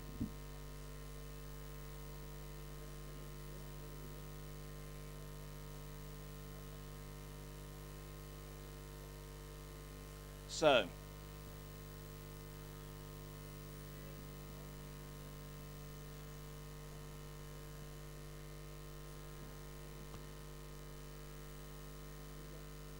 getting ready for Will Asher to come back into the course on 12 meters.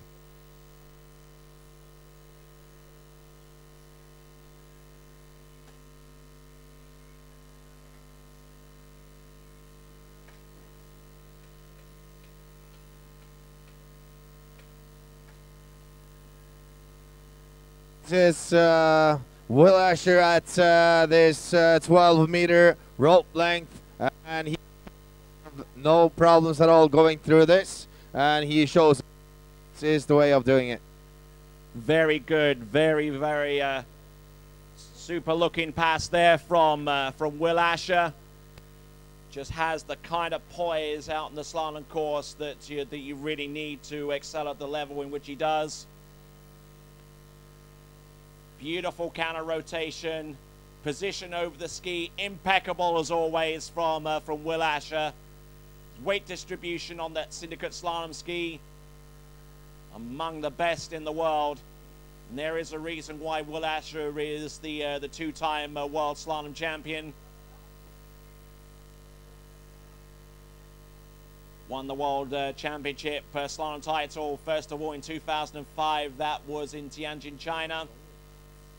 Thomas de Gasperi won the next one in 2007, and then Will Asher came back in Calgary to win in 2009.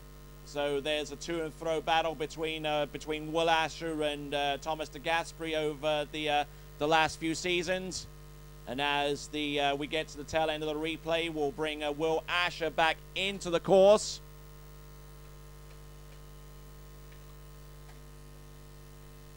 On 11.25 meters. Oh, look at this. Beautifully executed turns from Will Asher on this particular run.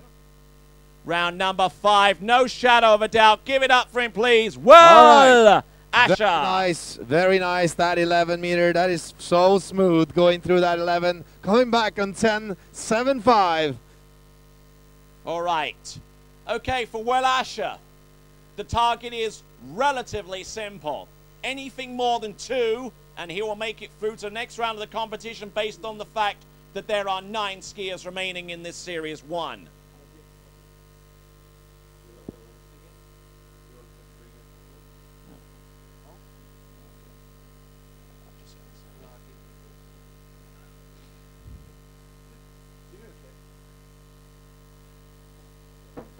Okay, so Will Asher, just marveling at this particular run. No shadow of a doubt on that on this particular run for Will Asher. As we get prepared once again to reintroduce him back into the slalom course. Will Asher, more than 2 buoys on this next pass, and he is finals bound. Here he comes, Will Asher of Great Britain. Det er altså 10 meter og 75 centimeter ut til Line nå, folkens. Entrance gate number 1. Oh, beautiful start. Round number 2. Round number 3, a little bit over his ski, but he continues to roll from one side to the next. Let's Great do ski this! from Will Asher, and our second person to run through 10.75 meters is indeed Will Asher. My God. Mine damer og herrer, dette altså fantastisk på SIAP. 10 meter og 75 centimeter. Hele 75 centimeter kortere enn jeg var ute til bøya. Så kjører de gjennom. Det helt vilt. Det her slalom på sitt høyeste. Right now, the course record is set by Adam Sadelmeyer with 1 at 10.25. Let's see if he can go up in the lead. Will Asher, Britain, 1 1/4, 1 1/2, 2, 3. Who knows what's going to happen? Well, and Will Asher, at least a couple of moments on that pass where he could have completely lost his balance, but I tell you what, there's a pretty good reason why he is one of the best slalom skiers of all time, and he's certainly proven it out there to us right here in the SIAP in Skarnes. And now, as you rightly mentioned, Ola, he is within one buoy of tying the course record, and anything more will set a new one.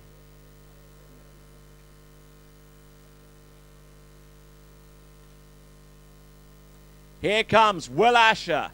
10.25 meters, or for you guys in the States, this is 41 off. Here we go.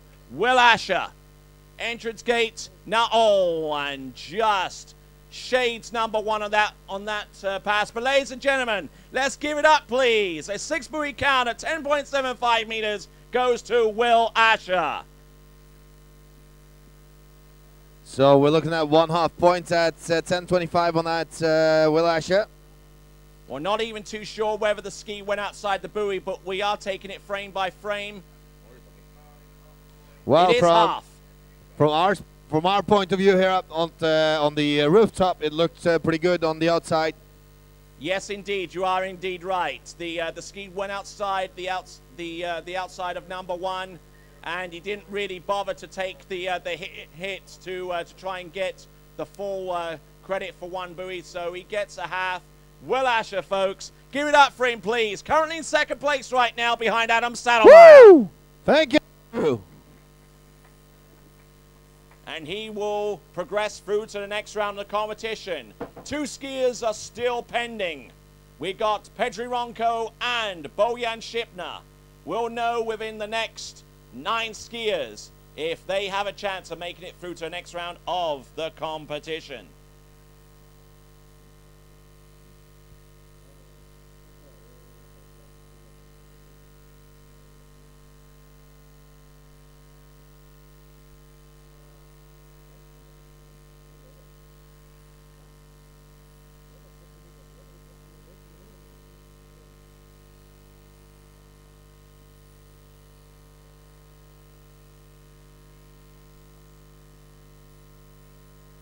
As we get ready for our next competitor, our webcast audience is looking at Ivan Morris about to take to the water. They're also looking at the current weather radar right now.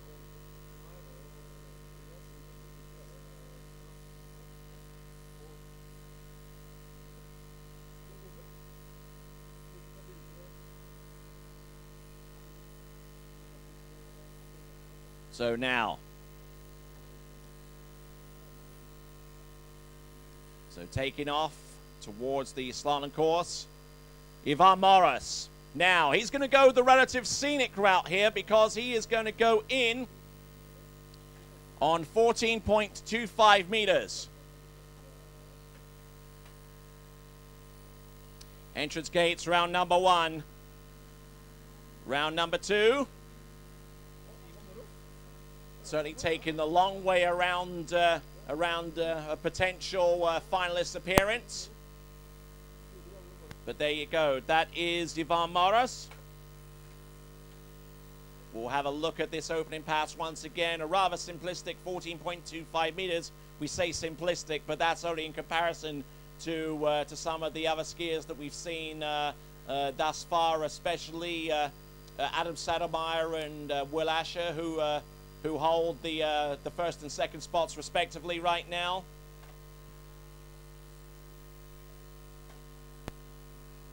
So Ivan Morris, who has been a stalwart on the Spanish water ski team for well over a decade now.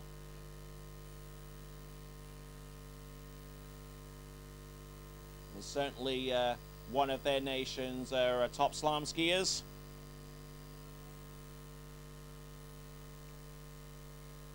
So, with 9 skiers remaining, 3 skiers have booked their spot through to the next round. Adam Saddlemeyer with 1 at 10.25 meters. Will Asher, half at 10.25 meters. And Frederick Holt with 4 at 10.75 meters. All right then, we have got Ivan Morris approaching the course right here, right now. Entrance gate number 1. Beautifully executed number 2. Now goes cross course to number 3.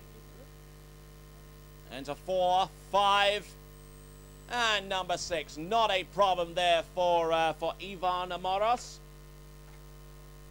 As we now take a look at the action replay, 12 meters beckons for him.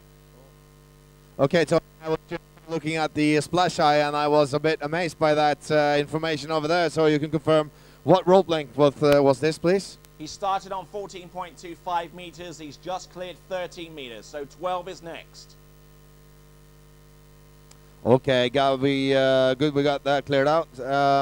This young fellow from España has also been, I've personally been skiing with him when he was a very young lad over at San Pere Pescador. For those who knows that, up in Girona, España, with the ski school Estadi Magic, they're with Xavi Mill. And I was hoping to see Xavi here on the ski site, but fortunately he's not with us here. But I'm sure that he's watching if he has the opportunity to on our webcast. Oh, if he does. Hey, Xavi, how are you? Hope to see you soon, and I'll try to come back down to Spain. Do a couple of ski trips down there. All right, then. Here we go. We have got Ivan Morris approaching the course right now. Appears to be 11.25 meters. They're calling it on the graphic. So, Ivan Morris. Oh, a horrid start here. This is 11.25 meters. This appears to be an opt-up. Oh, and he goes down. Goes down real early on that particular effort there for Ivan Morris. We're going to take a look at this pass one more time. It is at 11.25 meters, so he must have opted up at some stage during the course of this slalom run. Too bad for Ivan, and you know what they say in Spain, mala leche. There you go. Gets round number 1 and round number 2, but unfortunately not maintaining his technique and was just struggling from here on in. However, with this turn of events, with 8 skiers to go, there is a potential runoff situation in play now between Petri Ronco and Bojan Šipner. So, if those skiers can please be on standby, because if any of the remaining skiers in this competition exceed, if all of the remaining skiers in this competition exceed 2 at 10.75 meters, then there would be a runoff. If one of the skiers between now and the end was to score less than 2 on 10.75 meters, then potentially both of you will make it through to the next round of the competition. All right, continuing on, unabated, we have got our next skier from Italia, the bronze medalist in the European Slalom Championship last year in London. His name, Carlo Elias.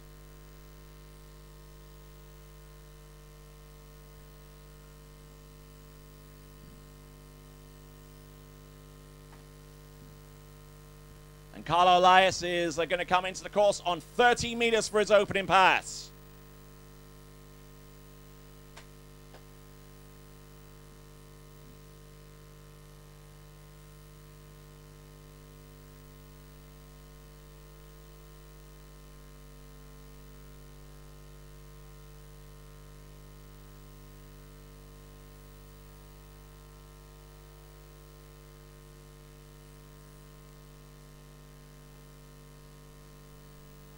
All right, Carlo Elias About to approach the course right here, right now.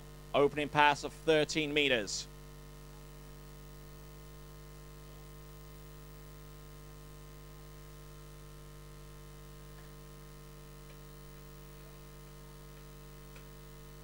Here he comes, Carlo. Round number 1. Round number 2, keeping the flow going on 13 meters. Good stretch on number 3, 4. Working his way around number 5 and should have no problems getting around number 6 on the opening pass for Carlo Elias. We'll watch this again via our action replay.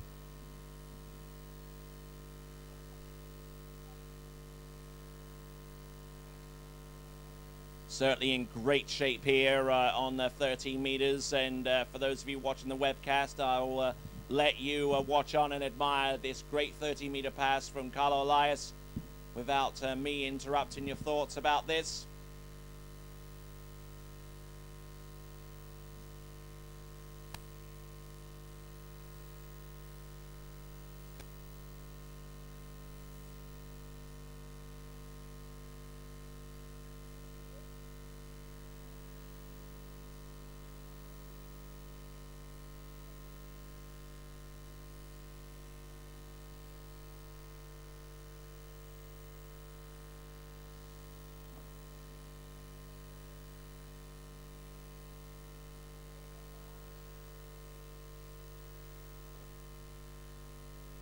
Okay, now approaching the course, Carlo Elias of Italia.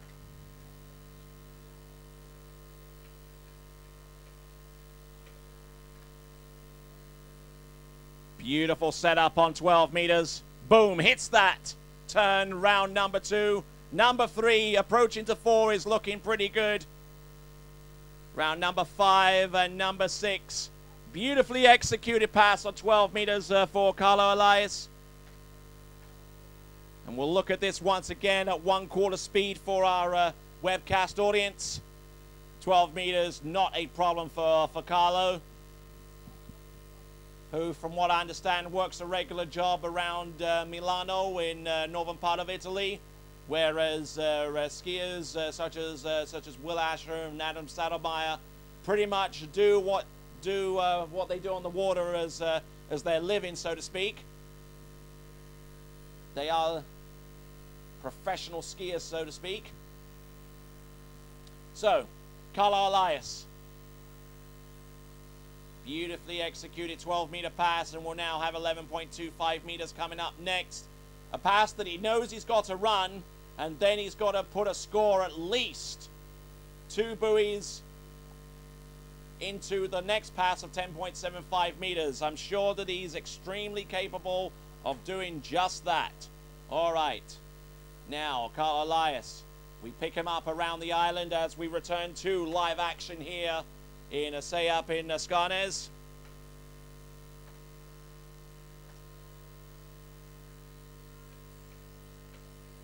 Here he comes, entrance gates number 1.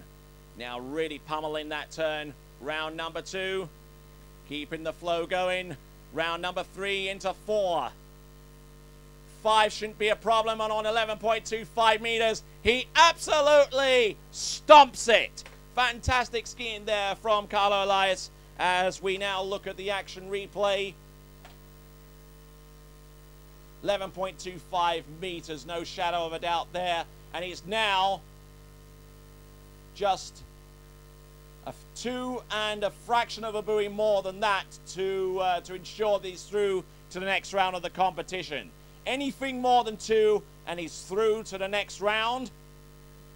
Anything less and that gives both Petri Ronco and Bojan Šipner a place through to the next round of the competition. So we'll have a look and see what he can do. Certainly getting round number 3 on 10.75 meters is by no means an automatic. He's really going to have to work this. For at least the first half of the course, he's got to be thinking of where his target is going to be to make it through to the next round of the competition.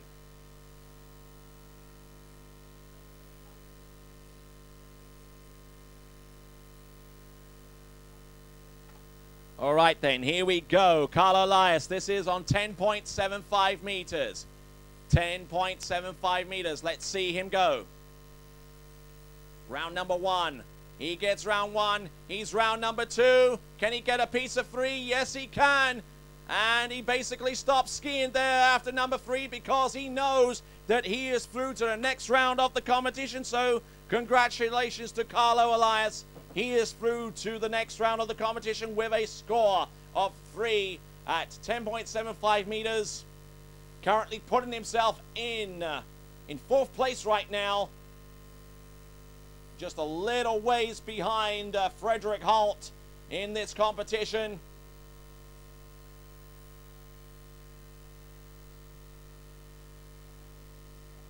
Knew exactly where the target was on here. Piece of number 2, and he will be a part of the slalom final, which will take place on Sunday.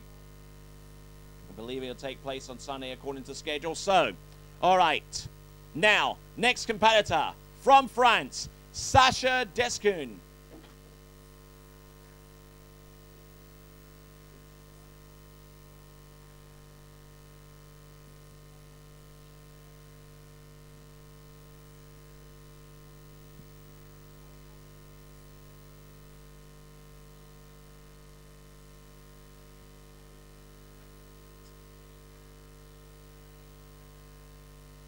No, it's not Sacha Descun. It looks like we've got Jean-Baptiste Facy coming into the course right now. According to the graphic, it's Jean-Baptiste Facy right now on the slalom course. Looking pretty good, looking pretty strong. So, Jean-Baptiste Facy will look on this opening pass. 13 meters, the opening run.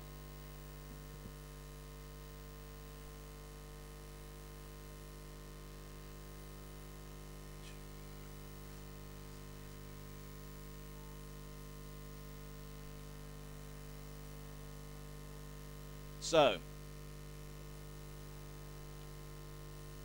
Jean-Baptiste Facy, 13 meters. Never a struggle there for a single moment there on the opening pass. Now, getting ready for the next run.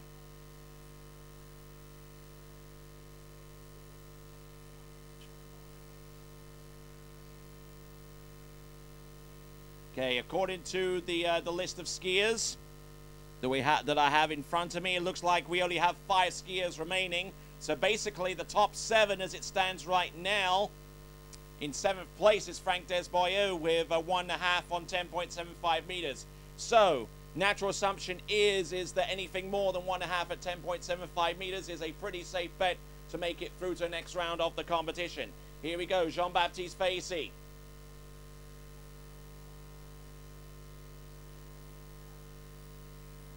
$12 meters now. Nicely done from one side to the next, JB Facy. Beautiful, beautiful skiing there from him as we take him outside the course and get the rope shortened to the next line length of 11.25 meters.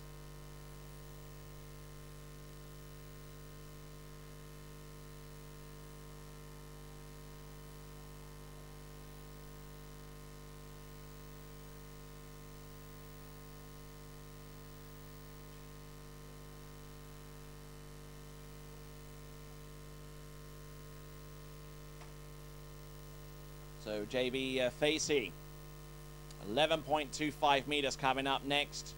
But our webcast audience are looking at a fine 12-meter pass. Certainly all over it, as it were.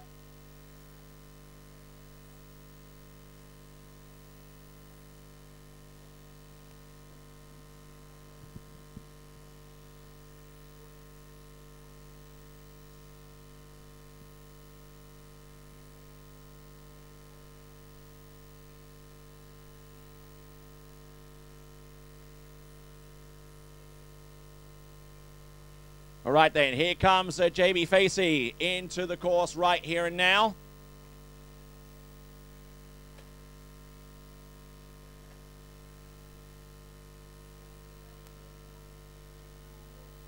Very nicely done. So far, so good. Round that turn. Round number 4 into 5. 11.25 meters. Absolutely money in the bank there for JB Facey. Another skier around that 6 at 11. So, okay, Tony, what can you say? Who's the top 3 right now? Top 3 right now. Adam Saddlemeyer still leads the pack with 1 at 10.25 meters. Then we've got Will Asher with half on 10.25. Frederick Holt with 3 at 10.75. Carl Elias with, Frederick Holt with 4 at 10.75, I beg your pardon. Carl Elias with 3 at 10.75. Petri Ronco and Bojan Shipner with 2 at 10.75 meters. Tying for 5th and occupying 6th place as well. And Frank Desboyeux with 1.5 at 10.75 meters. He is currently in 7th place right now. So we've got 5 skiers remaining. So that probably gives you a pretty good idea of who could potentially make it through to the next round of the competition. All right.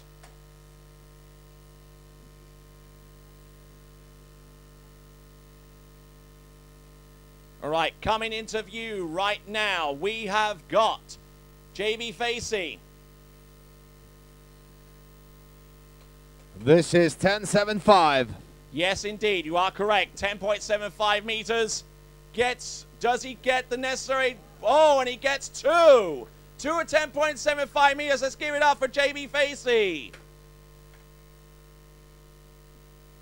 We're going to have to take a close look at this this particular run for JB.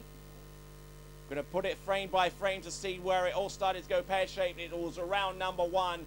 Didn't get the ski turned around and was really fighting for his life. And that ski didn't react too well to that extra push behind the boat, and it was just bouncing. It didn't even go outside number 2. It shaded inside number 2, which means he has 1. Wow. Look at the turn of events there for JB Facey. As we now get ready for our next competitor, representing Great Britain. His name is Glenn Campbell.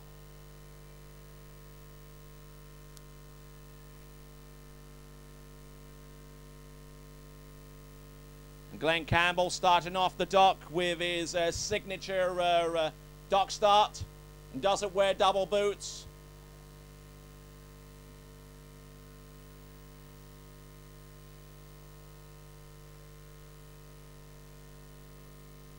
So here comes Glenn Campbell.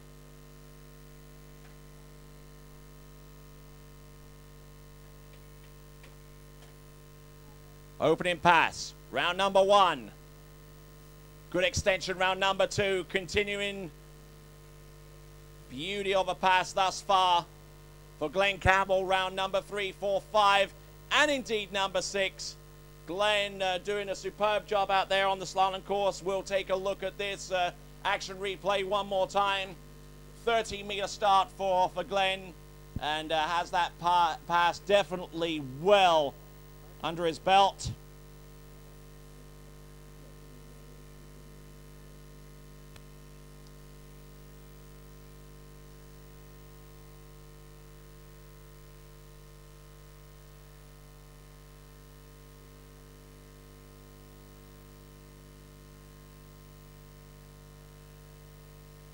So, continuing to roll. Glenn Campbell.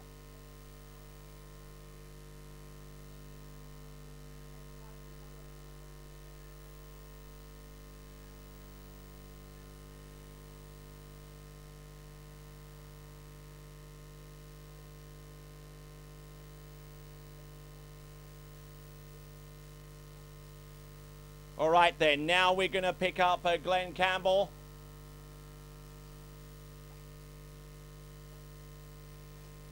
on this second pass, which will be the 12-meter line. Entrance gate number 1.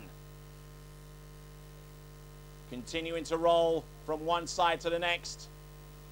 Beautiful slalom style. He's certainly has just an ease across the back of the boat from one side to the other. That is Glenn Campbell.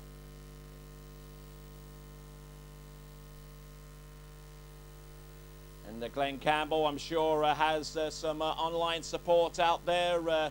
His sister, Vicky Budd, is probably watching this right now from her home in Bourne in Lincolnshire, along with her husband, Danny Budd. And also, I'm sure that Ian and Sue Campbell are watching from their home in Spalding in Lincolnshire as well, and looking out and looking to see Glenn Campbell run through this particular run. Great looking pass. Started on 30 meters. That was 12, and that was a 6-buoy count. So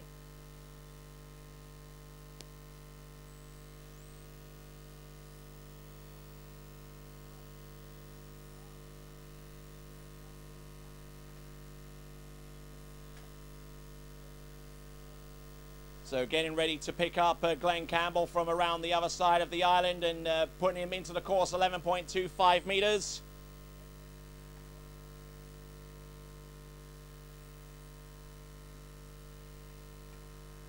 Entrance gate number 1. Oh, over the front of the ski, round number 2. Continuing to roll here. Round number 3 is really going to have to battle hard on this one. Round number 4. And I'll tell you one thing, if he manages to clear this, it'll probably be one of the hardest 11.25 meter passes oh my God. he has ever run. Very nice through that 11, and that was one hell of a fight. Well, I can pick several words for that pass, and nice probably isn't one of them for Glenn Campbell on this particular run. He was well narrow on buoy number 1, and he just basically had to just hoof it from 1 into number 2. He was just all over the show with this particular run. He was at least 5 to 10 feet down course more than he would have wanted to be at that point in the proceedings. And Glenn Campbell, 11.25 meters. I think he's huffing and puffing at the end of that course right here and now. And 10.75 meters will be coming his way. Glenn Campbell from Great Britain now trying to assert his authority on this slalom competition. That might just be a wake-up call, though. He could go all the way down 10.75 meters, and we certainly hope that he can. Glenn Campbell. Now, 10.75 meters. Let's see what he can do. Entrance gates, number 1. Boom, hits number 1. He's in better shape, round number 2. Flattens off on 2 and skis for that total. Let's give it up for Glenn Campbell, please. Have a look at this one more time. Entrance gates. Round number 1, and still in reasonable shape there, according to this action replay. We've got 4 skiers to go after Glenn Campbell. We'll give you some updated results as they stand right now in a moment, but there is Glenn Campbell with 2 on 10.75 meters. He's in a lockjam right now with 3 other skiers. JB Facey with 2 on 10.75 meters. Petroronko with also that score, and Bojan Šipner 2 on 10.75 meters, and Glenn Campbell having that same score. So a 4-way tie with 2 at 10.75 meters. All right, next competitor to take to water from France, Boris Laval.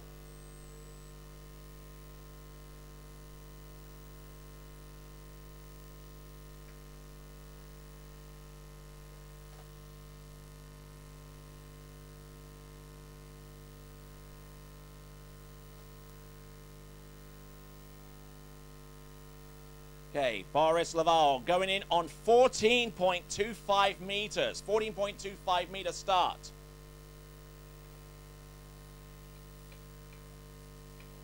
Entrance into number 1 at 14.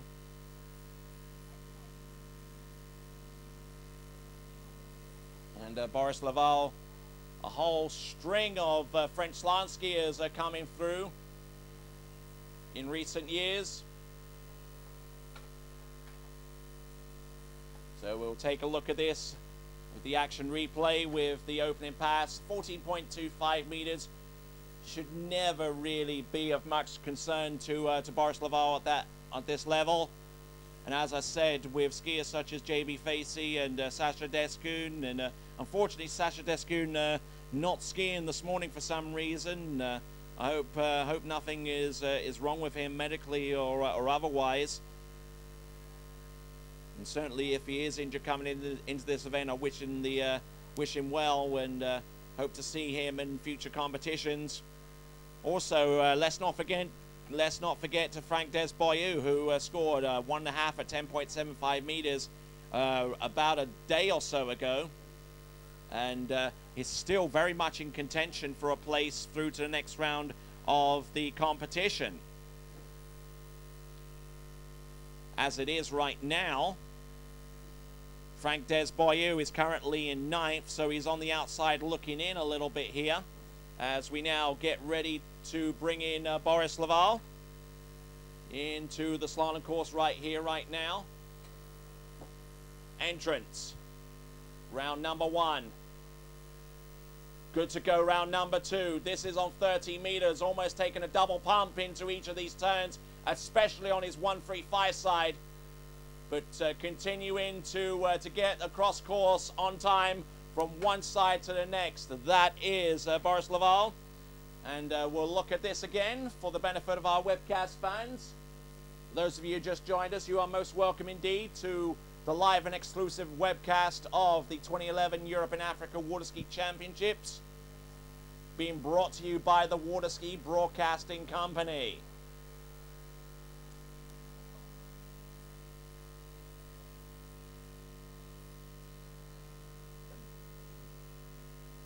Okay, so ladies and gentlemen, just a quick reminder of tonight's event and what's going to happen is that around about 7 o'clock this afternoon is going to be the skiers, the athletes party at Slobra, just 3 kilometers east of us right now, northeast actually. And that's going to be a spectacular show later on that night. At 10 o'clock tonight, there's going to be live music, live band playing right there.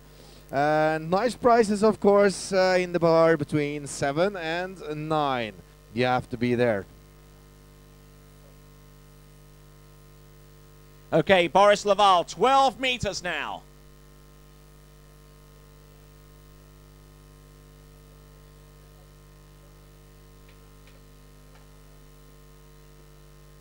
Round number 1 on 12. Round number 2, just holding his angle, holding his posture across the course. This is 12 meters, folks. A lot of our skiers going on 13 meters, but Boris Laval decided to go in on 14.25 meters and take a little bit longer to get to where he needs to be. As we look at Boris once again on 12.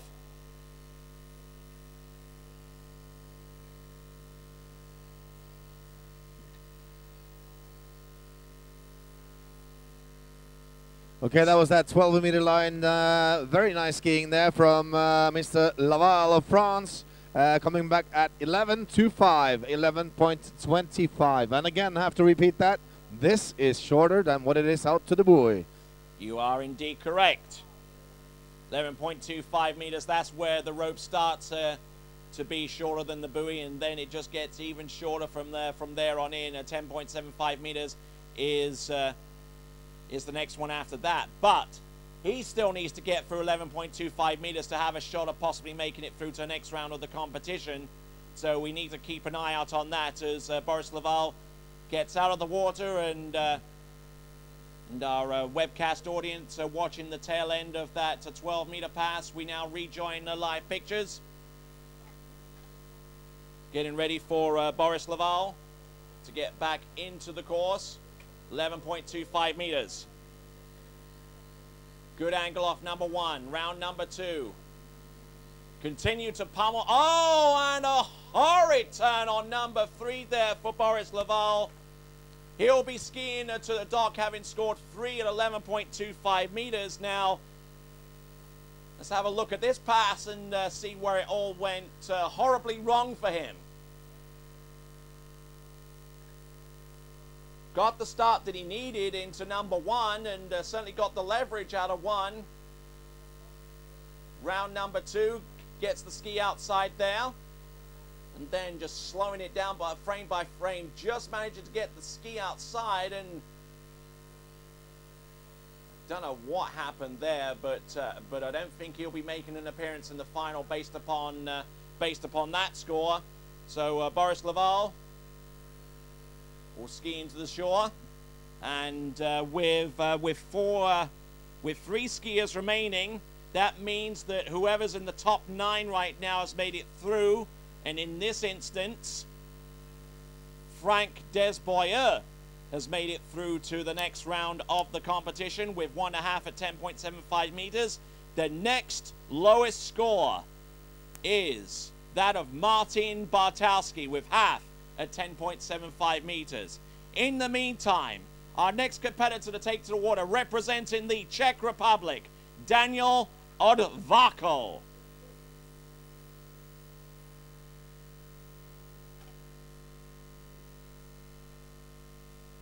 And he will start in, as indicated by the splash eye display and also with the splash eye integration with the graphics on the webcast, 13 meters or 32 feet off the standard 75-foot line.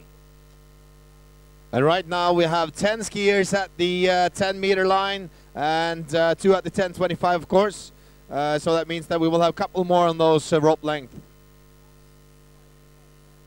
Here comes Daniel Odvako. Good start, continuing to roll from one side to the next. Oh, beautiful technique, trying to keep everything together and solid. Round all 6 buoys, opening pass of 13 meters. Not a bad looking run there from Daniel Odvako.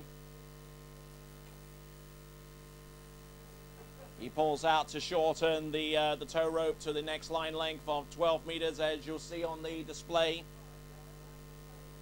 Like to extend my thanks to Mr. Donald Connolly at Splash Eye for providing his services in integrating his slalom scoring system into the live text graphics which you see on the webcast. And if you think this integration is terrific, wait until you see the jump in a few skiers' time. We're going to have a break between the end of Series 1 Slalom and the beginning of the preliminary round jump for Series 2 and 1. But here we go, Daniel Odvako coming back into the course right here and now.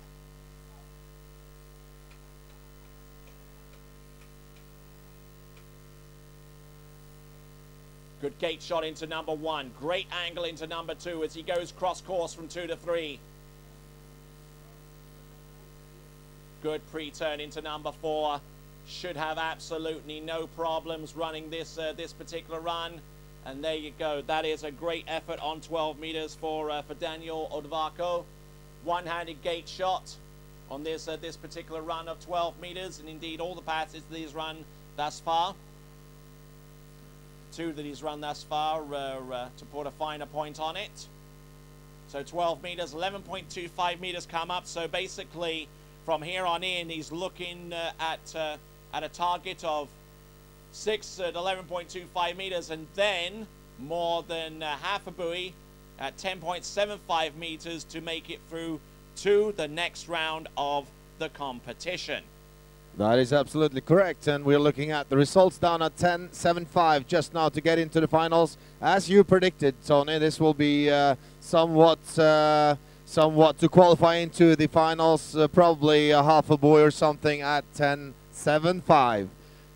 Akkurat nå, folkens, så det altså Daniel Advarko fra den tjekkiske republikken som på vannet. Vi har igjen 2 løpere til. Matteo Luccheri fra Italia og Fred Winter fra England. Så vi får se hva som skjer i de siste rundene her nå. Følg med. 11 meter. 11,25.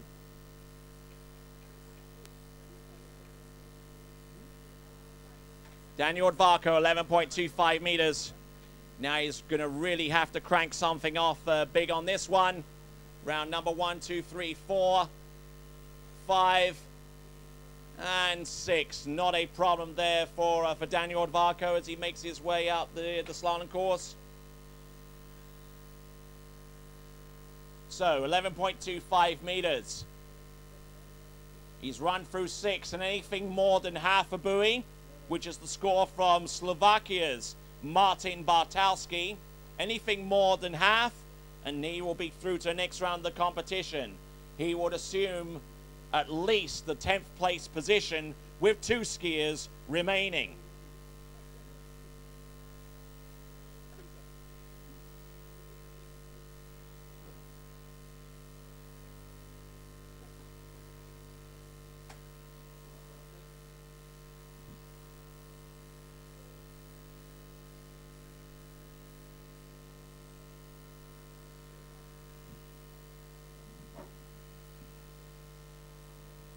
Ja, folkens, igjen får lov til å takke våre sponsorer. Dere ser jo alle som klistret opp på siden av anlegget her. De som til stede. Morgård med sin fantastiske restaurant på plass. Og selvfølgelig Klommen Bil og Hyundai. Okay, Daniel Advarko approaching the course on 10.75 meters, more than half a buoy. Will put him through to the next round of the competition. Nicely done off number 1, round number 2. Oh, he's looking for the pass. Keeping it going. He wants to get up the lead order, and he will get number 4 as a result. Daniel Advarko, and what a fight. 4 at 10.75. A dramatic exit there from Daniel Advarko, but he had he'd done the job of making it through to the next round of the competition. At least 3 buoys prior to that. 10.75 meters. But we could surely say this, Tony, that he is safe into the finals. Yes, indeed. He is safe through to the next round. There is still that bubble score of Martin Bartalski. That is still the target. Anything more than half on 10.75 meters will assure either of the 2 competitors that we have remaining through to the next round of the competition. And Daniel Advarko at the end of this run, getting into a little bit of difficulty. Round number 4 just broke at the waist and tried to throw everything there. Round number 5, and I'm not too sure what he did afterwards, but the task was completed by then. And our next competitor to take to the water from Italy, Matteo Luccheri.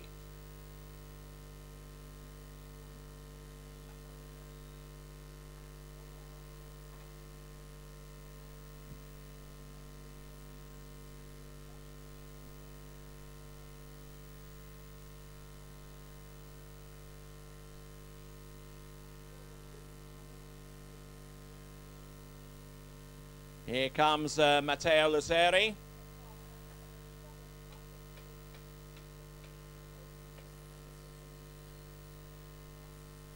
Good turn off number 1. Round number 2. Rocking it from one side to the next. Look at that quality of that skiing on 13 meters. That's like walking easy through the park. Yes, indeed. 13 meters, not a problem at all for Matteo Luccheri, who skis in San Gervasio and also in Brescia in the northern part of Italy, actually in the province of Lombardy. Lombardia province in the northern part of Italy, and he, alongside his father Fidele Luccheri, organized the fantastic Junior World Championships last year in San Gervasio, and that competition was broadcast exclusively live at waterskibroadcasting.com. And that kind of set the trend going for live webcast events of this caliber. And certainly Matteo Lazzeri instrumental in that good start. And but we are totally focused as to what he's going to do on the water right now as he turns around the island and makes its way back towards the course with the tow rope on 12 meters. 12 meters now for Matteo Lazzeri.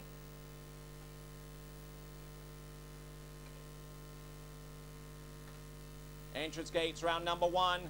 Beautiful turn round number 2, 12 meters. He still has to work this pass though. It's by no means a given. Round number 3, 4, 5 and gets round number 6 without too many problems there. Matteo Lazzeri.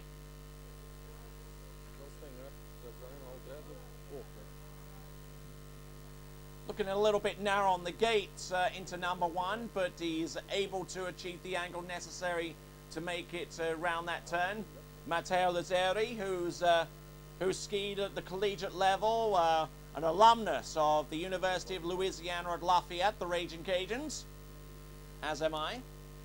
So from a personal standpoint, it's a pleasure to see an old alum from that college, Matteo Lazzeri, perform out there as we get ready to bring him back into the course on the next line length of 11.25 meters. Yes, da det altså slik at vi har nest siste løper på vannet i denne runde 1 og serie 1 i slalom. Og det vil si at alle løperne i slalom har vært igjennom, alle herreløperne i slalom har vært igjennom. Og så da vi litt senere i dag skal få over denne hoppkonkurransen da, som damer serie 2 og 1.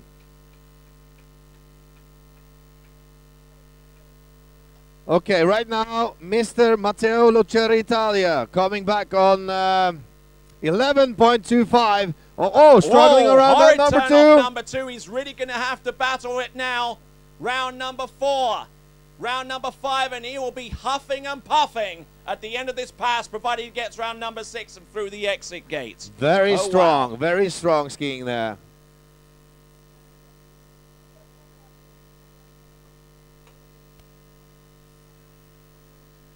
So looking at this pass once again, 11.25 meters for Matteo Lazzeri of Italia. Certainly got a pretty good start off number 1, but round number 2 is where it started to potentially go wrong. But he had enough residual angle out of that ski to continue and to push in through this pass. Didn't let himself panic. Well, actually, right now, Tony, he is the 12th skier and the the 12th skier on 10-meter rope length. So you know it's definitely going to take something on 10.75 meters to make it through to the next round of the competition. We know that at the very least. So, Matteo Lazzeri now approaching the course.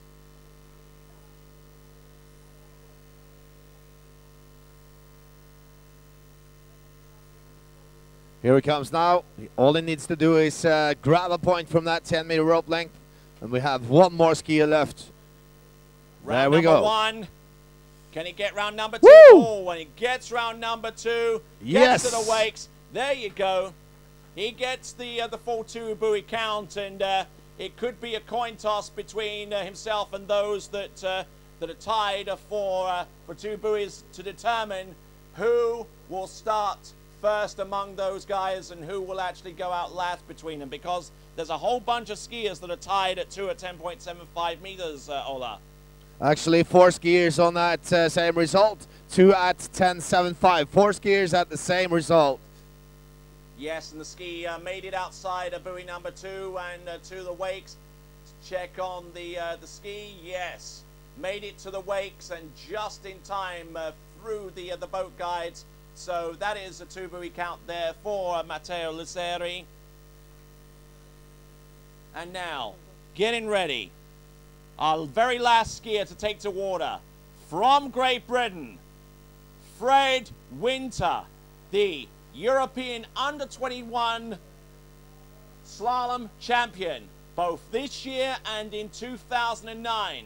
And the significant thing about the first time that he won it in 2009 was it took place right here.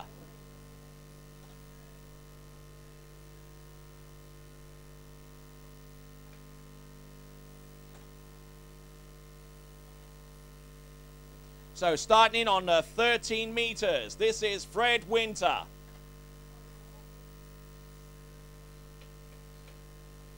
Entrance gate number 1, 13-meter start.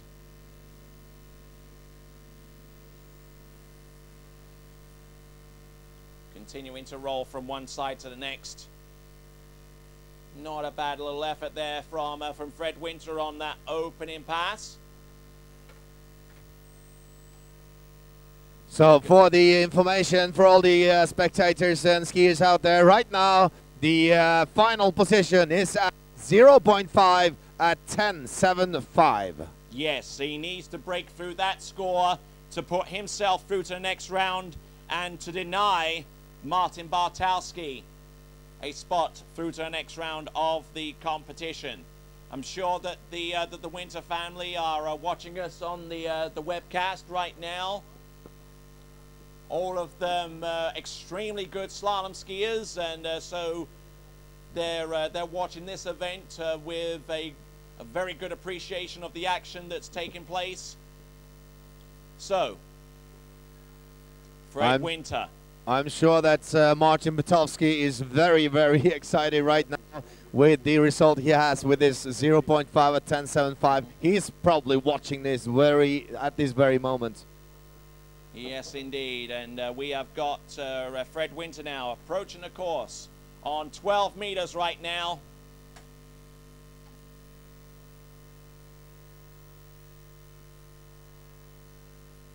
Here we go. Gets a pretty decent start. Looking good off number 2 now. His approach off 3 into 4. Certainly looking great out there. Our last skier in the men's Series 1 slalom, Fred Winter, doing the business out there. Beautiful, beautiful skiing at that 12-meter up length, and he's coming back now at 11.25. He needs to go through that to fight his way into the finals. So this is crucial. The next skiing will be very crucial. The next 6 boys will be very crucial for this young Fred Winter from Great Britain. Yes, and as I mentioned before, he knows this site. He loves this site here to SIAP in Skarnes. His first major international medal, that of the European Under-21 men's slalom champion from 2009, which took place right here. The first major tournament hosted by SIAP, and certainly gave the organization crew here the encouragement to pursue the Europe and Africa Championships in the team competition, and indeed in the Open Championship as well. So now Fred Winter making his way around the island. We'll pick him back up into the slalom course in just a moment or so. Here he is, Fred Winter. Nå det spennende, folkens. Nå står det om finaleplass for Fred Winter. Han må kjøre gjennom 6 bøyer. Good counter rotation into number 1 on 11.25 meters. Now he's working from one side of the course to the next. Trying to beat off the rain as much as he can. 5. Round number 5. Oh, look at this. Woo! Wow, what a pass on 11.25 meters. It wasn't easy, but then again, when is it ever easy for these guys? Well, actually, it's like you said, it's not easy to go through that rope, but still, you could see that he was in some kind of good condition and very controlled through that. 11.25. Now, ladies and gentlemen, 10.75. He needs more than 0.5 points to get into the finals. All right, you are absolutely right, Ola. Needs more than half a buoy on 10.75 meters to advance. Drama still continues here at SIAP. Rain starting to fall, which could make life a little bit difficult for Fred Winter, but I'm sure that he's slalomed in rain before, and we'll see if he's able to get through the qualification score necessary to make it through to the next round of the competition.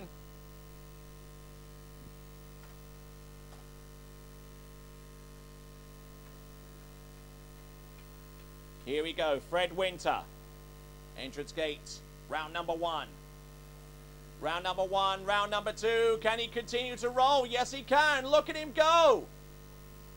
Round number 4, and takes the hit off 4. That's 4 boys. It's going to be a 4 buoy count there on 10.75 meters. We'll have a look at this once again for Fred Winter, and a remarkable score considering the driving rain that we have right here now at SIAP.